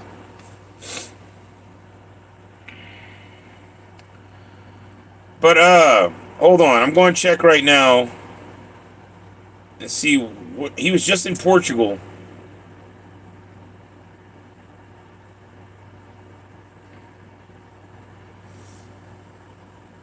If y'all not subscribed to me, y'all should go subscribe to him.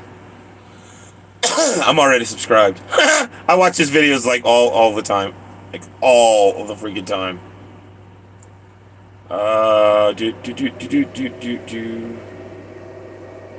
Where was he? 9 days ago. He uploaded from Portugal.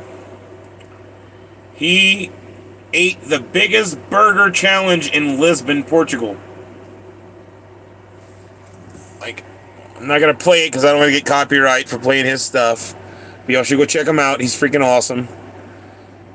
Over 600 people failed the Portugal's biggest burger challenge. But he ate it. He ate it all. I watched him do it. Y'all can watch him too.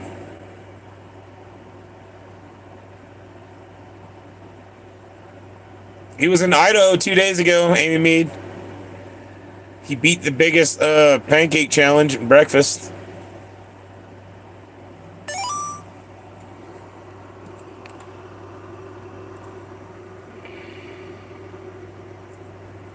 Okay, Brother Adam.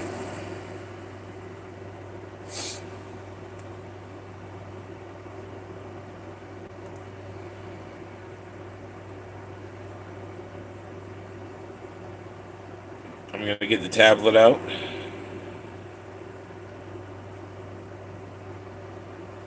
Good grief. I don't want to buy a $200 package. Holy smokes.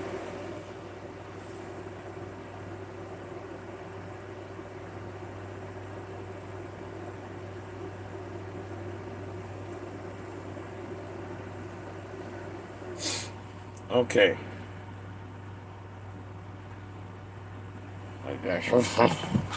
That's too much. Holy smokes. It was like, you should buy this $200 package and we'll give you 30 free spins. Or 230 free spins on some game. And I'm like, I don't want to buy a $200 package.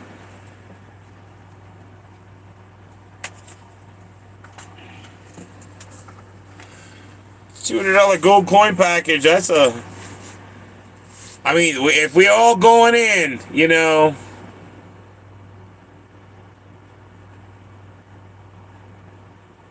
Yeah, he eats heavy food too, not just... That's what I'm saying, like I just ate light. Okay, that's crawfish. That's nothing. I'm sorry. Seafood is not nothing to brag about. It sounds like I'm bragging when I talk about it because everybody thinks I'm eating a lot of food. I probably ate like 3 or 4 pounds of food earlier, which is a lot. Okay. Okay, 3 or 4 pounds is still 3 or 4 pounds. But, like, I think about it every time I watch one of his videos. I'm like, I used to be able to eat like him. I am not that kind of guy anymore.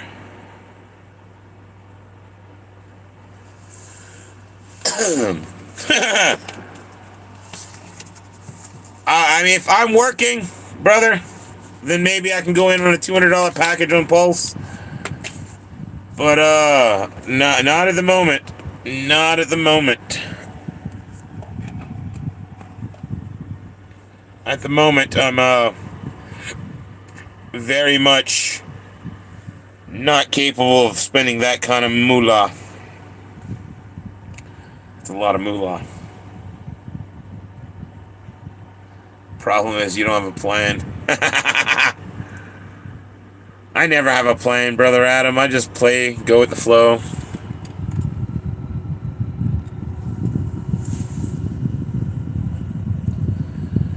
You know, you think that, Brother Adam, but at the same time, he says he eats a lot more than that, you know?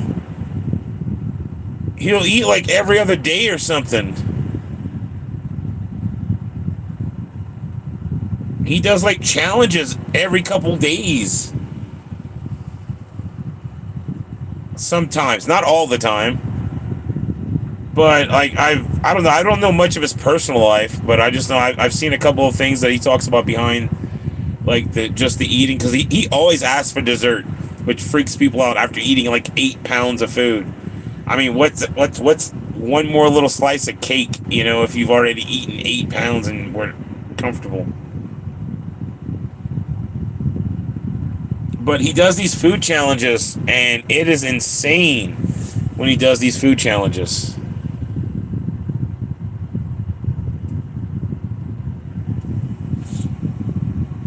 He'll beat something that like 600 people have tried and never beaten. He'll end up with something like I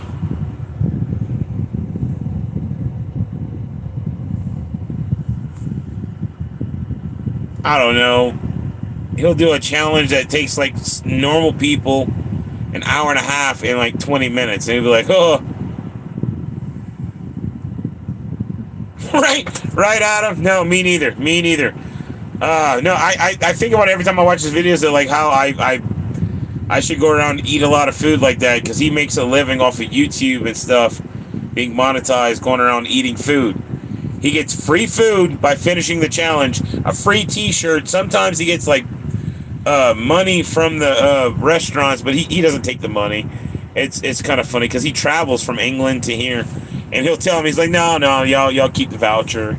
I can't use it anyway because I live in England.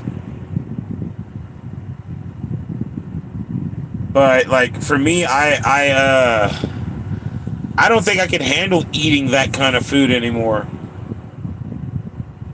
I could do like probably the 10 pounds of crawfish all in one go. Do I want to do it today? No, because I paid $120 for that plus fixings. So almost $200. So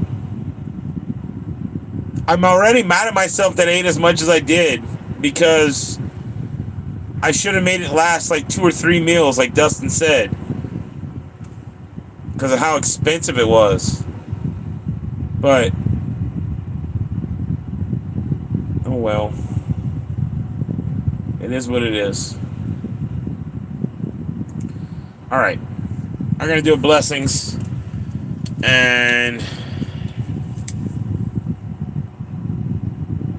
right, I feel that, Brother Adam. I usually eat small. Okay, normally I'm gonna tell you the truth. Normally I go throughout the day eating small meals.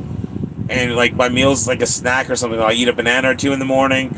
I'll eat some pudding, maybe as like a dessert with it. And then I'll have something like a, depending on what I got available. You know, like on, before it was like I would eat like some chicken tenders or something, like 1 or 2 chicken tenders for a midday snack. And then I would eat, like at work, I would do like an egg with some rice, you know, for a little meal. And then I would do like half a chicken sandwich, and I'd bring the other half home. So throughout the night, I would eat like maybe 2 real meals, but I would split it up to be like 6 small meals. maybe a couple dessert things, you know, because I'm a fat ass and I like desserts. I can't lie. You eat a lot of olives and cheese. I feel that, brother. I feel that. I eat a lot of grapes when I can afford grapes. I love grapes. I eat a lot of small snacks. Like I buy like crackers and like peanut butter crackers, and I buy like snackable things like that, like Pop Tarts and stuff like that. Like I'll eat like 2 Pop Tarts, and that'll be one of my little meals for the day. But a long time ago, when I was a deputy sheriff driving inmates to the hospital and whatnot, a doctor told me, I think I have to sneeze.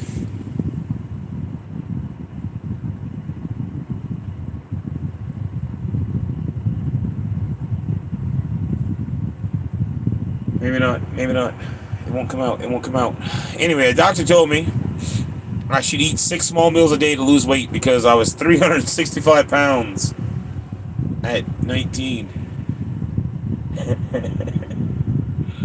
I was a big boy. I had a pound for every day of the year. Didn't realize I was that big. I was in a size 54 pants. If that tells you anything. I'm currently in a size 38, maybe 36. Depends on what's like. I might be able to fit 36, but it'd be tight because I'm wide-hipped. I'm big boned too. Like Cartman. I'm big boned. Yes, you guys. I'm big boned. I'm not fat. Mom! You got like a dildo. Anyway. I actually am big boned, and I can prove it. Like you can see it in my wrists.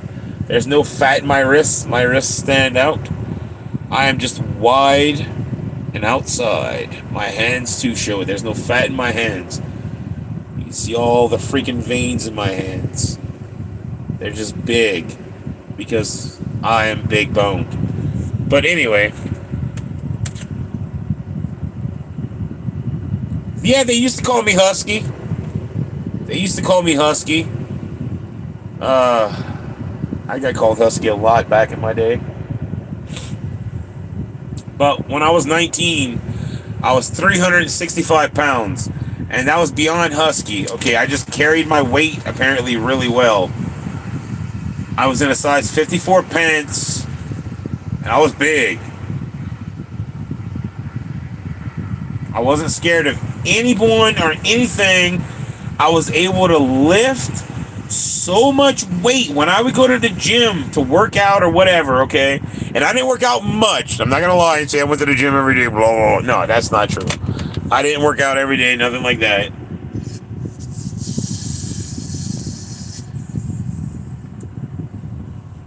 But on the occasions when I was at the academy and I went to the gym with them, I could leg press, and mind you, I do this since I was a teenager. When I was in football, we used to do this workouts for football. We'd free weight leg press, and we would squat, whatever you want to call it. We squat thrust, whatever you want to call that shit, where you stand underneath the weights on the bar, you pick it up off the bar, you step forward, you squat. You step back, put it back on the bar. Anyway, whatever. I used to free weight leg press, where you sit down on the bench, and you got the free weights on the side of you like that, you know, and you sit there and you press up the weights with your legs. I was doing 480-pound workouts. You know, that was my go-to. 480 pounds, almost 500 pounds. You know, just to do it. Somehow the weights, that's what they ended up in, 520, and I didn't want to put 10-pound weights on the insides. It would look weird, 2 little 10-pound weights. It was 45-pound weights. Somehow it ended up to be 480 pounds on the barbs. Anyway, long story short, that was my go-to workout. I would leg press 480 pounds. Because when you carry around this kind of weight, you just become strong. You know, you daily walking around every day, everywhere you go. I'm walking with 300 plus pounds on my body. Okay, like it's nothing. Jumping and running and having fun and all this stuff and living my life. Just eating a lot of food too. Back when I was younger, I ate a lot more food than I eat now. You know, like I'm a lot smaller than I am when I was then. I'm close to 300, not 400 this time. You know, like I probably weigh like 280 or 290 or something right now, if I'm being honest. But back in the day, I was a big boy, and you know, like when you walk around carrying 300 plus pounds, it was like I was only working out with 100 something pounds on the bars, if I'm being honest. Because I'd lay down all my weights on the bed now, so I'm not carrying my weight no more. You know, so when I put the weights on the bar and I lift my legs, you know, and I pull down, it felt like all my weight was on my legs that I carry around all day anyway, and it was like I just picked up 100 pounds. And it was like, okay, here's 120 pounds. And then that's what I was lifting with my legs, like 120 pounds. It didn't feel like much. And I think it's just because I was really fat and I'd walk around all day long carrying that weight. So that... Ugh.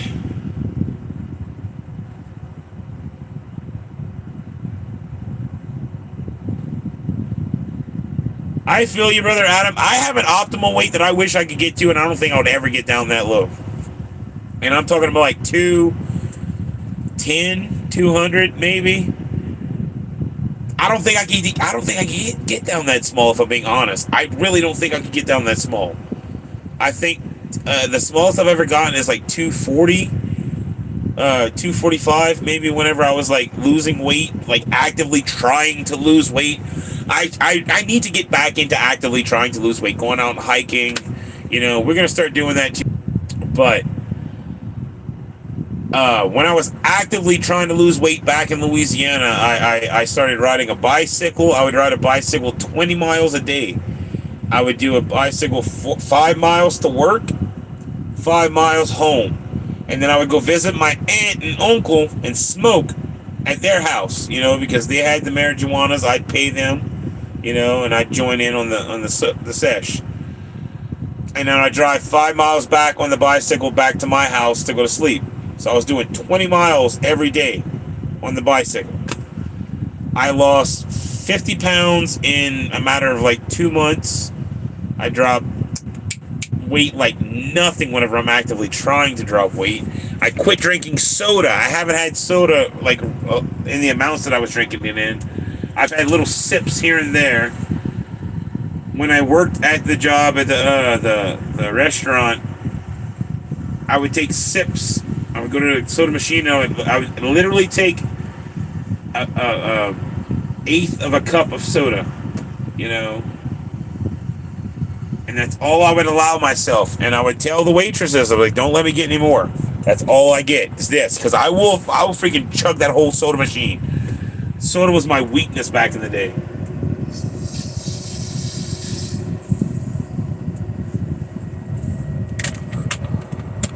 Okay.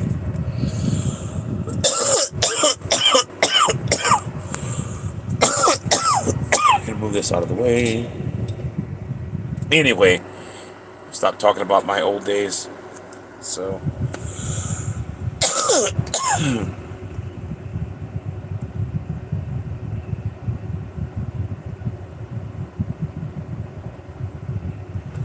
whoo, lucky, Brother Adam.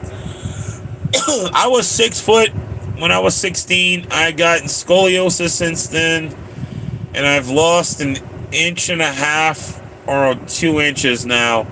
So I'm like 5'11" or 5'10" and a half. I don't know the last time I got measured.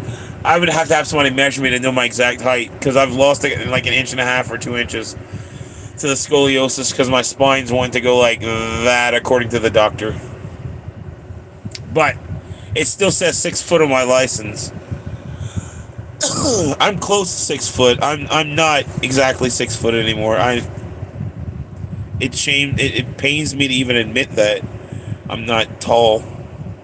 I feel short. I'm not short, but I know I'm not short. I'm not super tall either, though. You know, like I've seen some tall people out here. Holy cow, they feed their freaking kids Wheaties out here or something. I don't know.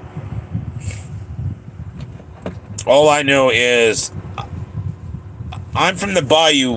There's a lot of short people in the bayou. Like my uncle is maybe 5'4", if he's lucky. So like my dad was shorter than I am. My dad was probably like 5'6", 5'7". I surpassed my dad by a few inches. My uncle on my mom's side of the family was like 6'5" or something like that, you know. He was tall. My football coach and my freaking what's it called, vice principal thought I was gonna be 6'5" or 6'6" or something like that because of how big my hands are and how big my feet are. Like I wear a size 14 shoe, size 14 or 15, whatever feels comfortable. You know, like if I can get a 14 wide or quadruple E, I feel real nice in a 14 wide.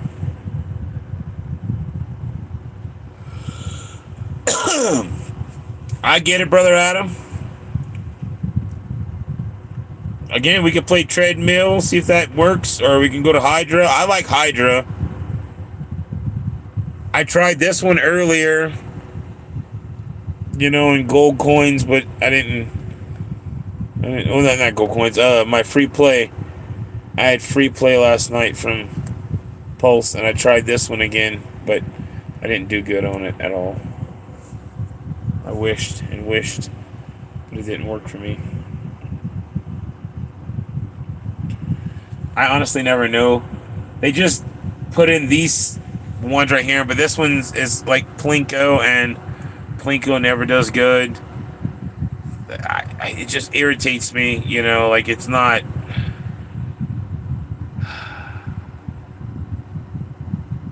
They always put crap numbers right where the ball always goes on Plinko. And that's what that really is. There's this one's a new game. It's like a genie. 20 a spin. Try that one if you want. And that's the only other new game. But then there's the old faithfuls.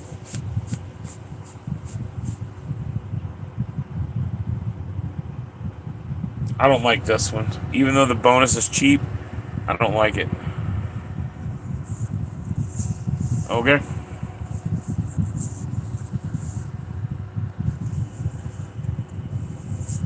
No, I don't like Plinko.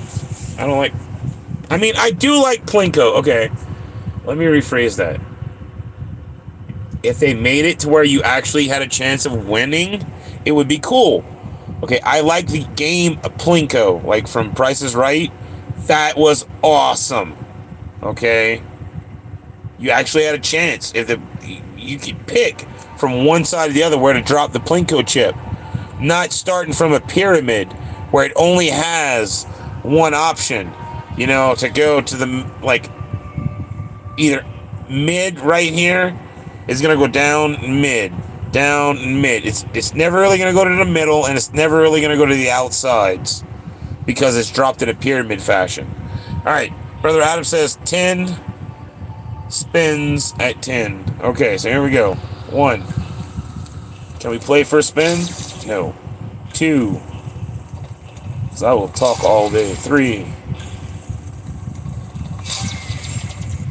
4. 5. Come on. Let us play. 6. 7. 8. 9. Finally! Holy cow! Big, big, big. Give us something juicy. Took 9 spins to get this. Come on. Big, big, big. Land something. Thank you. Come on. Keep going. Land something juicy. Big, big, big. Come on. There we go. We got a pair. Only paying 2, but 3 each. Come on. There we go. Big, big, big. Big, big, big. Come on. Land something big. Land something juicy. There we go. Come on. Give us something juicy, big, collector, or something persistent. Let's fill it up and unlock a level. Come on, land something. Dang, it's over.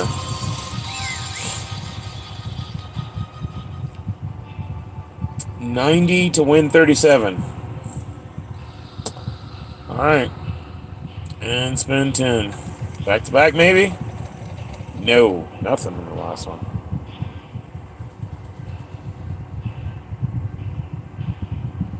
Right, did not pass.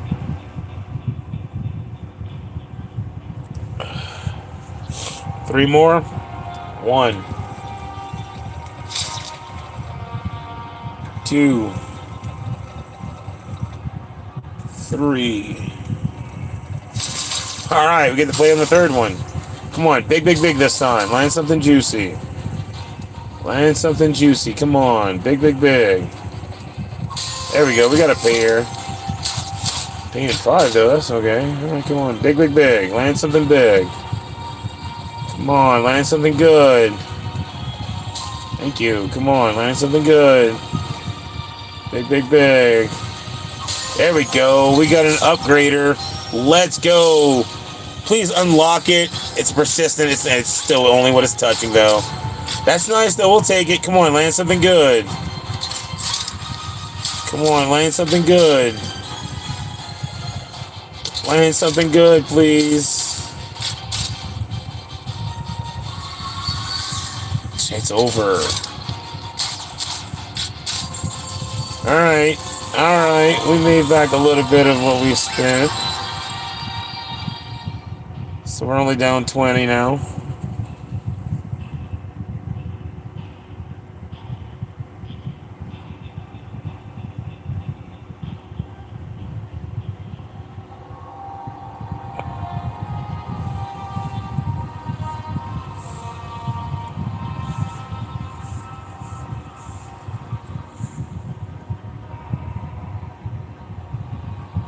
Okay. 21. Come on. 2. Come on. 3. Now give us 3 on 3. You sucker. Give us 3 on 4. Dang. Alright, nothing. Nothing on 20.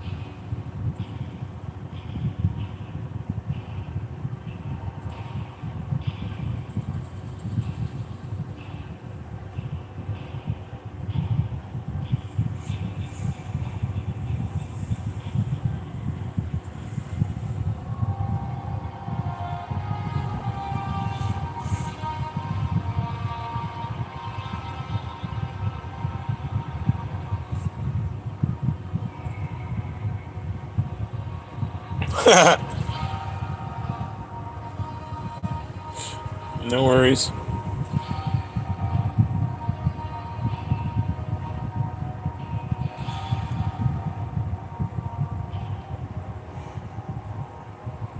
We're still at 19. 20 didn't hit in 4 spins.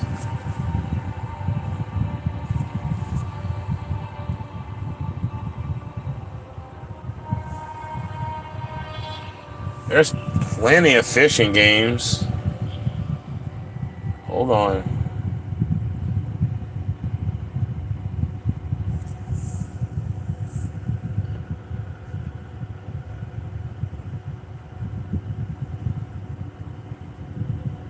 Oh, there's 3 that just went hitting fishing. There's more than that, but whatever. Big river fishing, go high fishing. Let's see what they look like. That's what that looks like. 10-cent start. Go high, gone fishing. That's pretty funny. Also 10 to start. And fishing reels unlocked, also 10. So there's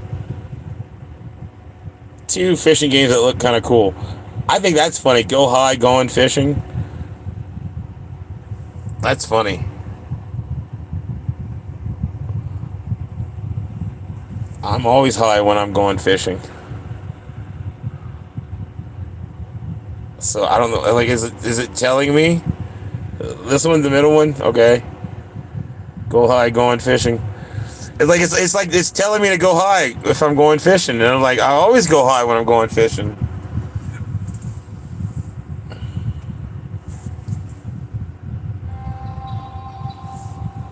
All right, spin sizes.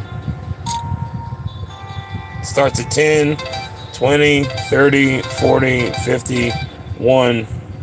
So it goes up to 1 after 50.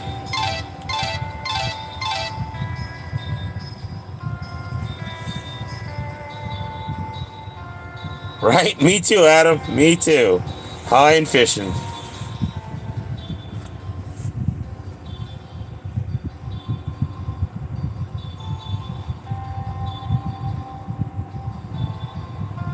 Okay. 40. 1. Come on, big, big, big. 2. I don't know what we're looking for here. 3. Come on. 4. There's something. Not even our bet back. Okay. 5. 6. 7.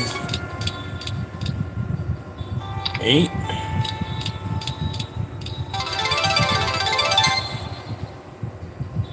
9. 10. Huh. I think you're overbetting the game, brother. It doesn't pay for anything. Wow.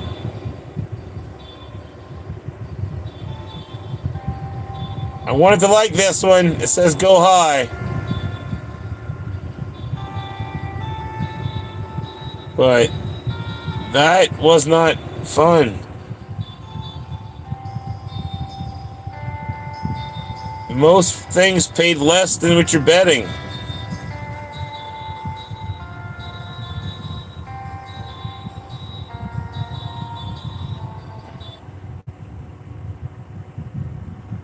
Oh, got free spins. 60 more cents added to that. Okay.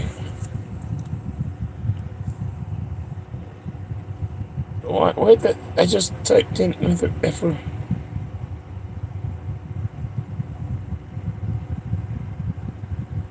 So you want to go the first one? This one?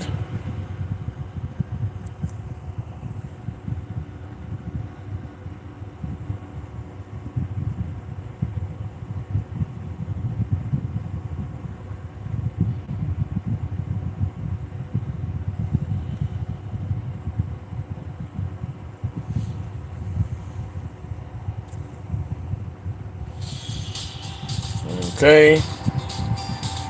1, 2. Oh, come on. I think we need 3 of those symbols. Come on, one more. One more. Give us a third one. Give us a third one. Be nice. Yeah, it was nice. Let's go. We should have bet up. Dadgum. All right, all right, all right, all right. Come on. Big, big, big. Big, big, big. It's all right. Let's get something juicy. There we go. So we get all that? Nice. Oh, we didn't get that. Oh, yeah, we did. Okay. I was like, did we not get that? What? What's going on? Come on. Find something big. There we go. Double collect. It's only 20 each, though. Come on.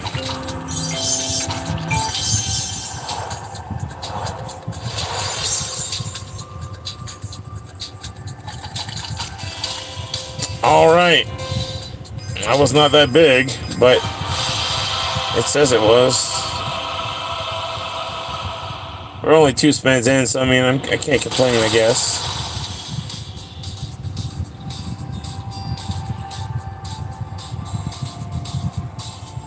Just on that river chilling, huh? All right, we're back to 19.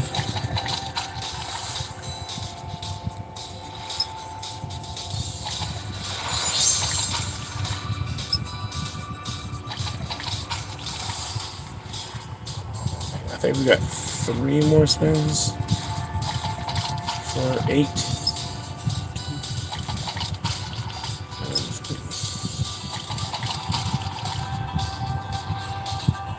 All right, 1856.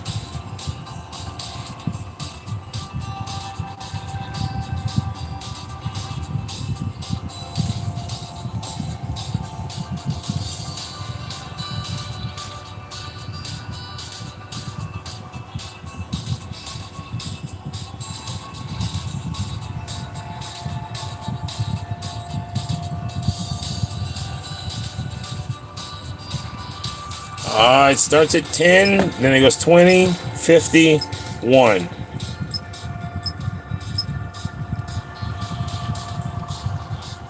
And I'm guessing up and up and up from there.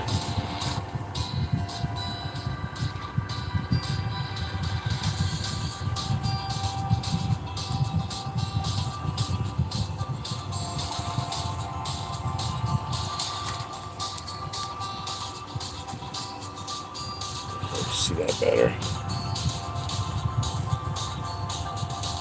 Okay.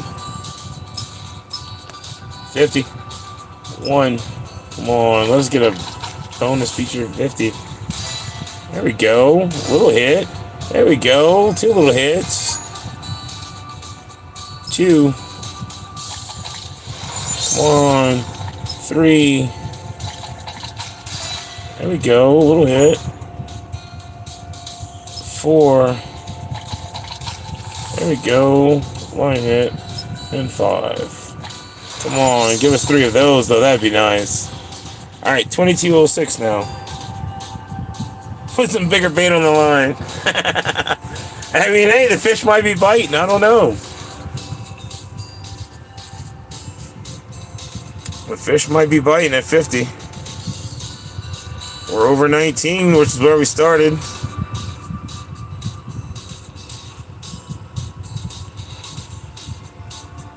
So something bit, you know.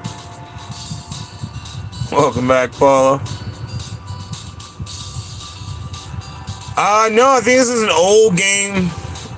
I mean, I just searched fishing, and this is one of the 3 that popped up. 5 more, he says. Okay. 1. 2.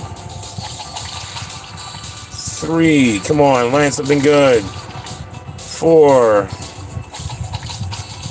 And Voodoo on 5. Dang. Alright, you're still 50 above where you started. But those 5 didn't hit. Nothing bit. Sorry. We floated to a bad part of the lake.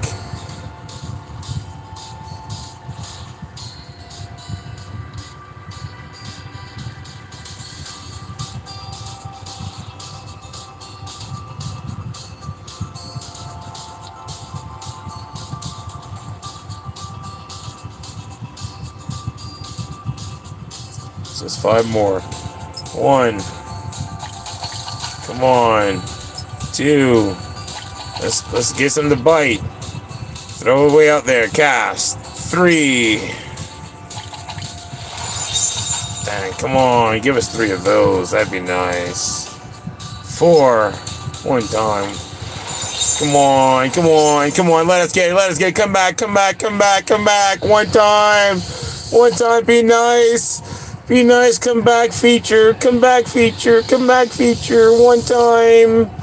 Let us get it, let us get it, let us get it. Be nice. Ah, he messed up. And Voodoo on 5. All that for it didn't do it. We're at 17. 1, brother Pablo. Go straight to 1 after 50.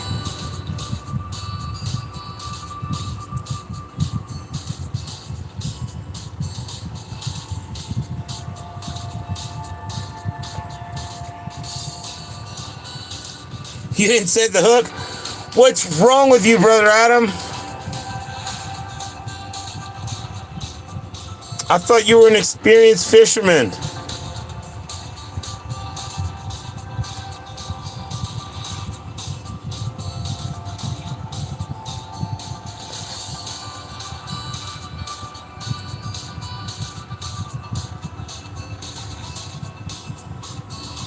You was snoozing? Yeah. Well, you're at 17.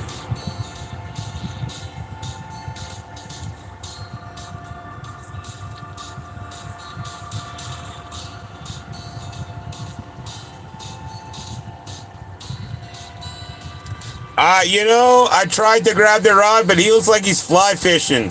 So he threw that sucker too far. And remember, I don't want to go in the water. I don't have any waders on.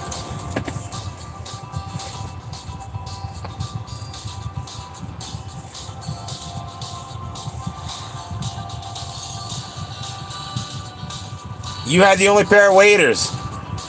I'm sorry. 10 and 20.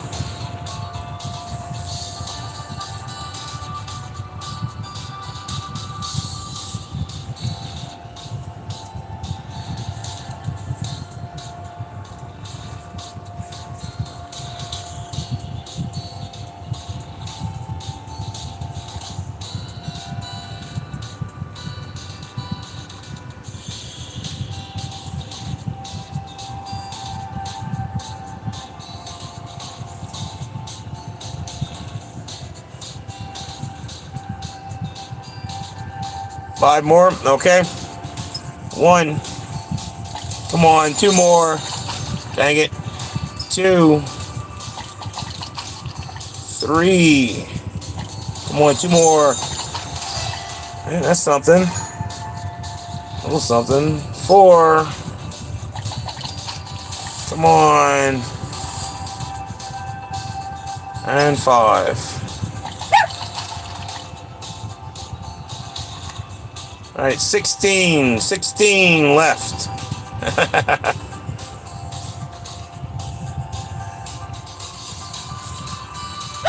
Oh, Blue, you're barking at me. Calm down. I moved.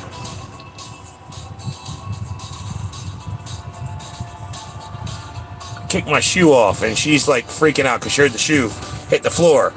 And to her, that means somebody's knocking at the door.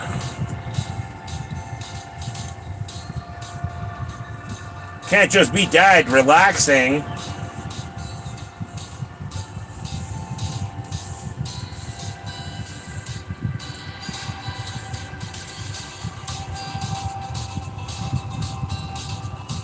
Let's go on, lizards. All right.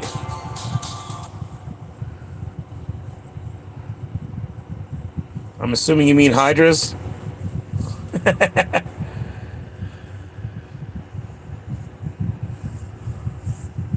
Or dragons. Do you want to go snowplow or hydras?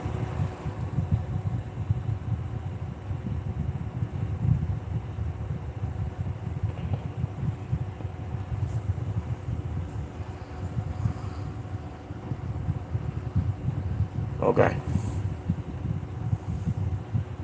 Yeah. I just see yeah. Hydras. I was like, I don't know. Okay. Bet prices are these.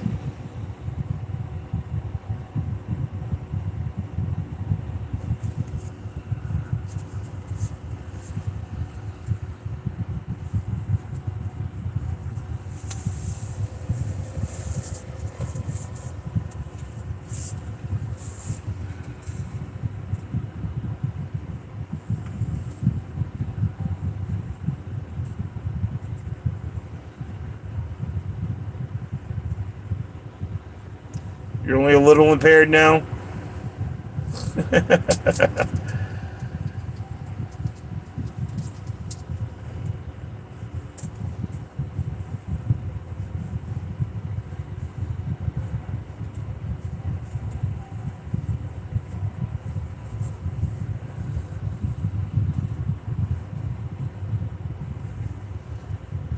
Not yet tonight, Lala girl.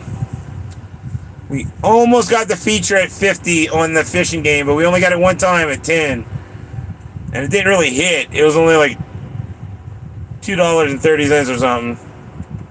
Wasn't a hit.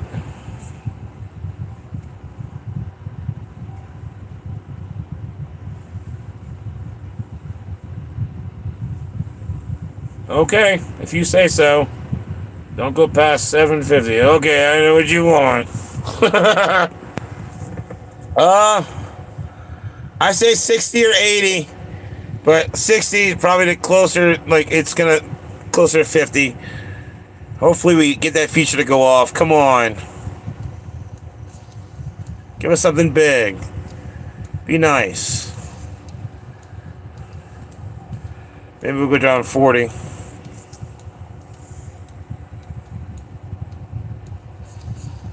We want to get that feature to go off. But in order for that to happen, we need to land some coins. We're not landing anything. Come on. There's a little something. One line hit. I thought it was going to be more than that. I was mistaken. Back to 60. I don't know.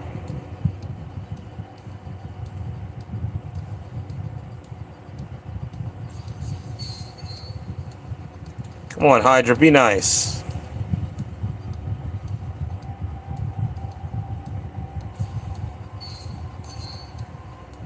It only takes that one. Back to 40. Only got a couple spins.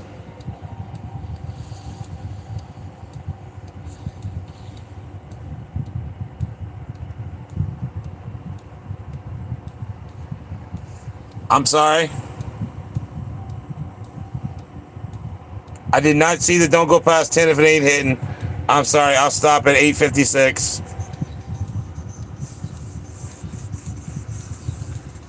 My bad, I'm sorry, Brother Adam.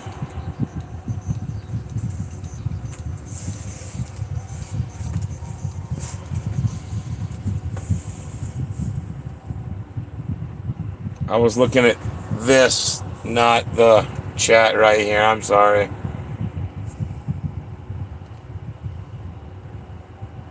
I was paying more attention to that number right there, not going past 750.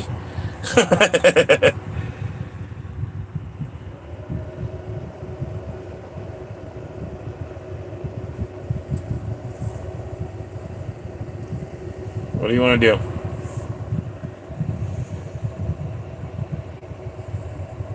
Okay.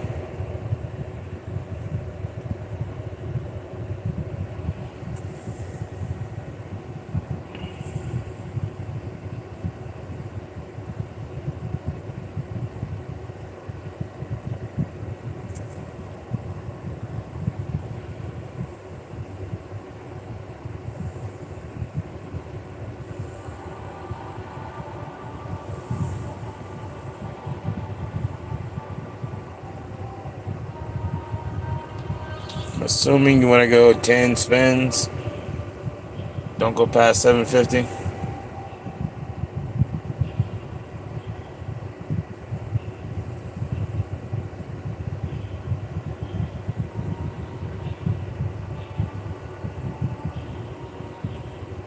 Oh, okay.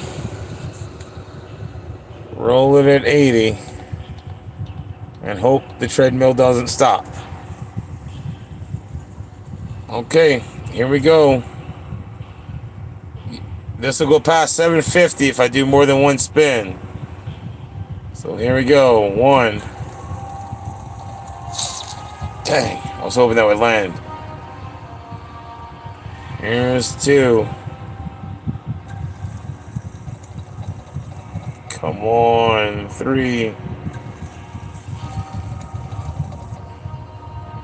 4. Come on. 5. 6. Come on, let us play.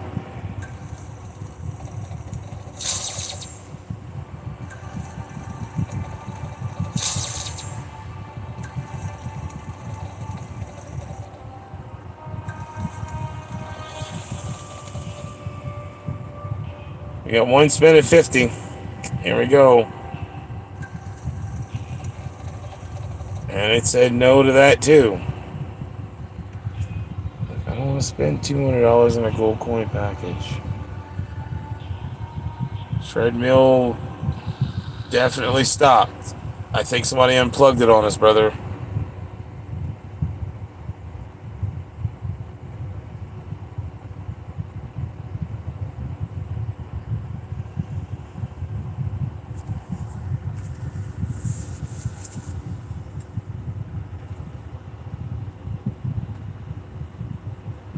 I don't know. I honestly don't know. I mean, we could try something that we like from the past, you know? Like X-Max, the winner. Bang, bang. I don't know. Vortex. I like this one a lot, too. This one, if it hits, it's cool, but it doesn't hit very often, so I don't know if I'd want to say that one. I don't know. There's other games out there. Maybe Fireball. Blazing Fireballs. I mean, I like Blazing Fireballs too. That one. Maybe Drums. We haven't done 4 African Drums in a while.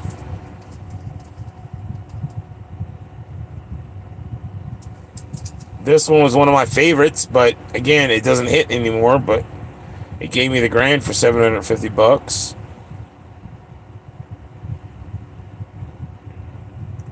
That was a fun one. If you can get her. Paid a lot.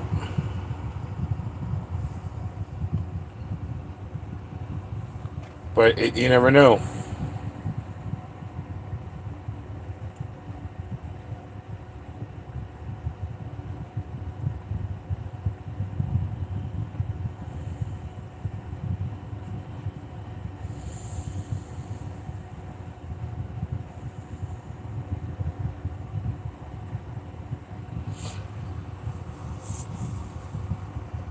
I like all those games though, so it's up to you. If you want to try again, we'll try again. We can even try X-Max the winner, the squirrely, if you want to try the squirrel. No worries, I need to do a blessings. I think I might want to get a snack too.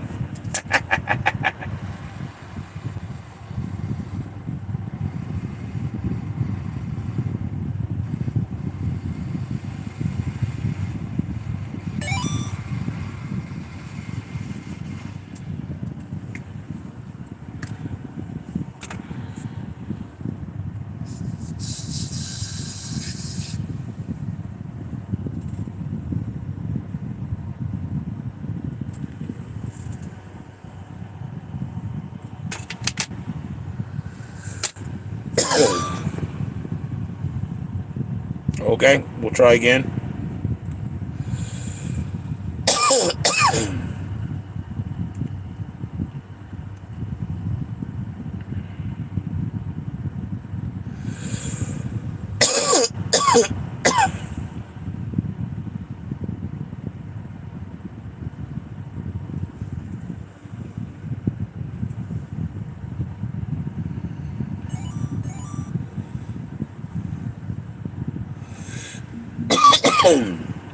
Okay.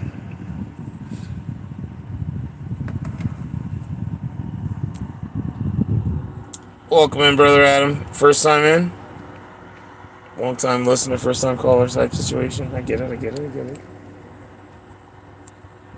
Well, this 20 sweeps coins is for you.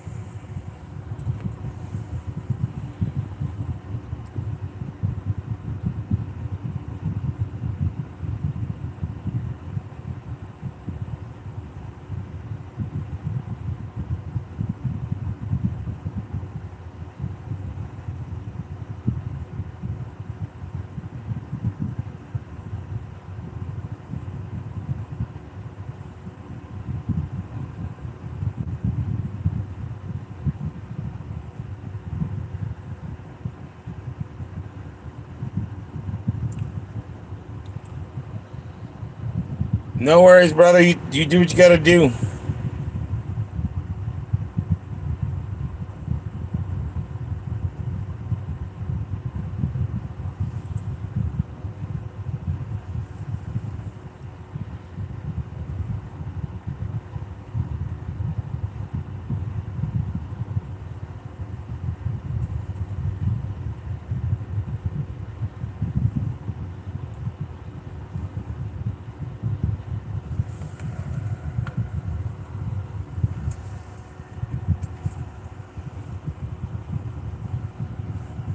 Grab a snack as well.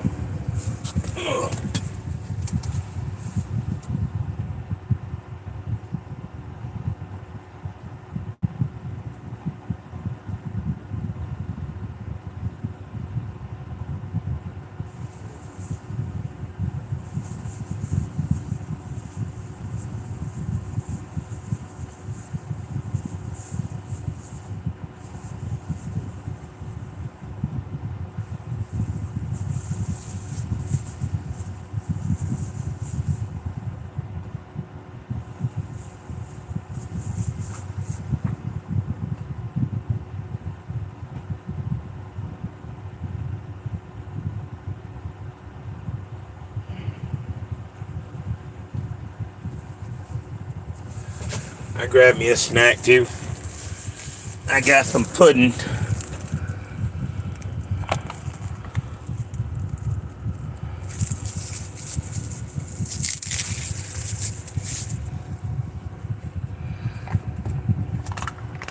Actually, I got 3 cups of pudding because I'm a big boy. I don't know. I eat more than most people.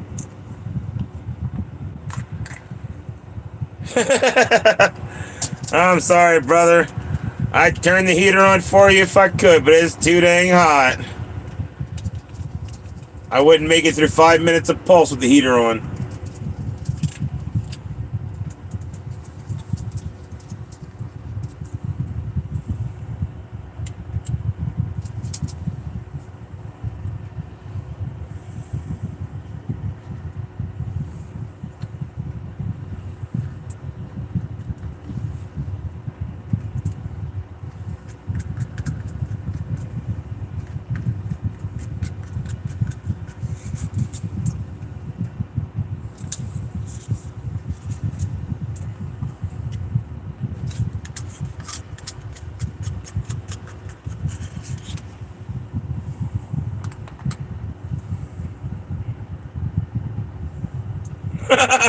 No, I understand what it did for you, brother.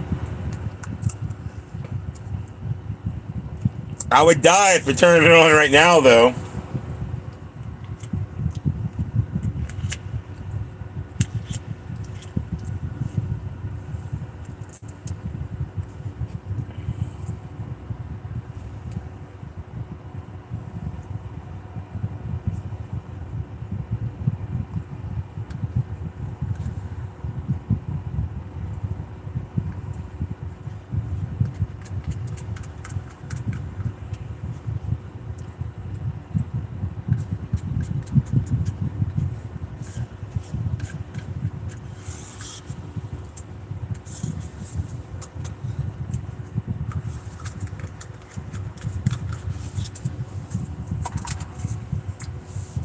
I tell you what, you buy me a metronome and ship it to me, And every time we go live, I'll put the metronome on. So you hear click, click, click, click, click, click, click, click, click, click, click, click, click, click.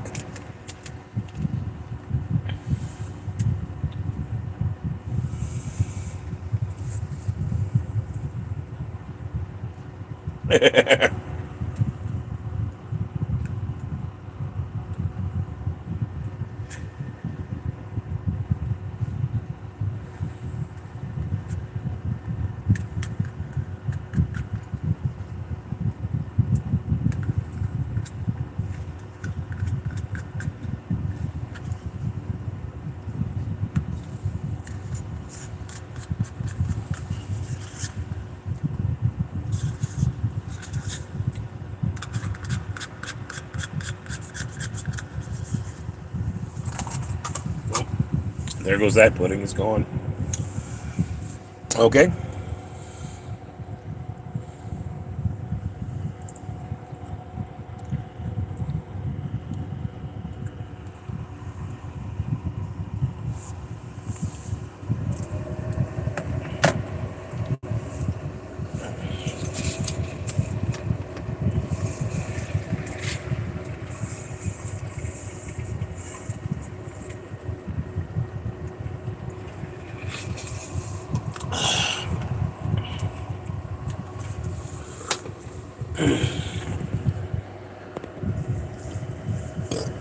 Excuse me.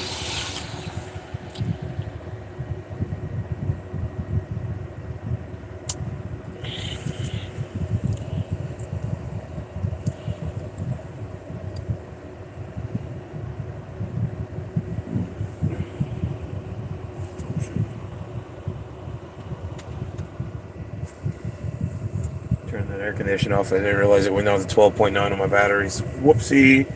It's cloudy outside. I did not realize it was cloudy outside. Not cloudy, but like the sun's not shining right now. Good. Whoops. I'm sorry, batteries. I'll charge you tonight, I promise. Alright, do you want to do 40 or 80 spins?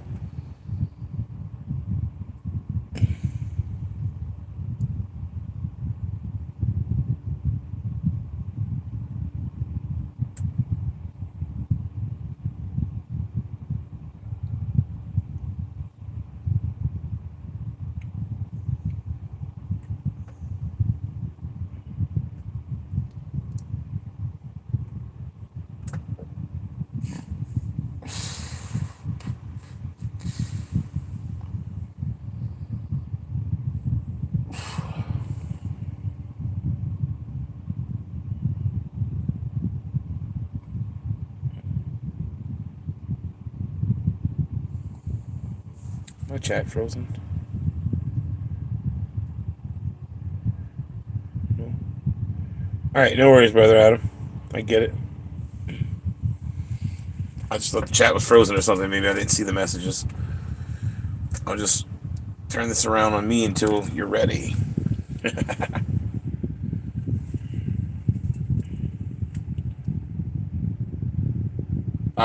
It starts at 40, and then it goes 80, and then 120, and then I think 160, and then 2 something, and up and up and up and up.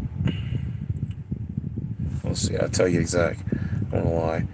40, 80, 160, 240. Alright, there's no 120. It goes straight to 160. I lied, I'm sorry.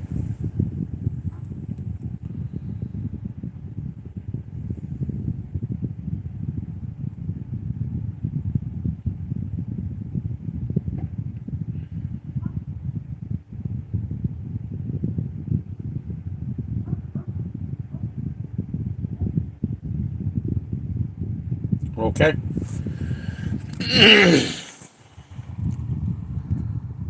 Alright. 40 for a bit, see what's happening. Hopefully we get a feature at 40. A feature's good at 40 too. Come on, 4 fireballs of 3 of those symbols. Come on. Give us something good. No, you're good, brother Adam. No worries. I'm hoping we get 4 fireballs. That way we could deal with something over here. Come on, land something.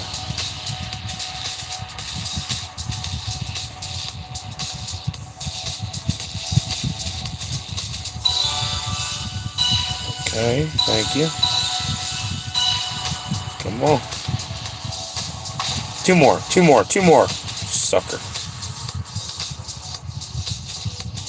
Come on. 4 fireballs, please. Alright. Got 2 more spins, then we're at 16. Oh, never mind. 2 more spins, then we're at 16.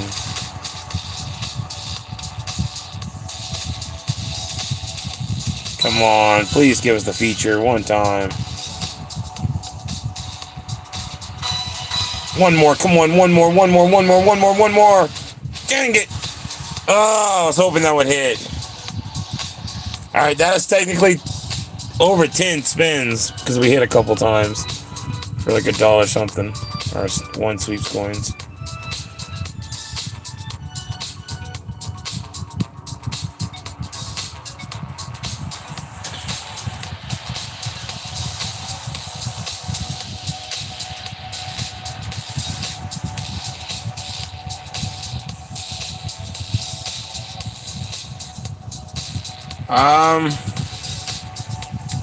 I don't know. It didn't hit in 10, like, over 10 spins. It didn't really hit. So I don't know if this one's hitting. But then again, we didn't give it 10 full sweeps coins. So I don't know. You know, like, this game is one of those games that could take a while for it to go off, you know? But once it goes off, it could be amazing. But it could also go all the way down and not go off, you know? So I don't know. I don't know. You got 16.22 right now. I stopped at 16. I got a 22-cent hit on the last spin or something. Oh, for last spin.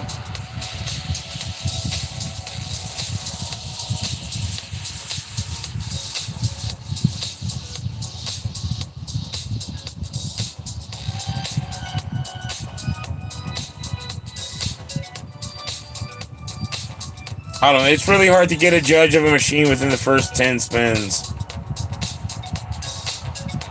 Yeah. That's the next bet, 80. It goes 40, 80, 160.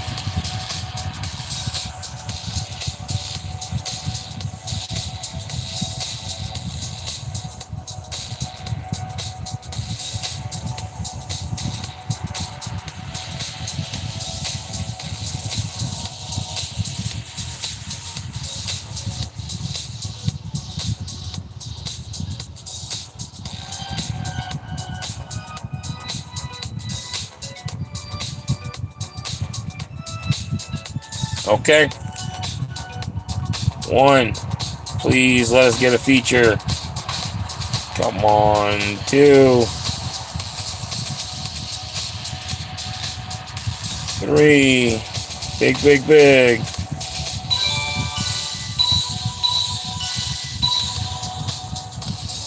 4. Voodoo on 5.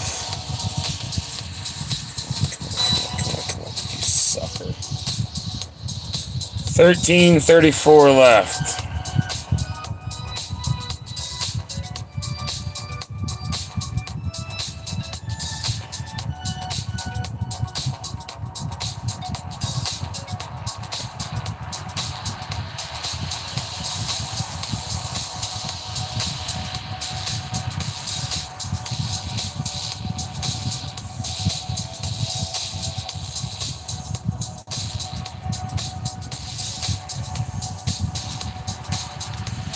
Okay. Oh, come on. I did not go that far back. You sucker.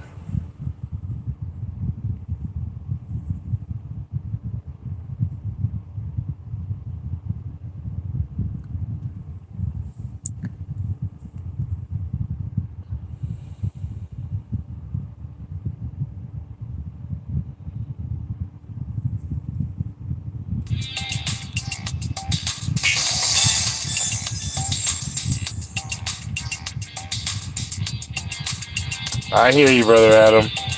Hopefully we get a big one. Come on. Here we go. Give us something juicy, please. Big, big, big. Alright, filled up all the money spots at least. Maybe that's a good sign. Come on, big, big, big. Land something juicy. Alright, it almost did it again. Alright, come on, big, big, big. Keep doing that. Come on. Hey, we got the mini. Let's go.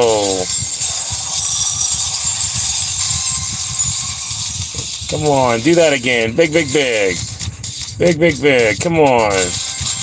Alright, that's what we spent. Come on. Come on. Everything else, line you up.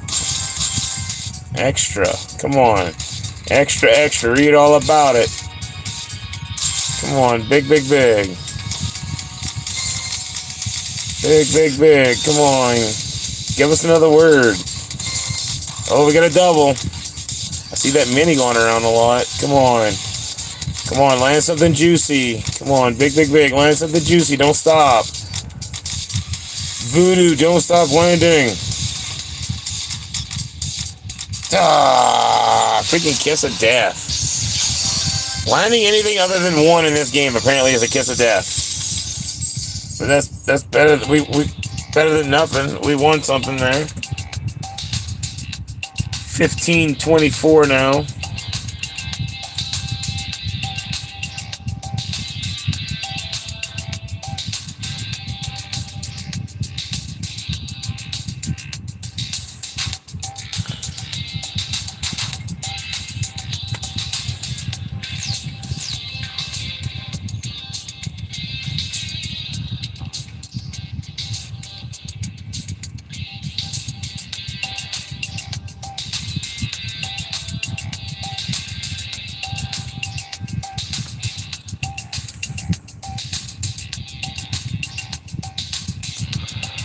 I don't know, Adam.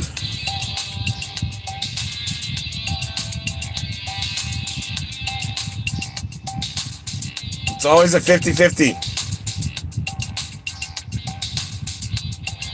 You know what I'm saying? It's always a 50-50.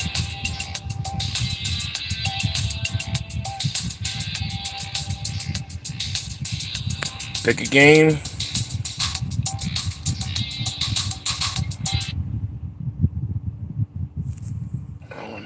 Buying a $200 package, good God. It's like you play all the time. You should just buy this big package.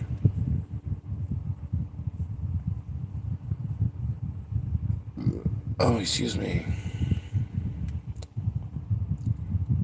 Try 4 African drums. Give it 10 spins at 50. That you'll be at 10 if you don't win. But I'm hoping we get the feature to go off and we don't even get there.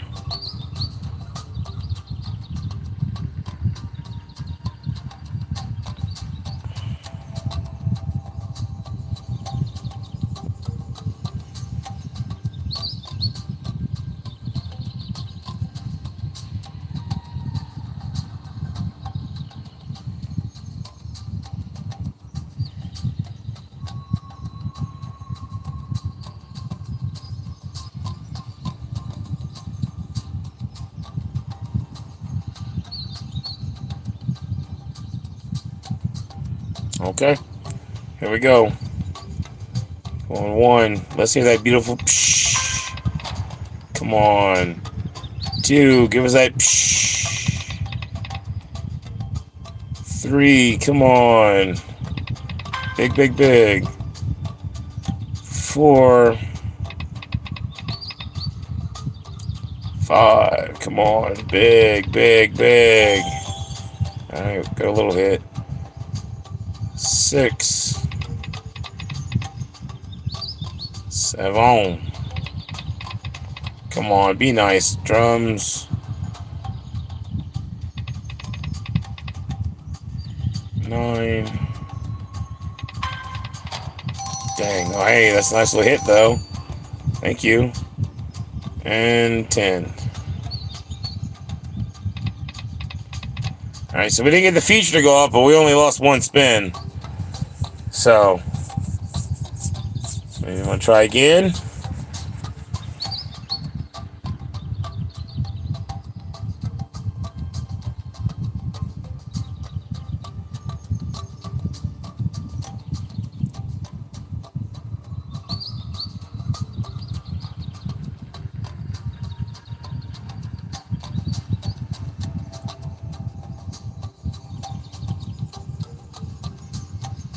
We'll stop if we get to 10.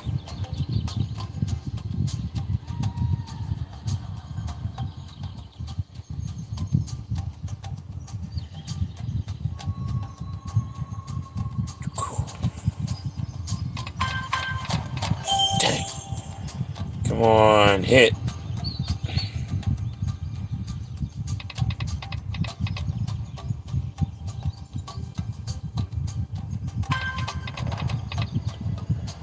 Okay, no worries, I could do that. I'll stop when we get to 10, we'll go play something else. Come on, let's get that feature.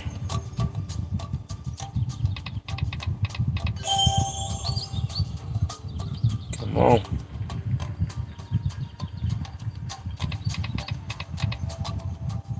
Big, big, big. Let's get a juicy win.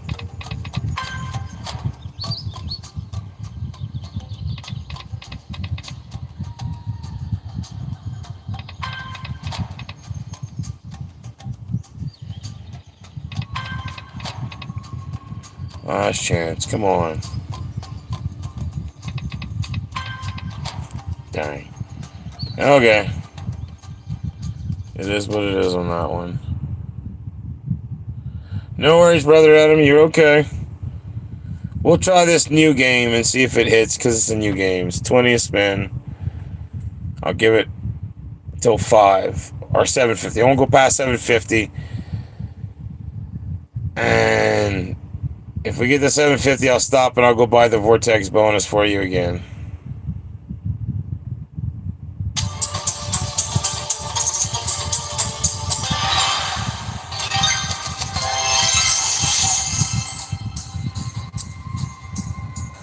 Okay, here we go. Let's get something juicy. Big, big, big.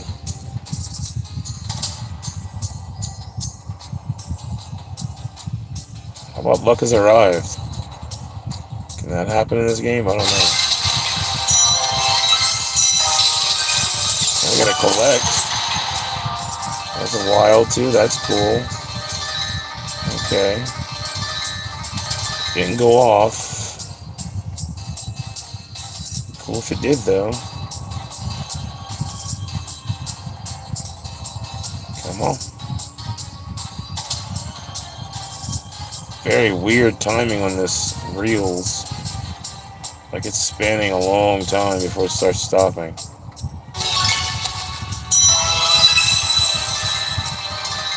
Come on. Let's get that feature.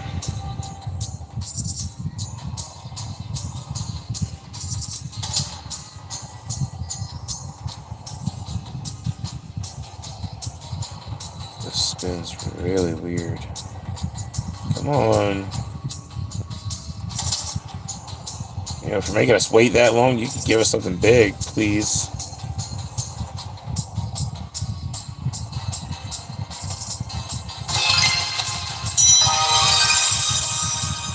Come on, Genie, come out of the lamp.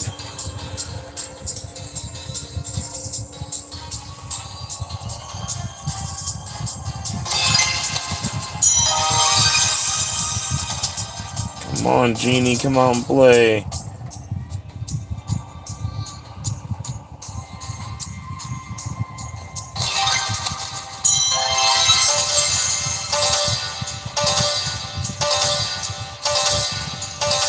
Okay, I thought it was going to be more than 9 cents, but whatever.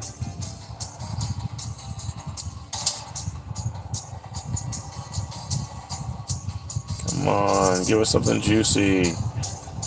Big feature or something.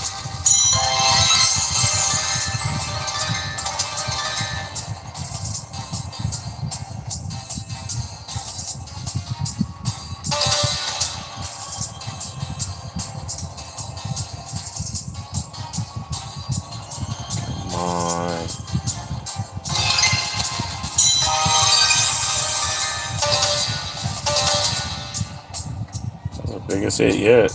44 cents. I gotta collect 20 cents. Did we get it? I guess we got it.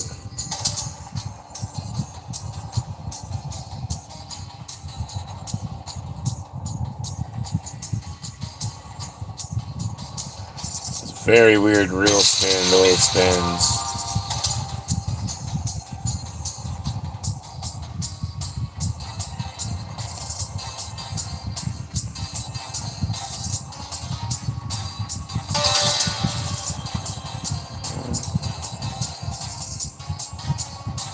Two more spins, I think. Unless we hit something. Come on. Be nice.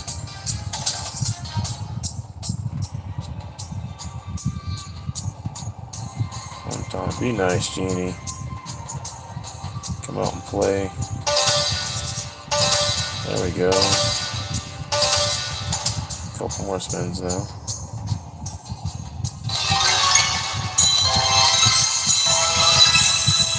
All that noise. No coming out and playing though. Come on, last spin.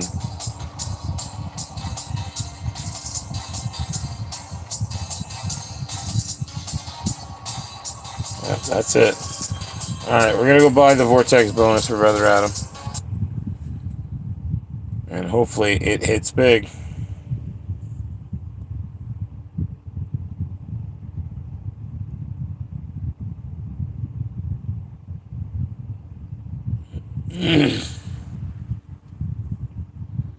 Throws the grind kind of hit big.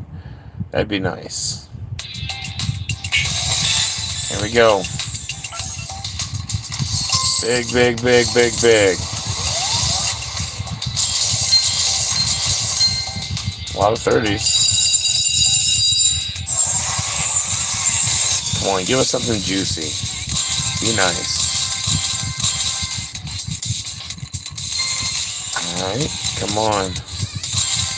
Give us a big word. Come on. Thank you for 50. Come on, more like that. More like that. We got the doubler. Come on, don't be the kiss of death, though. Oh, no! Come on! Land something. Thank you. Be nice and keep landing stuff. Come on. Keep landing stuff. Thank you. Be nice and keep landing stuff. Thank you. Keep landing stuff. Come on. Thank you. Be nice. Keep landing stuff. Come on. Come on. Don't stop. Land something. Come on. Land something. Thank you. Holy cow. Take us all the way down. Okay, come on. Keep going. Keep going. Keep landing stuff. Get us that word, man. That'd be nice. Come on. Land it. Land it. Dang, it's over.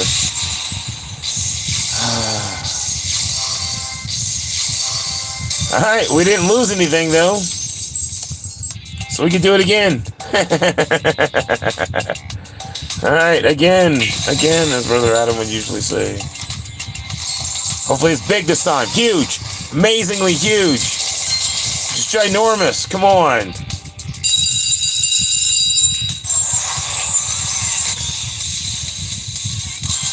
Let's get something massive. Massive. Like a Moby Dick style whale. Come on, massive. Land something. There we go. There we go. Come on, keep landing stuff like that. Come on, bigger, bigger, bigger. Land it. Come on, land something. There's a doubler. Come on, land something juicy now. Come on, put money in it. Put something in it. Come on.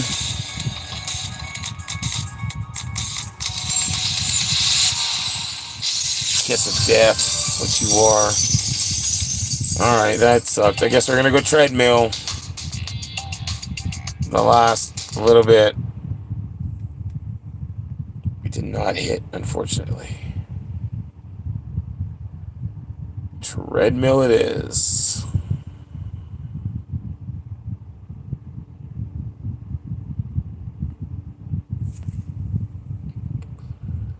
$10 a spin. We got 28 spins to hopefully play.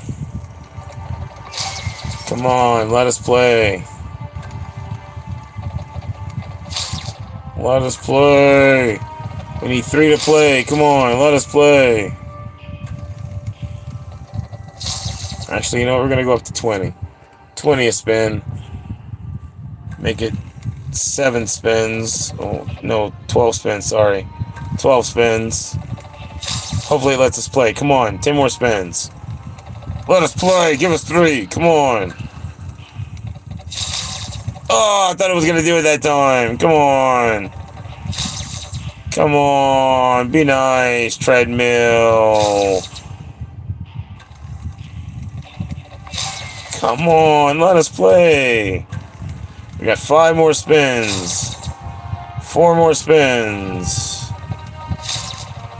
3 more spins. Come on. Let us play. Thank you. About time. Holy cow. Now give us something juicy. Big, big, big. Come on, big, big, big. Keep going, keep going. Land something big. We got a pair. Come on, get something big. Juicy, juicy, juicy. Come on. Come on, land something big. There we go. Come on. Fill it up and unlock a level. Come on, fill it up and unlock a level. Fill it up and unlock a level. Come on, we could do it. We could fill it up and unlock a level. We could do this. Come on, land something, land something. Thank you. Come on, land something. Come on, fill it up, land it, land it, land it. Dang it. It's over. Alright, we got 3 more spins out of it. Back up to 5. Come on, let us play back to back, back to back. Come on, 4 more spins. Let us play. Thank you. There we go. Come on now, big, big, big. Land something juicy. We got a collector and a payer. Let's go. Hell yeah. Adding 9 each. Let's go. Come on, big, big, big. Land something juicy. There we go. Come on. Big, big, big. Big, big, big. Come on, land something juicy. Land something. God dog it, it's over. 1 whole sweet coin. Come on. Let's play again. We got a couple more spins. Come on. 3. Let's play. Give us 3. Come on, let us play. Come on, let us play. You can let us play. What happened? That was not fair. It just completely took it, didn't even spin the reels. Last spin, come on. Dang, it's over. I'm sorry, Brother Adam. We did not get a win tonight on Pulse.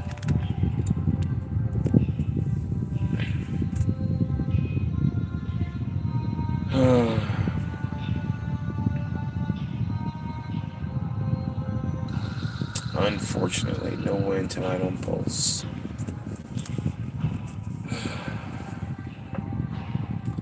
But anywho, we've been live for 6 hours. From boiling crawfish to eating mukbang style to playing Pulse and hopefully having fun with you guys.